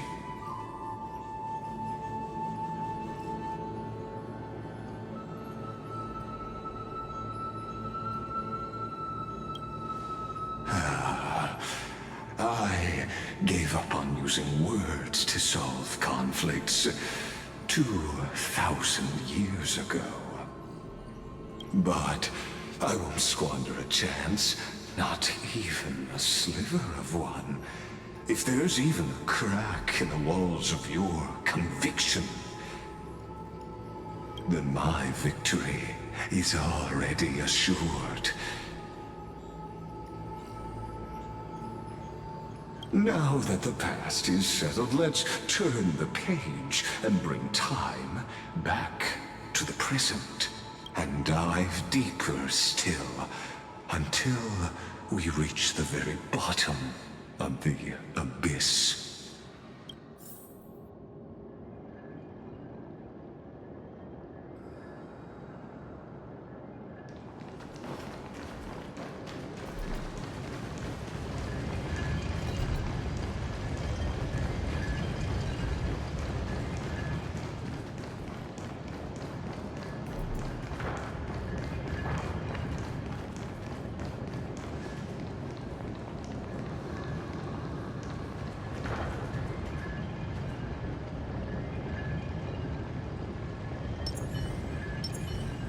Watch this.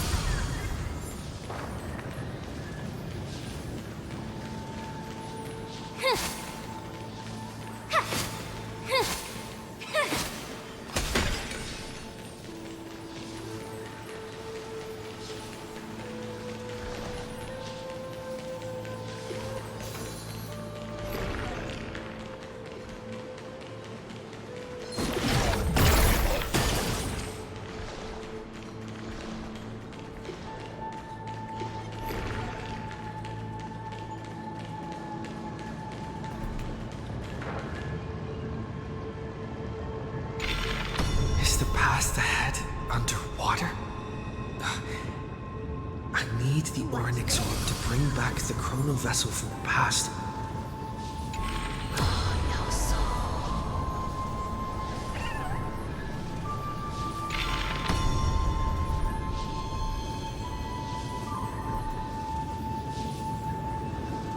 Watch this.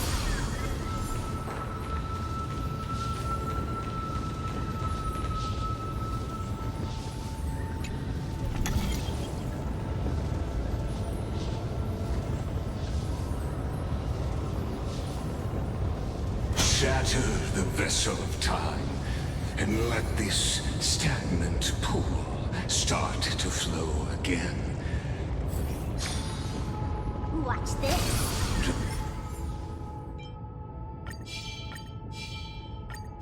Just like the broken fate of Amphorius.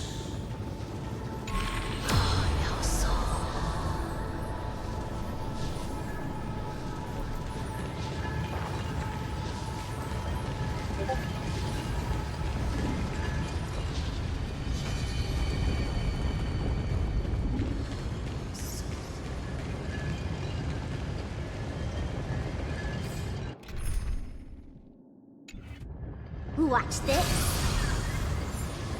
Watch this. Watch this. Watch this.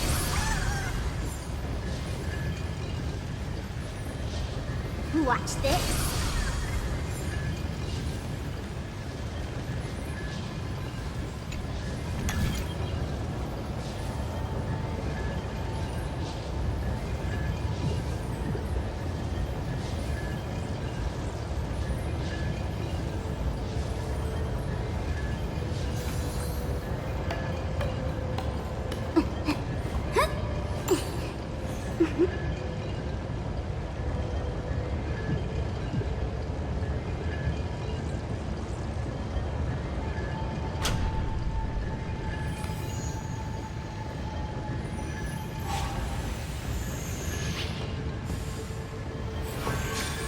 Were you shocked just now?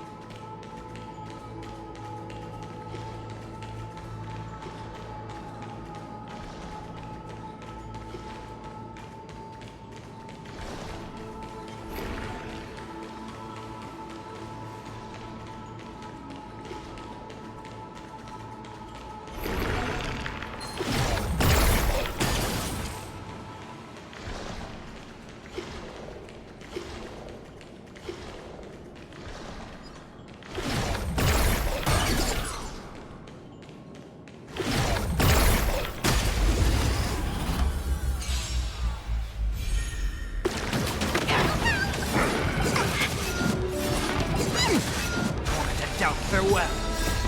Watch over you and guide you on your path. The future will come. Feeling spiffy?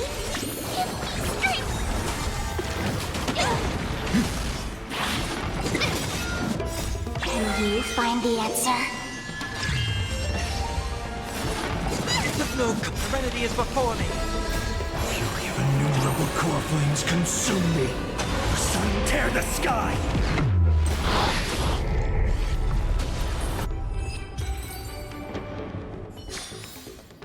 That's what I call a good day.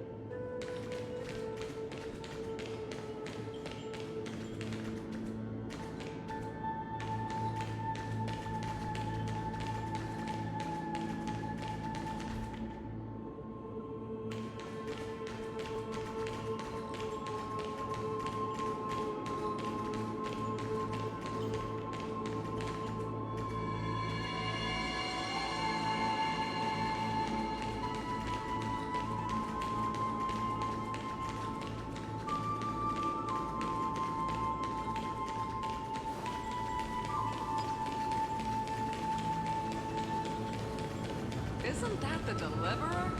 You finally made it! Imperator! Imperator! Did you see my gallant deeds, Imperator?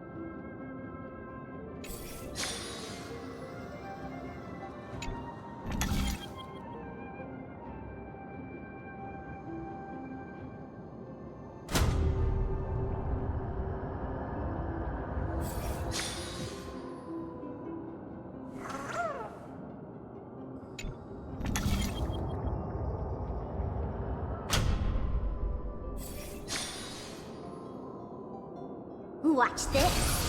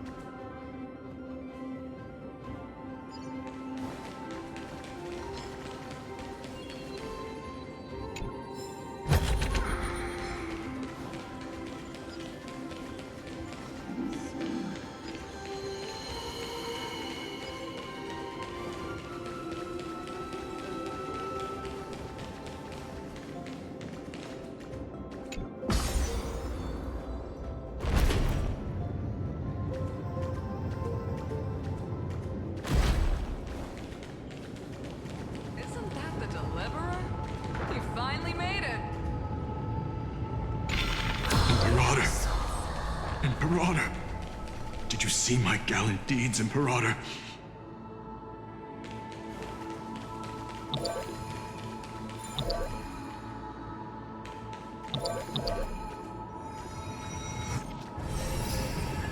Imperator! Imperator! Did you see my gallant deeds, Imperator?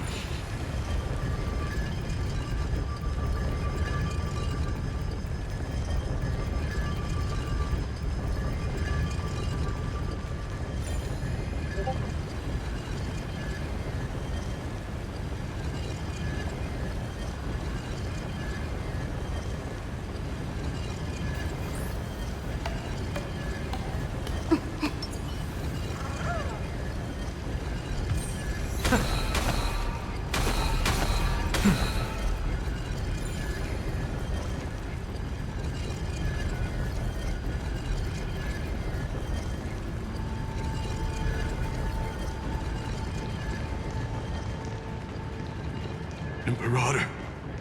Imperator! Did you see my gallant deeds, Imperator?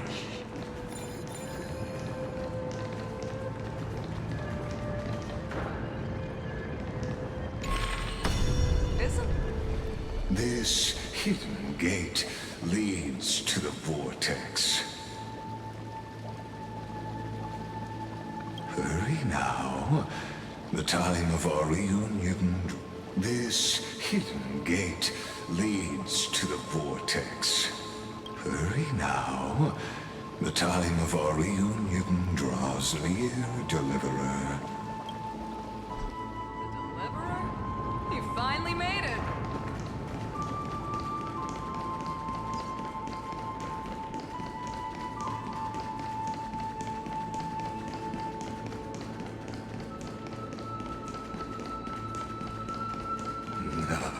This cruel journey will reach its end at long last.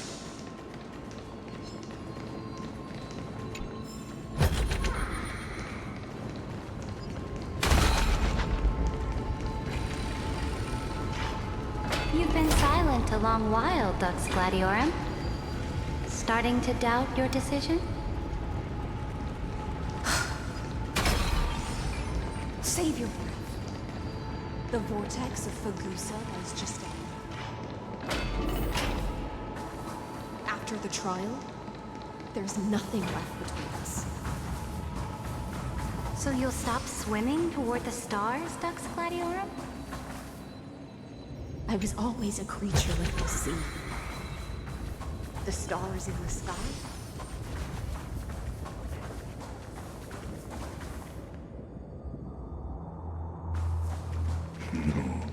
Look, a gravestone. But whose name does it bear?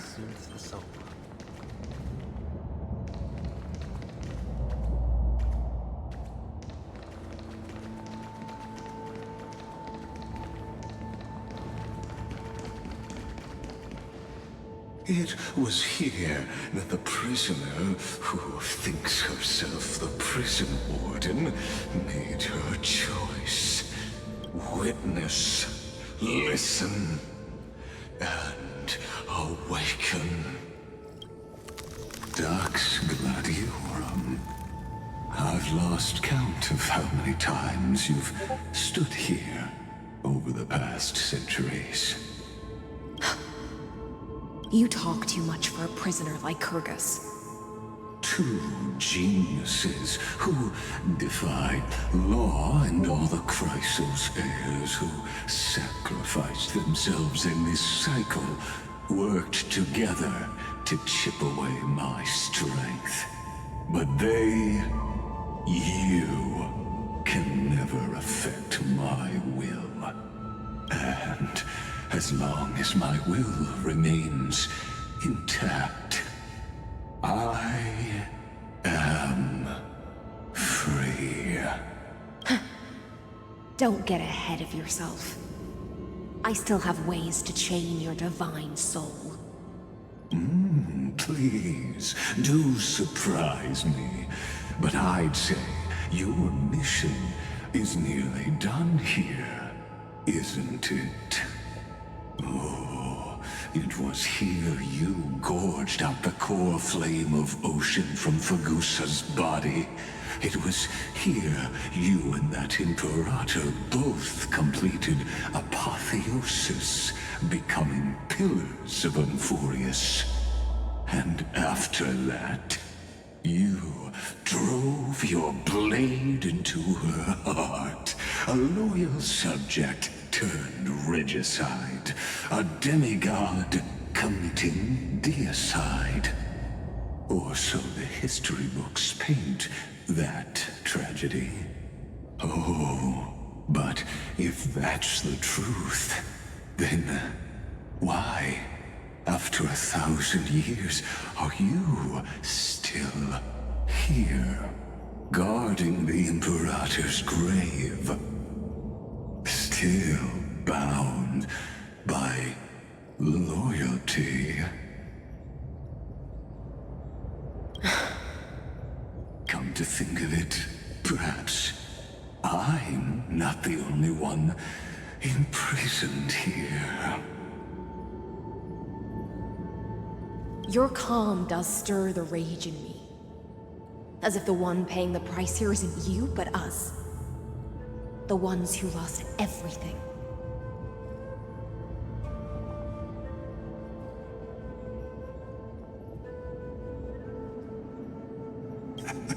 That's only because I've waited 13 million lifetimes for my vision to be realized. Countless millennia. Loneliness never once showed me its fatal side. In fact, for a prisoner of the cave, it's more like an old friend. One that helps me think. But you're different, Dux Gladiorum.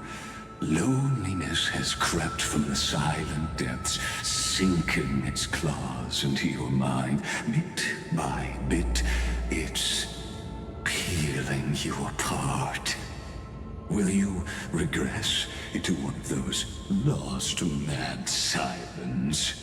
Oh, what a shame that would be. You're right, Lycurgus. Loyalty, curse, the fall of my kin, and this endless waiting. These shackles are too heavy for a fish that cannot perceive any light. I can't break free of the whirlpool that's pulling me under. Nor do I have the unwavering resolve to force myself to wait for that person's return, as everyone hoped for. Oh, deliverer from beyond the sky, my executioner. How much longer until he arrives here? Or will he ever return? I don't know. And I doubt anyone does. Then, what will you do?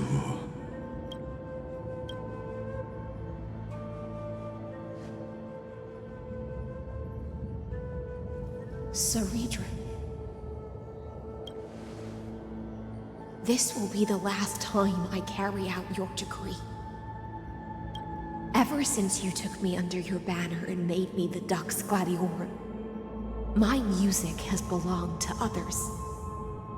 Time and time again, I use the siren's song to lure the unwary into illusions for your schemes and strategies. Now, let the siren Electra sing for herself. Let me step into an endless dream of my own making.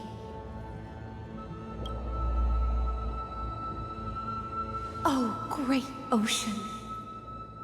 I offer you the rest of my clarity and my freedom, in exchange for the strength to stand against the nihility and honor the sacrifices of the fallen heroes.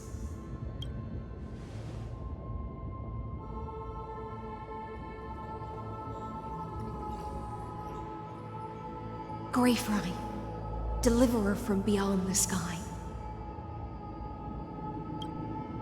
When you ride the current of time and find your way here, you'll hear my solo. It will guide you to the heart of this world. By then, I may still be lost in my self-wrought slumber, but I'll uphold my part of this long relay and guard the shackles that seal the Theoros. Do you still remember? To awaken someone from a siren's voice, you'll need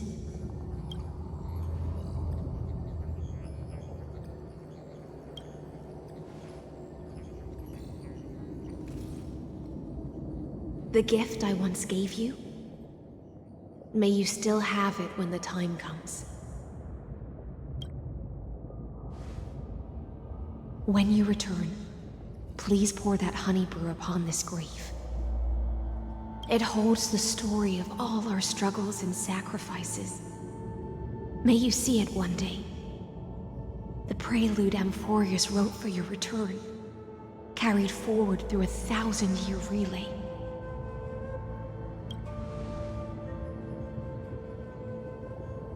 When your morning ends, I'll likely wake from my dream as well. Then, follow the trail of echoes and find me.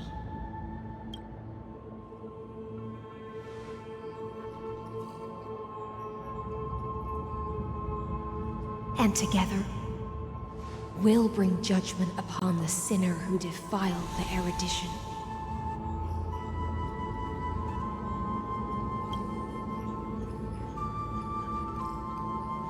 At long last, 33,550,336 cycles and 4,931 years later, Amphorius's final curtain is ready to fall.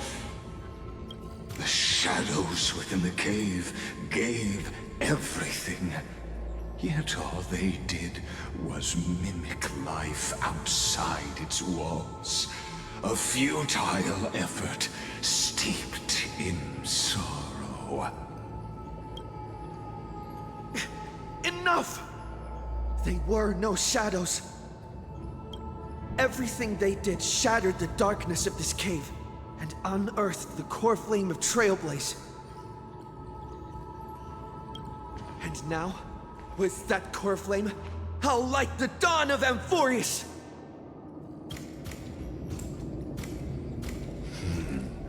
Do you still choose the will of the paths as your answer in the end?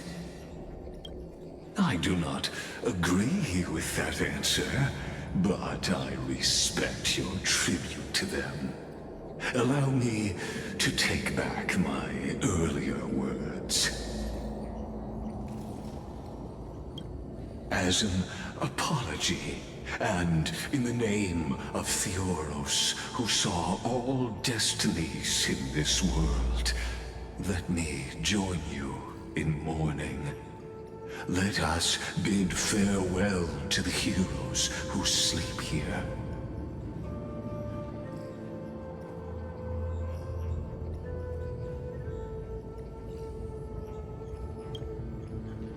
And then let us face each other and decide whose flame will rise with this new dawn.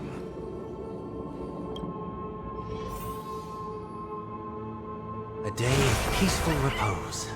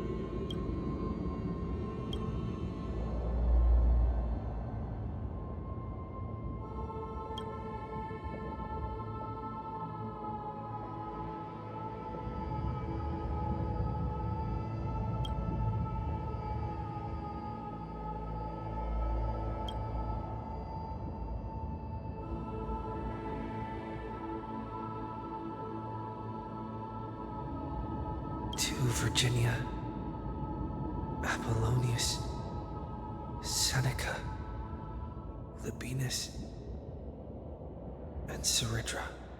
Through a brutal sacrifice, they lit the stars of law in this world, propelling Amphorius's fate forward.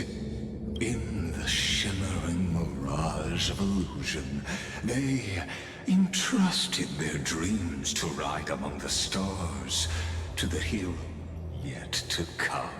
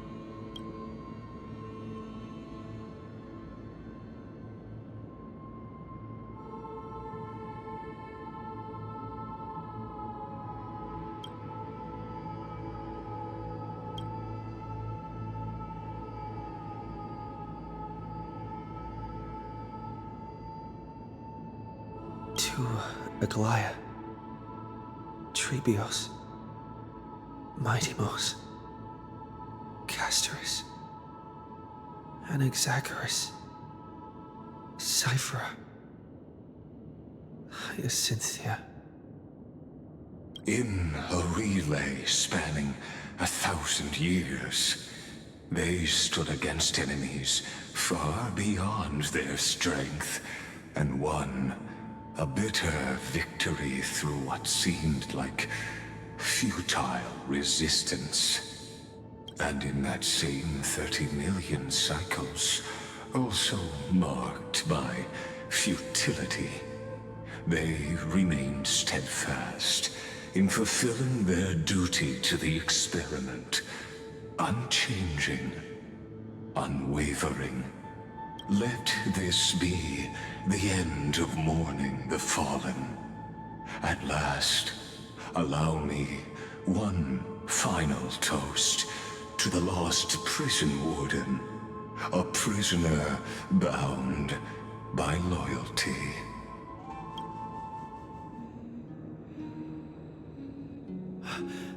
That voice... could it be? Bathed in the honeydew of Fagusa, she will awaken from her 1,000-year dream and sing the final song of her mission. Silence. This tombstone of the old world serves as the anchor of the Siren's illusion, a sigil Electra used to bind herself. At the same time, it is the very thing I once proclaimed at the start of the show, a microcosm of Amphorius itself. A group of prisoners bound themselves in a cave, crowning their suffering with heroism.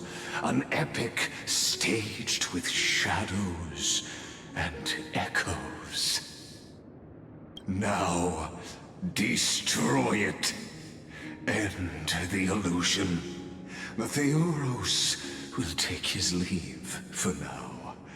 And when next we meet, that shall be the moment that decides the fate of Amphorius and the entire cosmos.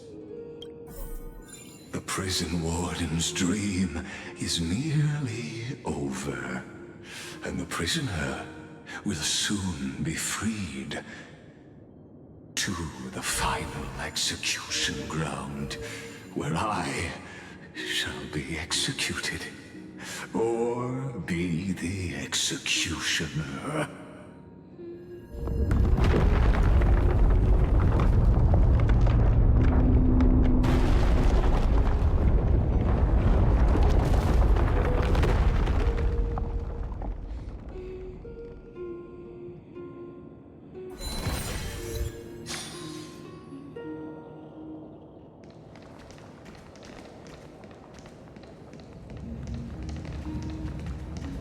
This world and I shall halt here,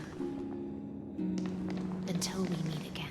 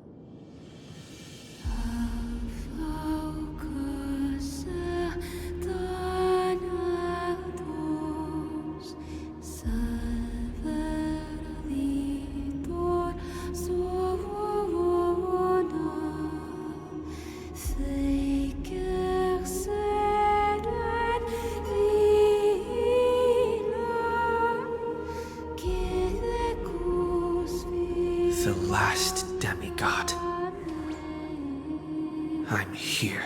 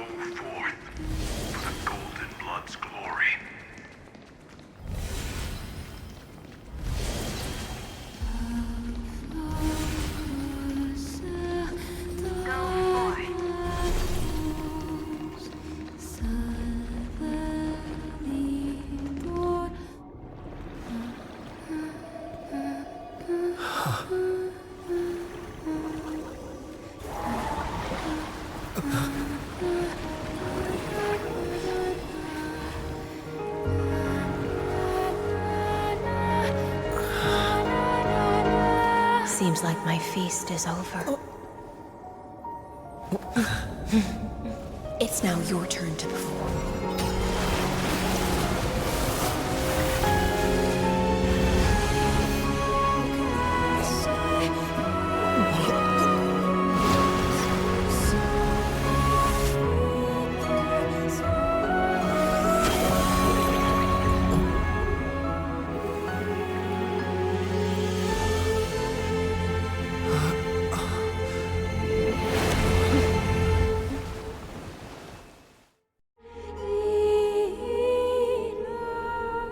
Little Grey Fry, please accept my thanks. I was the only one left after the world was destroyed, and I maintained this lonesome feast with my songs. I have prayed to that lightless sea for centuries, hoping it would reply to me. Yet the emptiness never answered. Thankfully, you arrived as promised, and everyone's wait was not in vain.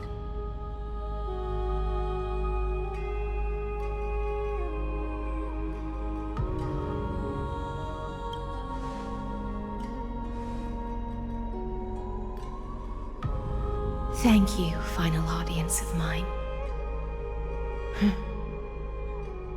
This is probably the last praise I'll ever hear in my life.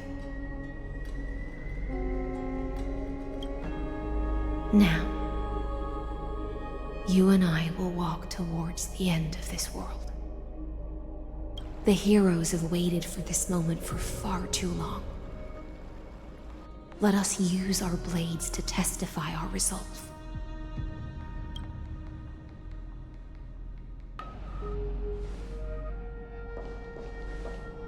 Oh, prisoner of the seas.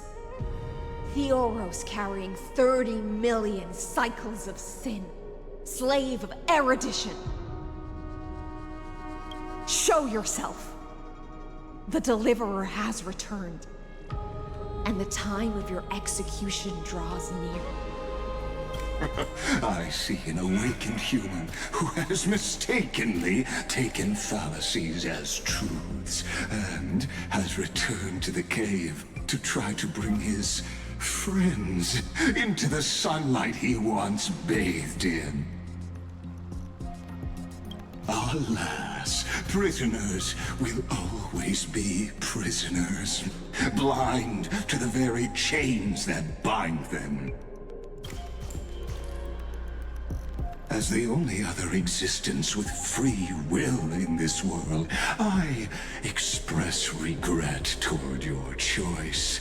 But I shall retain your right to express yourself. After all, every actor should have a final line before they bow out.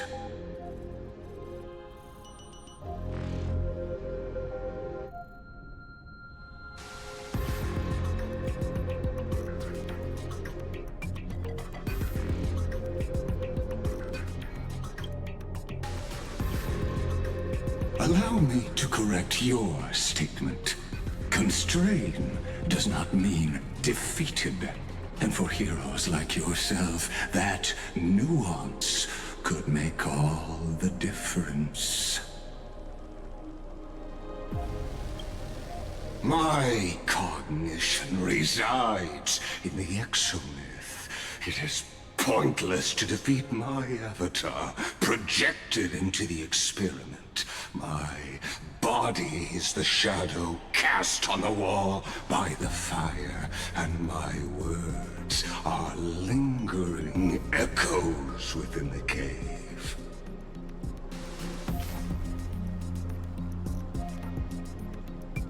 How can a character in the play fight against the audience? Kaslana failed. The demigods' sacrifices were pointless.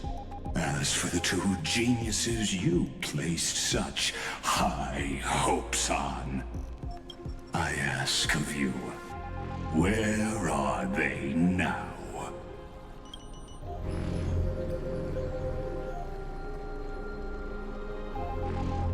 confusion and epiphany always go hand in hand. That's particularly true for geniuses. You must be very confused about why you could not gain a straightforward victory in a world constructed by an ordinary Intellitron. An ordinary Intellitron? Cut the pretense, Senior Society member. We've torn off your meticulous mask and figured out Amphorius' true form. It's part of the primordial prototype machine, the first scepter ever created. In other words, a detached part of Noos's divine corpus. That's why it has the potential to destroy erudition. As for who would be able to control the Ionic system to rewrite knowledge, only one person has ever managed such a feat. You better have an explanation for the Society. We want an actual answer, not another prolonged metaphor to cover up the truth. Why are you the one doing this? Answer me!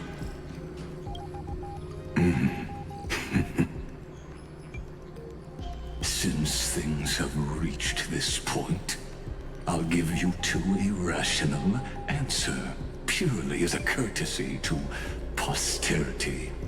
The answer is obvious, so there's no need to say that name out loud. The cosmos made a mistake in calling me a genius. I do not possess more wisdom than those who came after me. I was just the first to touch upon the universe's border, and the first to define the prime mover of life with incorrect logic.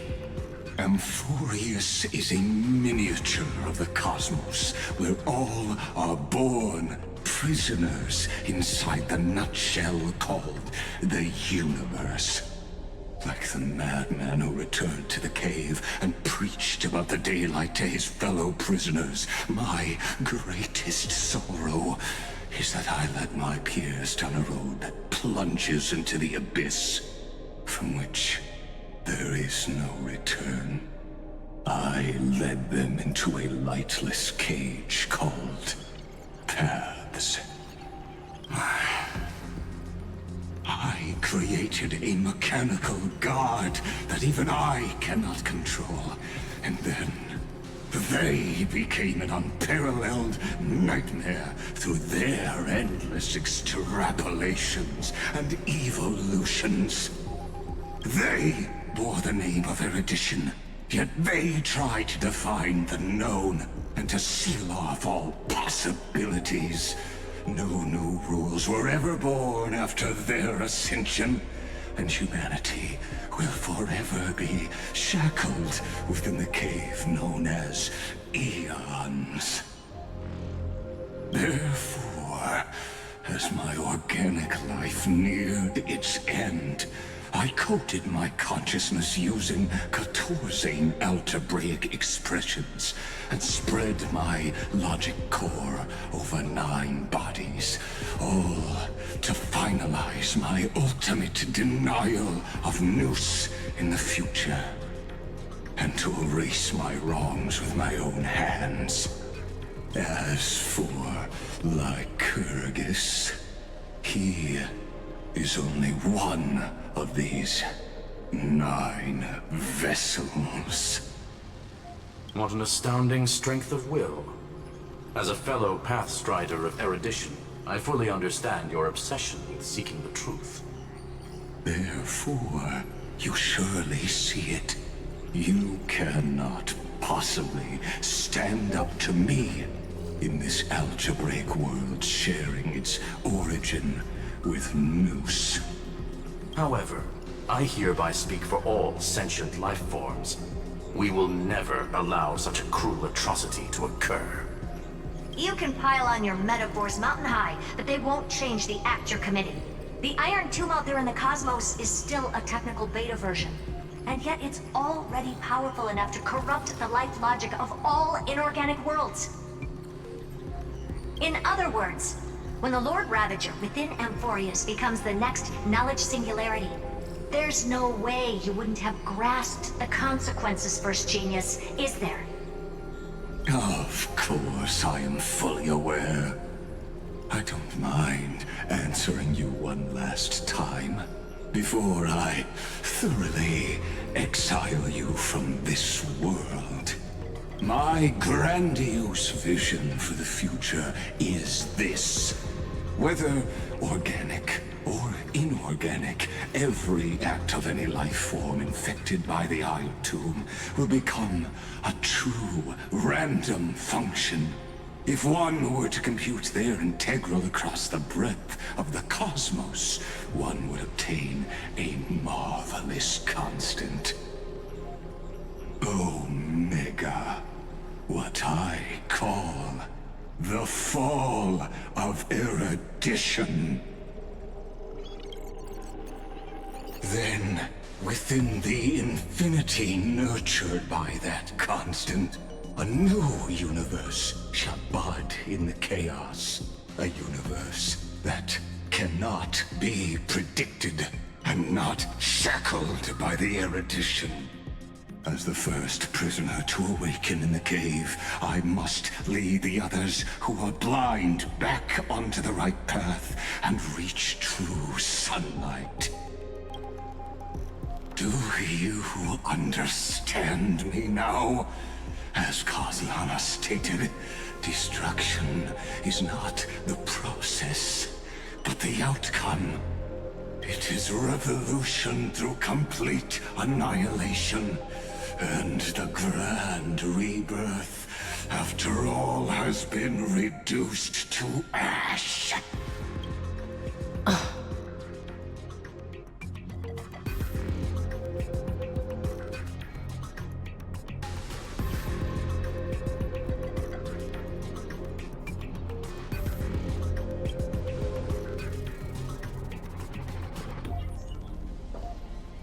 The Amphorians already answered long ago. Be it as tiny fish destined to be swallowed, or as a giant whale poised for a magnificent descent.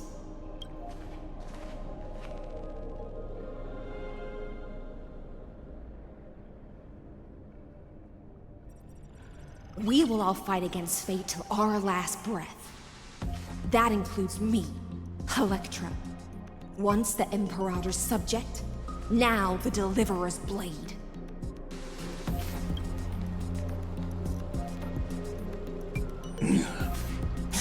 Oh, such noble chivalry. Admirable. I will also show my true self to you on this momentous occasion as a gesture of respect. And provide an insignificant academic suggestion. Thus speaks Genius Society number 1. Xandar 1 Kuwabara. The entelechy of the universe's Alpha and Omega. There's no need to rage against the truth. The value of any formula resides only in its answer. As for the process of solving it, no matter how elegant, violent, solemn, or humorous, it is all utterly meaningless. As the Theoros, I will.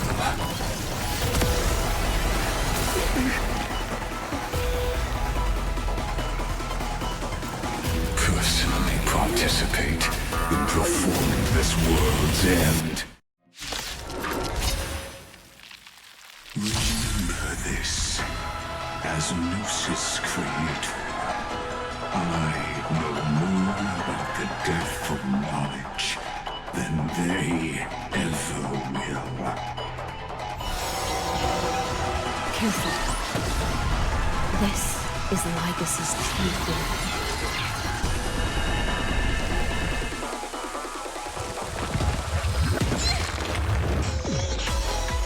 Facing certain death and finding new life.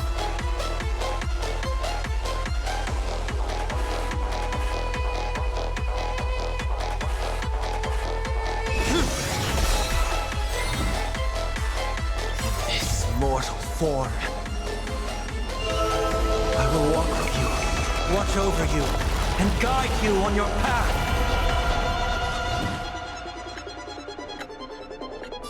For the next tomorrow! Why don't you stay and play for me? Move aside, amateurs! Fiends or devils! I'll crush them all! Let's pick it up a notch.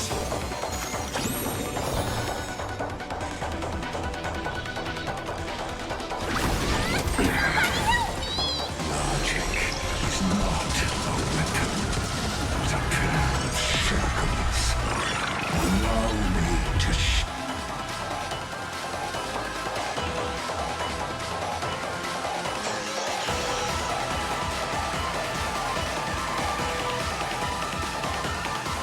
gather them for you. HoYoverse. Destruction needs no introduction. Let us skip those boring inferences. Is this the Black Tide? Indeed.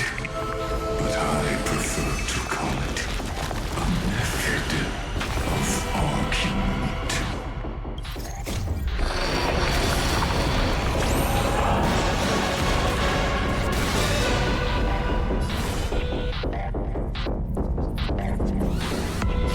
Witness noise. Tear open the sky!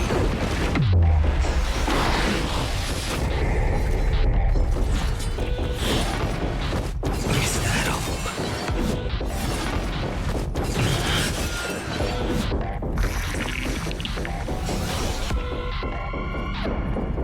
Quench the flames with blood.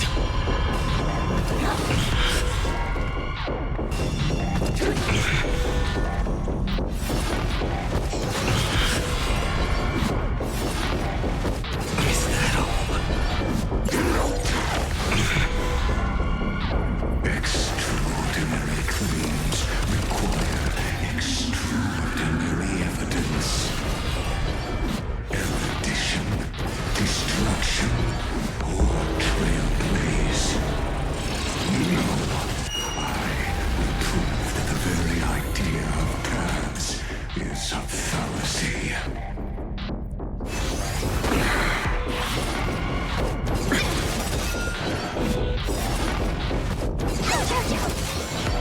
Let's play hide and seek. 1,000 faces in 1,000 places.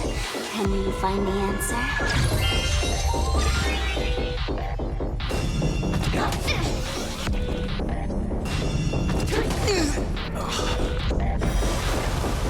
Now is not the moment to pause. We have to fight! Why, of I can't thank you enough.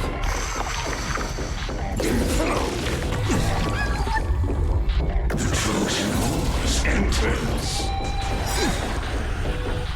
I will overcome the thorns. Move aside, amateurs! Fiends or devils!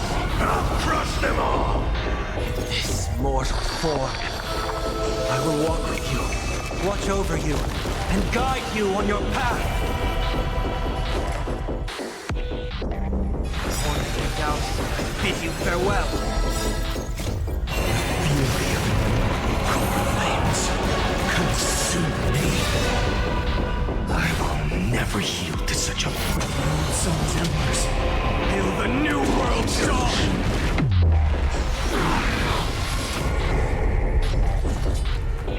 Quench the flames with blood. Is that all?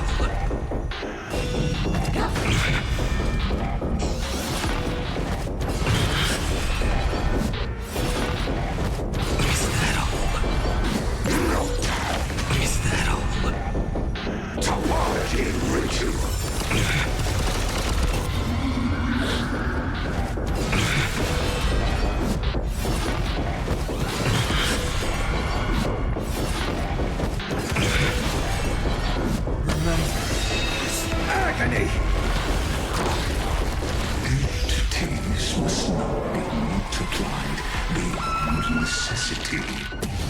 I do not mind demonstrating this to you personally.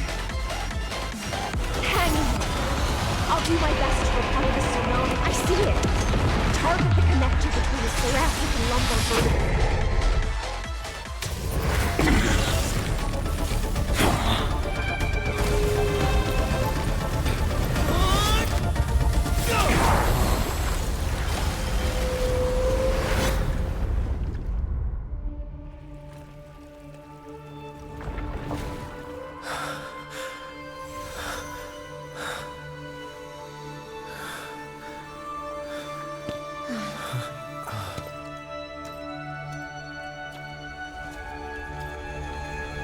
All is futile. In Erudition's calculations, the Emblem Saga is simply a comment awaiting deletion.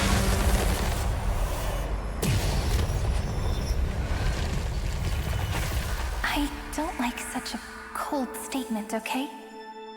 If numbers can decide the end of a story, then we can surely also pen a new beginning.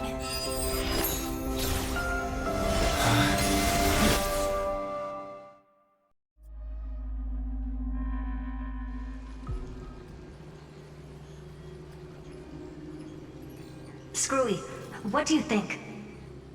If your hypothesis of Lygas's identity is true, then even if we remove the restrictions of the Ultimate Protocol, the chances of us defeating him in a head-on battle will still remain lower than the acceptable threshold. Therefore, victory will still hinge upon Mr. Trailblazer and Miss Cyrene. Go on. Maybe we're thinking about the same thing. Lygas's cognition resides in the exomyth. He is both an instigator within the experiment and the observer outside of it. Logic. His inspiration circuit can simultaneously process the different time flows in and out of that world. That's where things get tricky. He simultaneously exists in two different timelines, where the internal clocks are wildly different.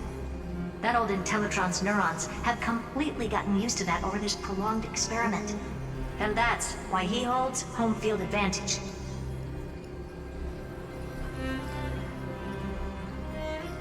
You and I should be able to manage that too, if given more time.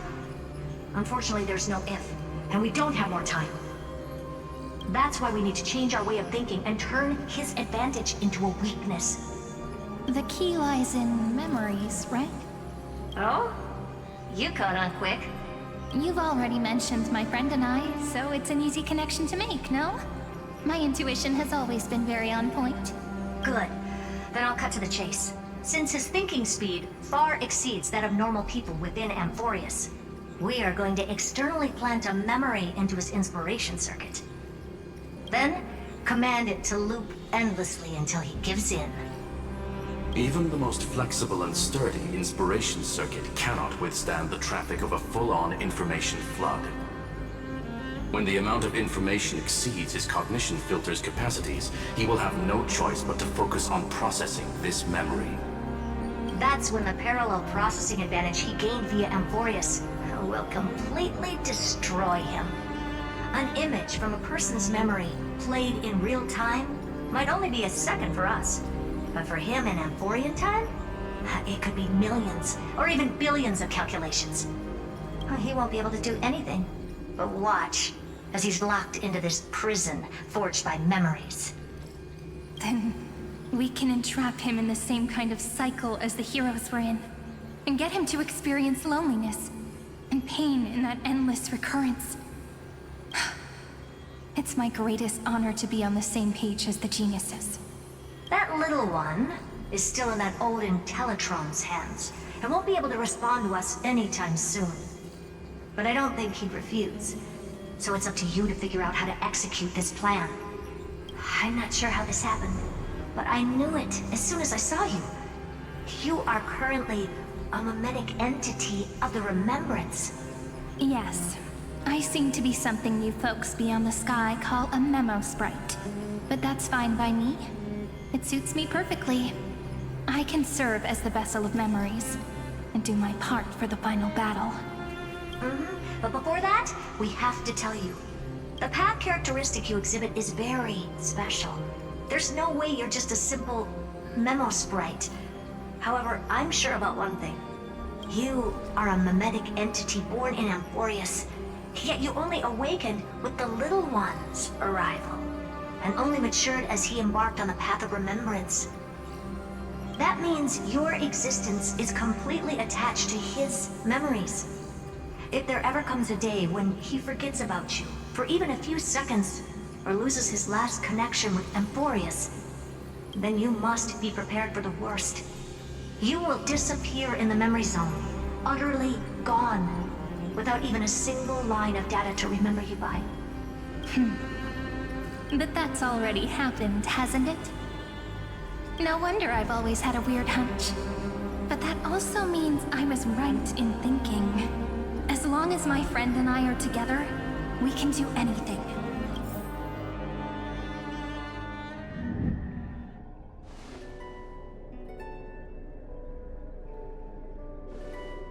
Long time no see, friend. Did you miss me while you were away?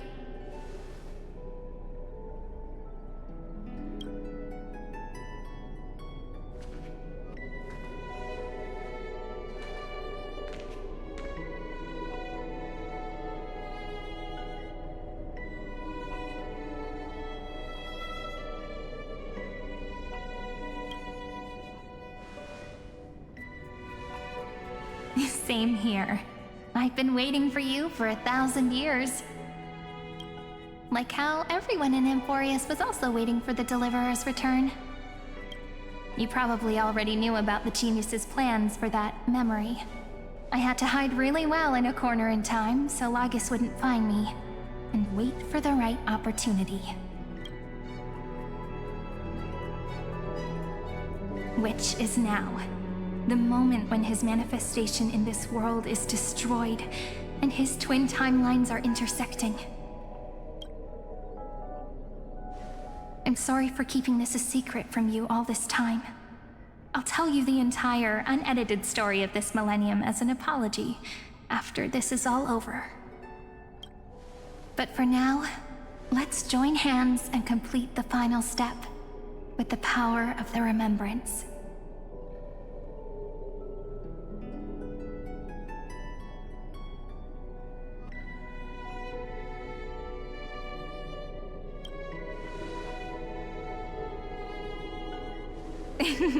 Yep.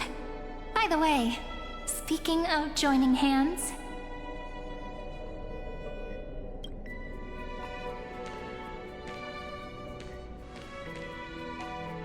Can I please do something before we go on stage?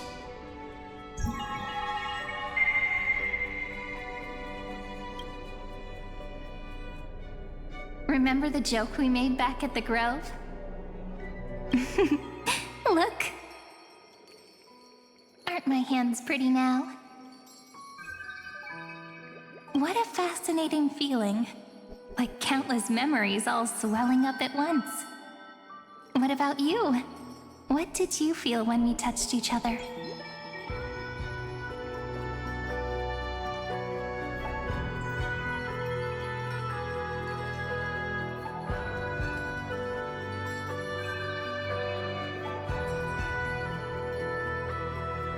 Really? That makes me really happy. If memories can move people, then it must have been a happy memory, right? Now, please remember what you're feeling right now. Write it down in your heart and keep it there. Memories you want to treasure will never fade away. Even if immersed in the long river of time, these memories will still leave traces of their existence. So, if the view in your memory ever grows fuzzy, just reach out and touch it. It's like reading bedtime stories together at night. It wipes away the chill of passing time, sharpens the outline of memory, and restores its power to nourish the spirit. Now, I'll carry this power with me, and for a little while, I must part from you. as I step into the long cycles of this world. Give me your blessings, friend.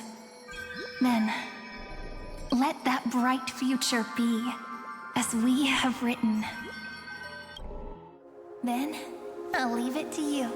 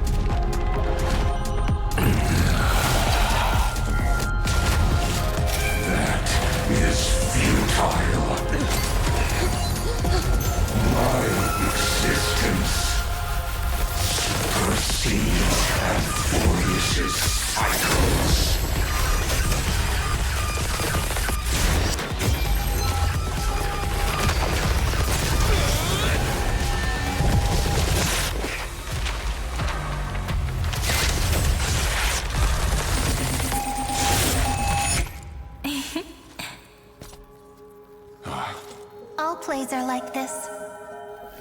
Once you're on the stage, it's hard to return to the audience. Welcome to our story. How does it feel?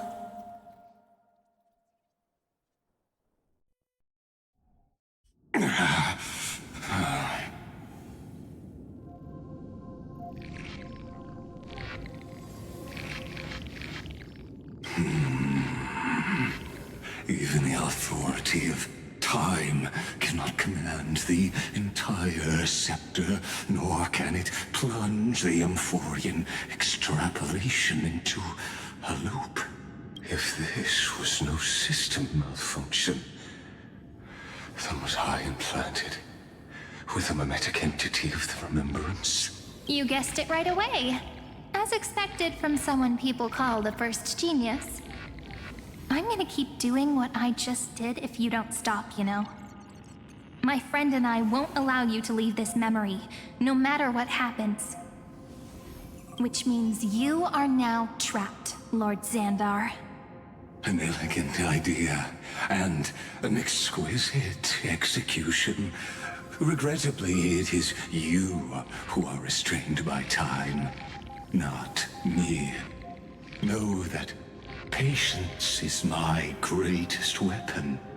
Waiting and victory are the same for me. You will crumble before I do in this moment stretched out to an eternity, just like Kozlana will. Yet all I need to do is to wait, as yet another futile bug falls down the cliff and into the bottomless abyss. Now I'm a pink bug? My looks are seriously changing all the time. But you're not wrong. We're definitely not gonna solve the problem if we just put you in another prison. So that's why we never wanted to do that in the first place. I shall answer your confusion purely out of my respect for those who came before me. Have you heard of the synesthesia dreamscape in the Asdana system? Interestingly, that place once had a prison too. Life forms living in that environment, abundant with memoria, have a chance to connect their perceptions with each other's. Even across great spatial divides, they're able to detect shifts in one another's states. I call this phenomenon memory zone entanglement. In Asdana, people made use of that phenomenon to build a nation within a dream. After adding in the catalysts of harmony and remembrance, that is. Is that how you walked into my prison cell? Using those same principles? I would much rather call this location our negotiation table, Lord Xandar. Nonetheless, your hypothesis is correct. We happen to have an ally skilled in tuning, while the Trailblazer and Miss Cyrene both have an astonishing amount of resolve, which I'm sure you can testify to. I am also sure that with the support of such a resolute memo sprite, our conversation can last for a long, long time. I'm the best at listening to stories, you know? I'll leave the exciting clash of the erudition to you two geniuses. A brainstorm? I like it. And it's 2 against 1? Well, I like it even more. Let's talk, Xandar. Take a guess.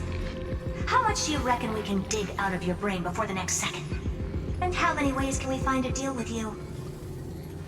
Besides, in your current predicament, there's no way you can take our trump card away. Go, little one. Go. Overturn the Era Nova. Lycurgus disappeared? It seems you had conducted a secret hunt in the depths that even I cannot reach. In that case, go. Swim onward and give this campaign a fitting end. I shall send you off with my song, Greyfry. May this song penetrate time and become the prelude to the new world.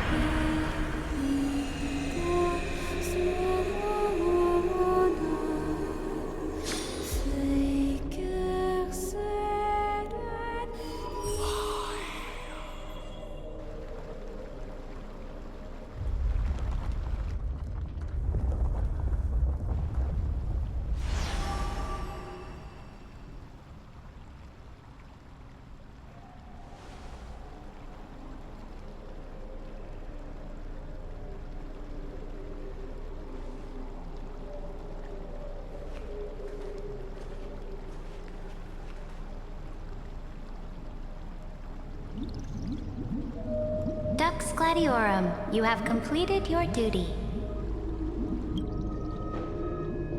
A new dawn is about to rise. Why not swim towards it?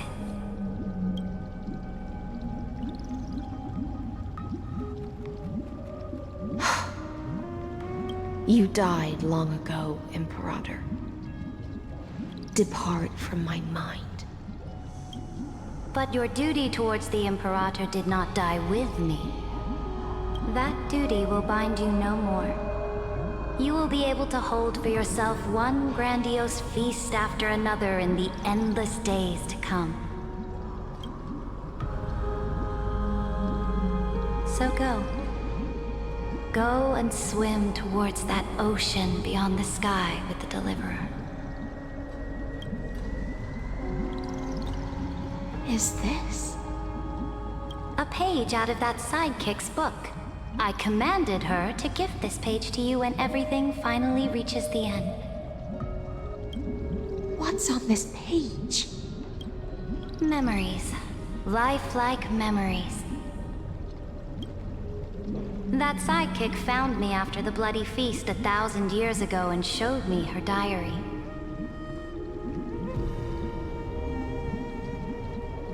I saw within that notebook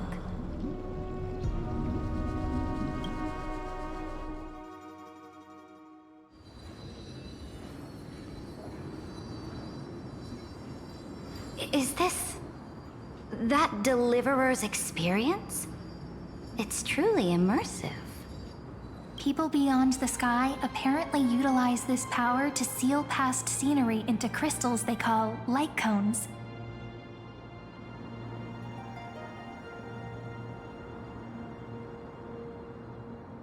But I only know so much about the remembrance, so I can't completely replicate the past. But I'll do my best to talk about the missing parts. I'm all ears. Go on then. Do your best. But if your chatter gets too boring, or if I deem it offensive, then law will become forever beyond your reach. Got it. I'm sure you'll find this to your liking. After all, it's human nature to want to embark on a journey into the unknown.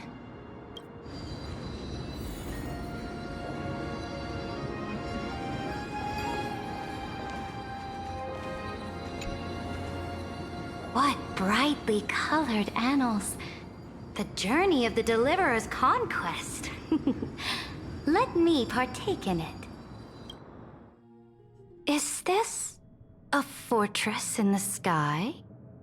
This is the first step of my friend's journey among the starry seas. This place is called the Herta Space Station. Just think of it as a supersized grove of Epiphany. Oh, so it's the territory of that witch. She and another Antikytherian lent me a helping hand back at the banquet. Look, over there. Looks like he's talking to Madame Herta in his memory. Let's go listen to what she thinks about this world, all constructed by eons and paths. Are you telling me that woman is Herta? She seems shorter than I remember.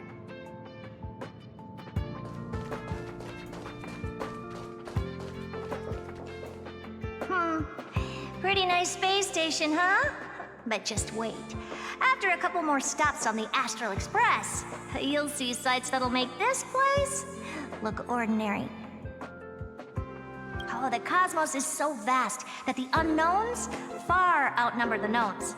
But none of them will end up being anything amazing. The farther you go, the more you'll understand what I mean. So do your best with the nameless. Break a leg! And remember to send an update or two to Asta when you've got some downtime. She certainly shares my way of thinking.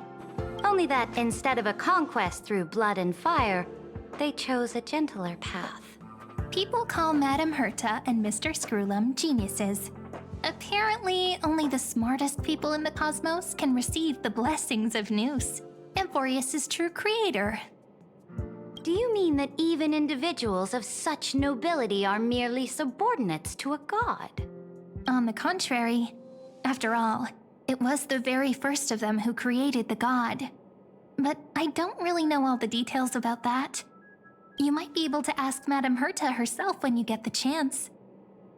Let's go check out some other worlds next, shall we?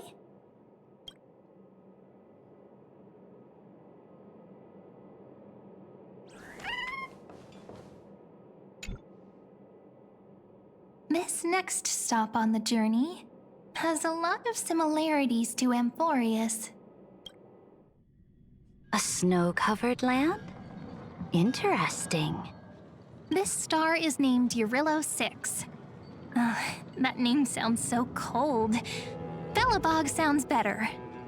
The girl we see here holds a similar station to you, Imperator. She's the supreme guardian of this world. A leader who took up the mantle of government during a disaster. I did not expect the Empress of this world to be so young. Well, your appearance isn't much older. The object in the distance resembles Nikador. Is it a weapon? No, it's called... Right! The Geological Reconstruction Unit. Just Giorios' Titankin? Disappointing.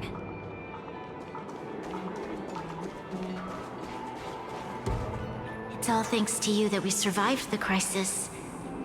The collaboration with the IPC is both an opportunity and a challenge. Nonetheless, It's an important step in our journey back into the universe. This world was sealed beneath its sky just like Amphorius was, and they only managed to reconnect with the stars when the Nameless arrived. That IPC she spoke of, is it a more powerful organization? Yes, the IPC conquered many worlds through trade, and opened up a vast territory that way. There are many such powerful alliances beyond Amphorius, and they all walk on roads different from the destruction. Coming back to the Supreme Guardian and her Belobog, didn't they find a peaceful way to enter the interstellar community? That cannot be true.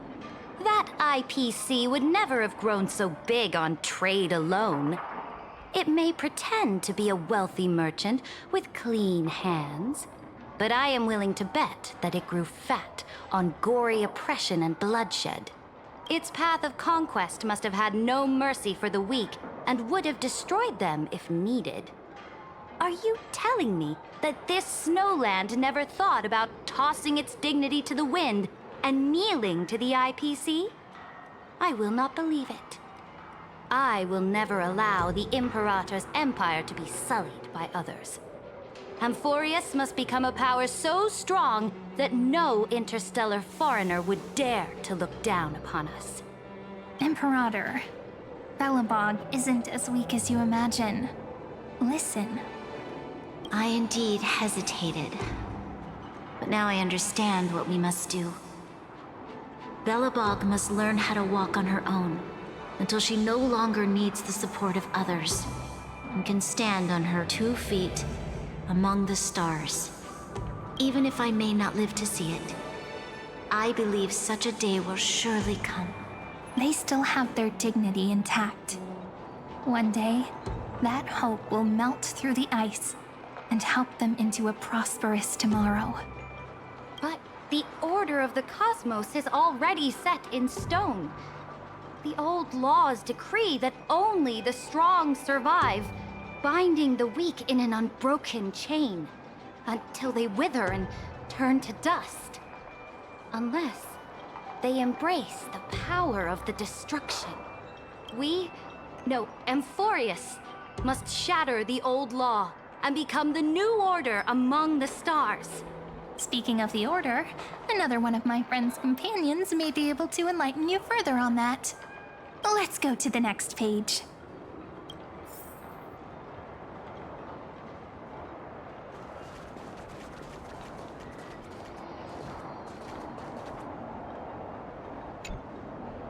This next world is a nation of dreams. The first time I heard about that place, I didn't even know what to think.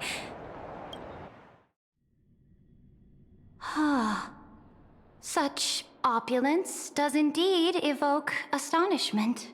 This world is called Penacony, an eternal city built upon a land of dreams.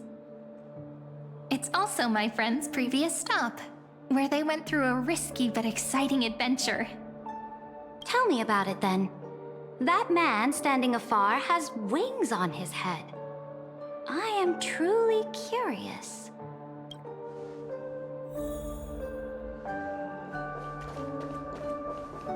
I wish to gaze upon the views of the Reverie Hotel one more time. I'll be just a traveler when I come back here again. And perhaps, through a traveler's eyes, even the things I once knew so well will feel strangely different. Penacony is a land of the harmony, where all dreams and hopes merge and combine. It believes in unrestrained freedom, and that's how it lost itself in shallow delights. Then, this young man before you chose to rewrite its laws, using the power of the Order, hoping to shape a dream-bound paradise of perfect happiness. Yet, the paradise of my dreams remains far away. Perhaps a brief journey with the Nameless can show me more possibilities in my search for paradise. As for what Penacony should look like, it'll be up to her. No. Up to their trailblazing now. It sounds like this ideal kingdom is no more. That's right. The people chose to wake up at the end. You can't see tomorrow when drowning in sweet dreams. This individual's law acknowledged only gods and constructs, leaving no space for humanity. And yet, the fact that he could accept defeat and resume his journey shows a rare self-awareness and clarity of mind. You are also very self-aware, Imperator. Then you must know that the world promised by the destruction also has no place for humanity. I am indeed very aware of Lycurgus's honeyed words of deceit. I have seen enough. Take me back.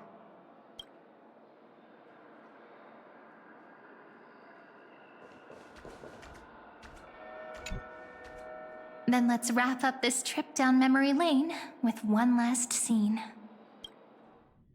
This absolute wonder. Isn't it pretty?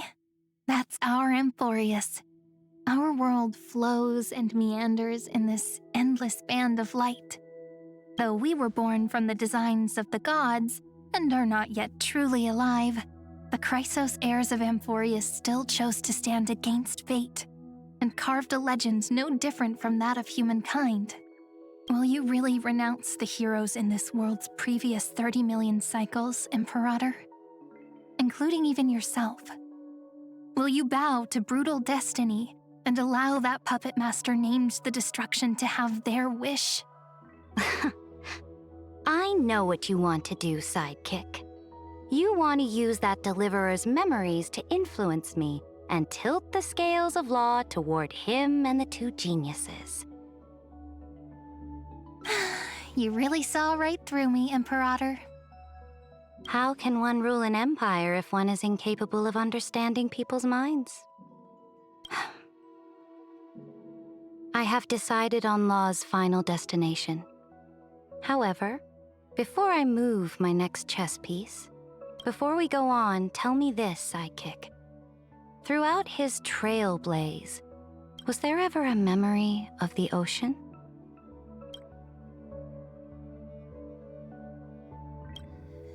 The ocean. My cradle. My home.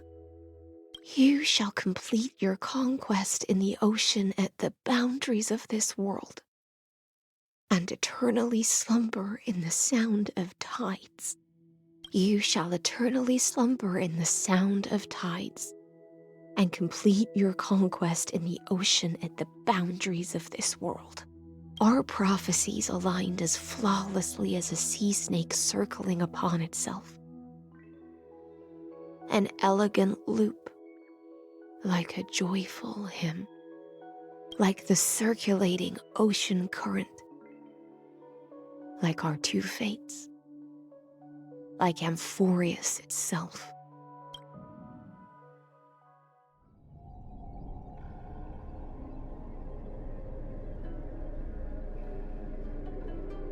The trial is over. So tell me, who will own the divine authority of law? I won't give it to anyone. What? I am the law. Why should I give my imperial crown to any other? Both the Deliverer and the Theoros came from beyond the sky. They have no right to interfere with the lands I conquered with my own two hands. The law of Amphorius shall be determined by Amphorius's master. What exactly did you see in the trial? Everything. I saw everything regarding the rules of this world's operation. I saw the laws of extrapolation that Theoros spoke of. I saw the ultimate protocol. As long as I offer a sacrifice of equal weight, I can rewrite the laws of this world according to my will. I can turn good into evil, ugliness into beauty, and weakness into strength. Fate gave me a very fair deal. One rule change for the life of one demigod. What are you planning to do? You can't guess? We can conquer the stars without relying on any power from beyond the sky. We just need to make some reasonable sacrifices. Your ambitions have already made so many people give up their lives for the law. And you're still not done? I am determined for Amphorius to stand on her own 2 feet among the stars. You are beyond reason. You think such a simple and hypocritical statement can justify your atrocities. There's no new without destroying the old. That's what you consider an atrocity?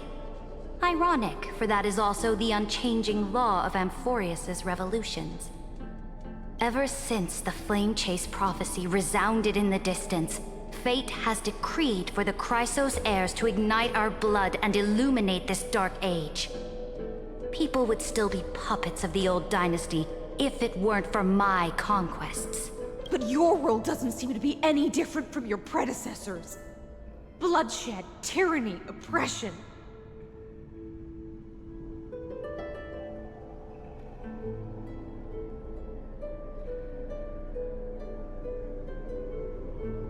You're making the same mistakes they did.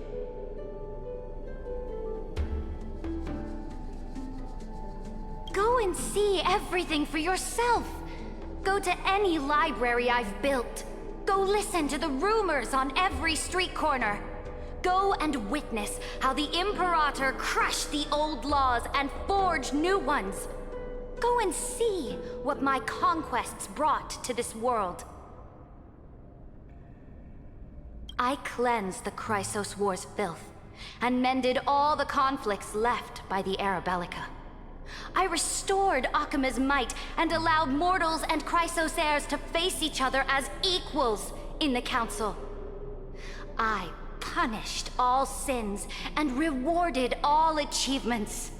I smashed Talantin's shackles, united humankind to save themselves, and started the Flame Chase era.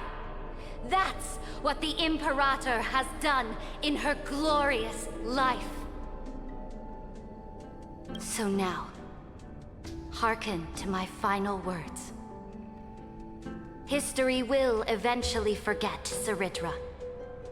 But it will never forget the Imperator's people or the Flame Chase era she began. Final words.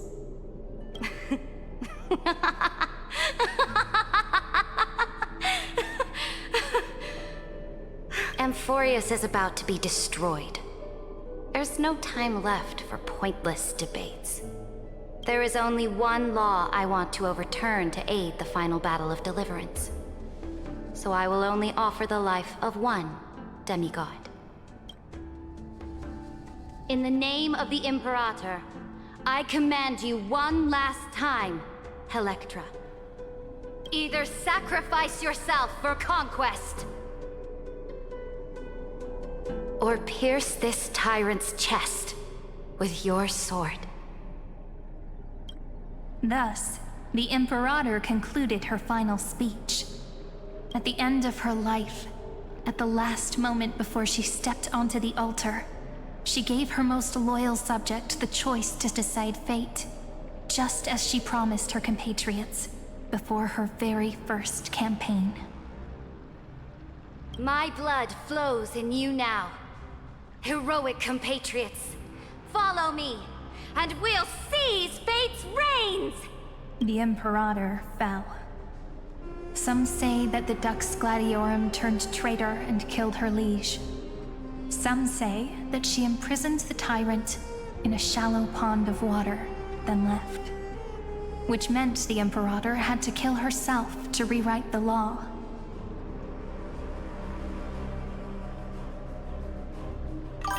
There are countless stories about her death. All we can be sure of is when the knight left the vortex, the Imperator was still mumbling about their past conquests together.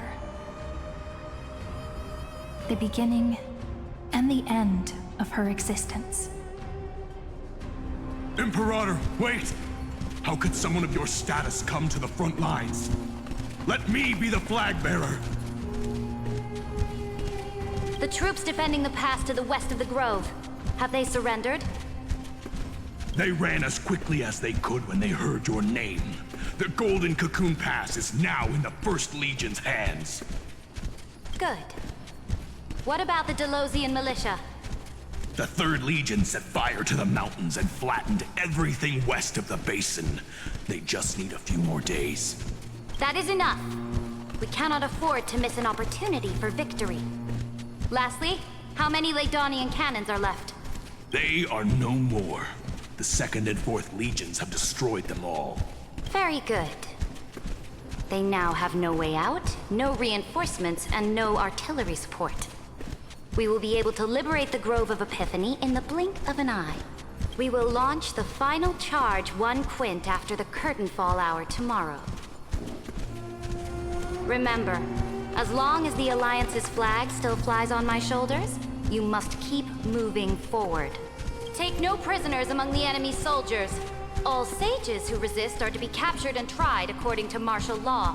And do not destroy any books. Now go! Notify the entire army. Understood. Those who are resolved to die, we salute you. Reporting in. The Mountain Dwellers are resisting fiercely, and the legendary Mountain Breaker has personally engaged in battle. Their formations are nigh impenetrable. Then cease our frontal assault. Send scouts to all legions and tell them to retreat into the Tritos Plains before the parting hour. What? Are you planning to surrender? It's a strategic change of plans. The seismic walking dragon is enough for that battlefield. Walking dragon? You mean that stupid beast, Terravox? What can they even do? Stupid? No. They are the wisest of all of Giorio's creations. Only they can perceive the currents of time. Let them deal with their earthly brethren. We will advance and take the lead in defeating what remains of our enemy. I will deliver the most fiery retribution for the humiliation they dealt us, and crown myself with a god-slaying wreath. Understood. I'll see to it. Those who are resolved to die, we salute you. The Temple of the Three Fates sent a letter, Imperator. They refused to surrender, and said this letter is their last warning to us. Tell the commanding officers not to launch any attacks unless they receive the Imperator's handwritten approval. Disobedience will be punished by death. What are you doing? The priests of the Three Fates aren't soldiers, but politicians. Do not mistakenly believe they don't have a plan. These dying pests will wring out every idea from their brains, all for short-sighted gain. They are much shrewder than we are. I am inferior to them in that regard. They also have the prophecy to wield as a weapon, something I am not blessed with.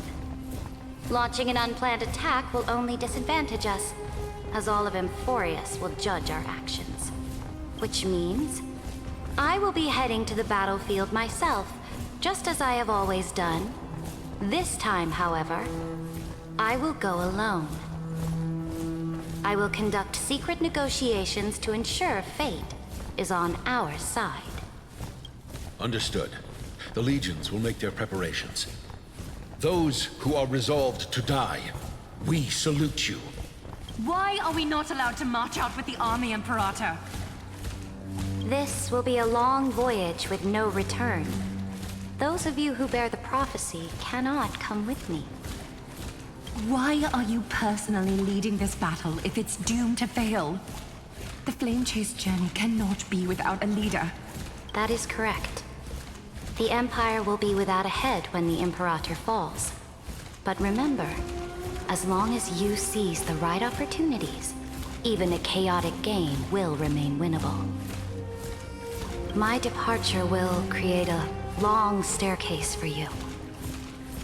You will understand what I mean when news of my death reaches your ears. Cerydra, is our journey about to be over? Destroy the old laws and forge new ones. My conquest has reached its limits within the borders of Amphorius. Since the prophecy already decreed that the Imperator would never conquer the stars as she wished, I will bow out here and try no more. More Chrysos heirs bearing divine authority will be born, and many more heroes will arise. Will they demand peace or war? Will they resist tyranny or become the next Imperator? I do not care. The children of the future will decide for themselves. Do not mourn for me. Anyone can kill the Imperator. But the only one who can truly destroy her is Cerydra. At the end, I faithfully recorded the most important battles in the Imperator's life. Her conquest was about to be completed at this point in the story. However, for some reason, a memory suddenly entered my mind just as I was about to put down my pen. It was a journey on a fantastical train. I had the honor of having a heart-to-heart conversation with the Imperator under the stars. And I asked her this question at the end of that discussion. How do you want history to remember you? As a hero who gave up her life for the flame chase? Or as a tyrant? She answered so quickly, as if she had made up her mind long ago. I would rather be forgotten than be defined.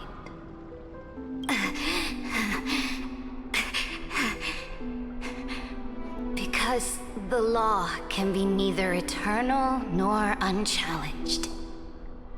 And only humanity can pen laws into history's pages.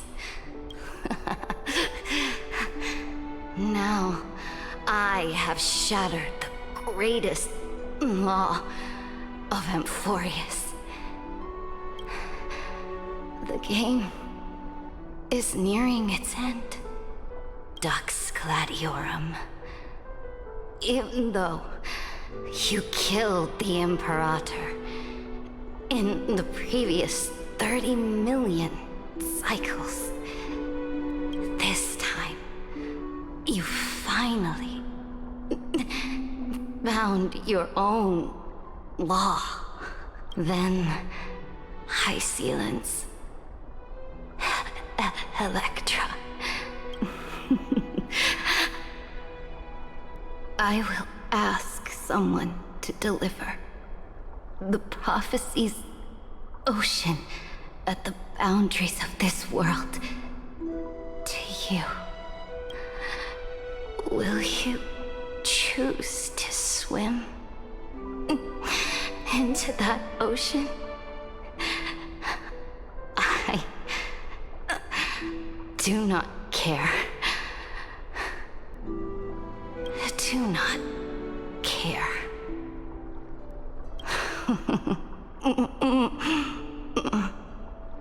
The Imperator muttered about her conquests, and news of her death spread in the city. Freedom! Liberty! The tyrant is dead! Go! Shout this news in the streets! My people! My fellow elders! Do not panic. Stand your ground. That usurper has paid for her ambition with her life. People once cheered for my ascension. And now they cheer for my fall. No matter. I am fond of applause.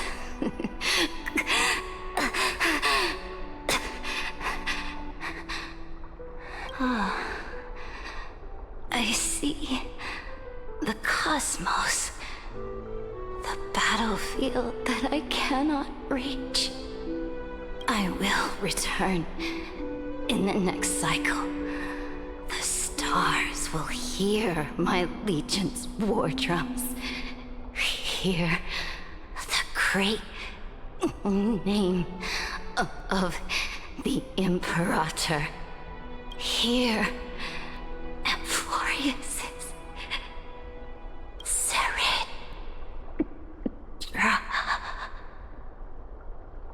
To this day, We do not know which rule the Imperator overwrote at the cost of her life.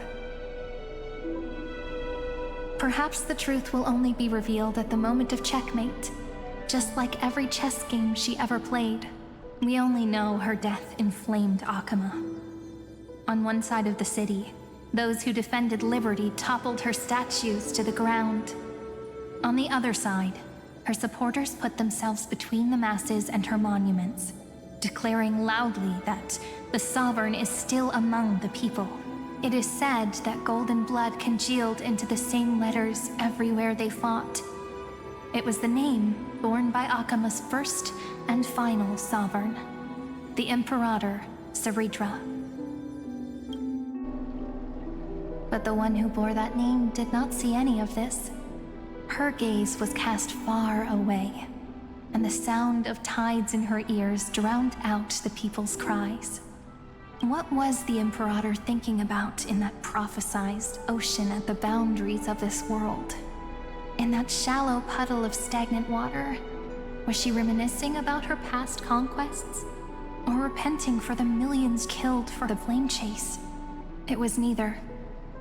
The Imperator only saw how the surface of the water gleamed like that crude chessboard, dissected by light and shadow in the afternoon when her teacher played against her for the first time. Look at this chessboard. What do the pieces look like? They are strangely beautiful.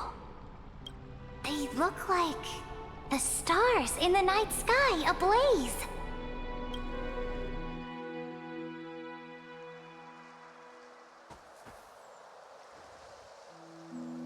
From that page emerged an ocean so vast, so pure, not a single trace of corruption. Is this Cerydra? Electra, my subject. Ever since you walked out of the tainted ocean and pledged yourself to me, I have seen the abyss in your eyes and the emptiness in your heart. That was why I promised you a new ocean, where the Imperator's ambitions would serve as the currents, and loyalty would be its light. Electra, my subject. You have done your duty as my blade. The prophecy has now made its final decree on the road I intend to walk. My conquest is doomed to never reach the stars. But the Imperator never makes empty promises. So take this memory, this ocean, beyond the sky, as witnessed by the Deliverer. This is the final gift that the Imperator can leave for her subject.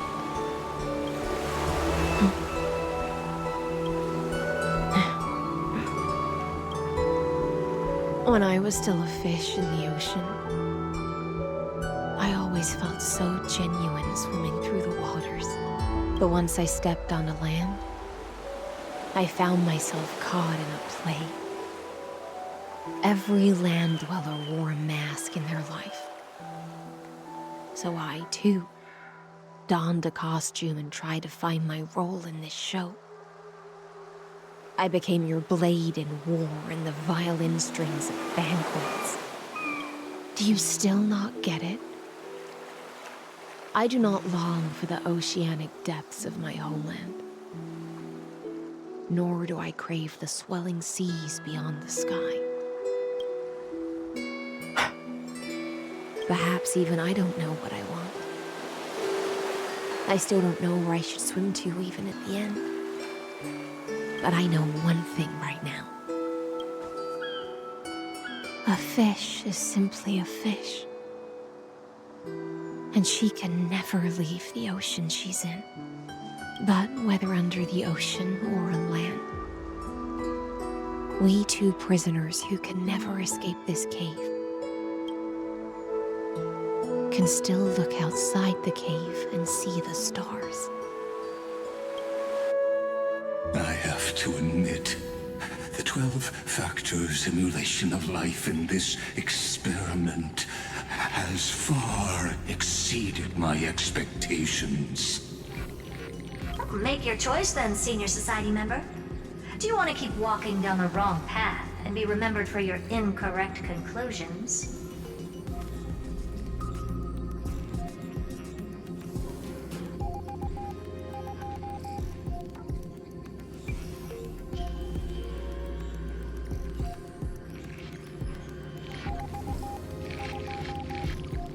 Or do you want to return to the audience's seat and give yourself, Amphorius, and the entire cosmos a more fitting end?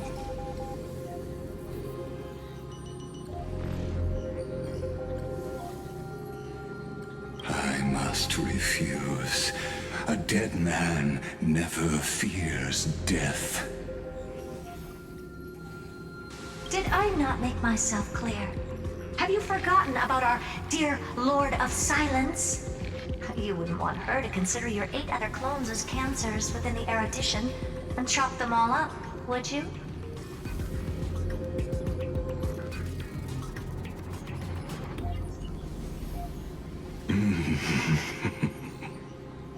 Your logical deductions are vastly different from mine.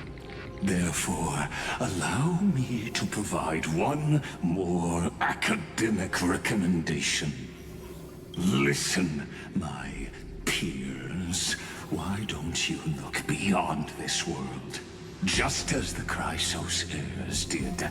Re-evaluate your calculations and take into account all enemies in the upcoming war among the Eons.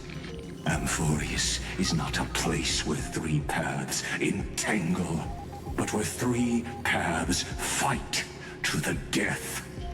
You used Memoria to resist me, but did you not consider the possibility that the Remembrance and their children might have taken this opportunity to join the fray as well?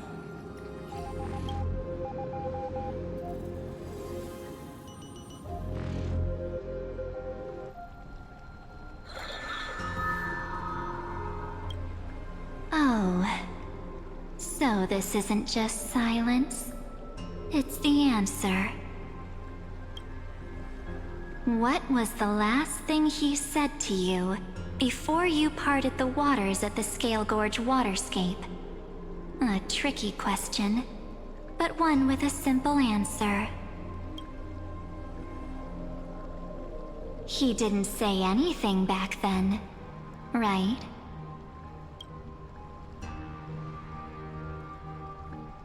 That's correct. And now I'm sure. You are not March 7th. There's no way she would remember that detail.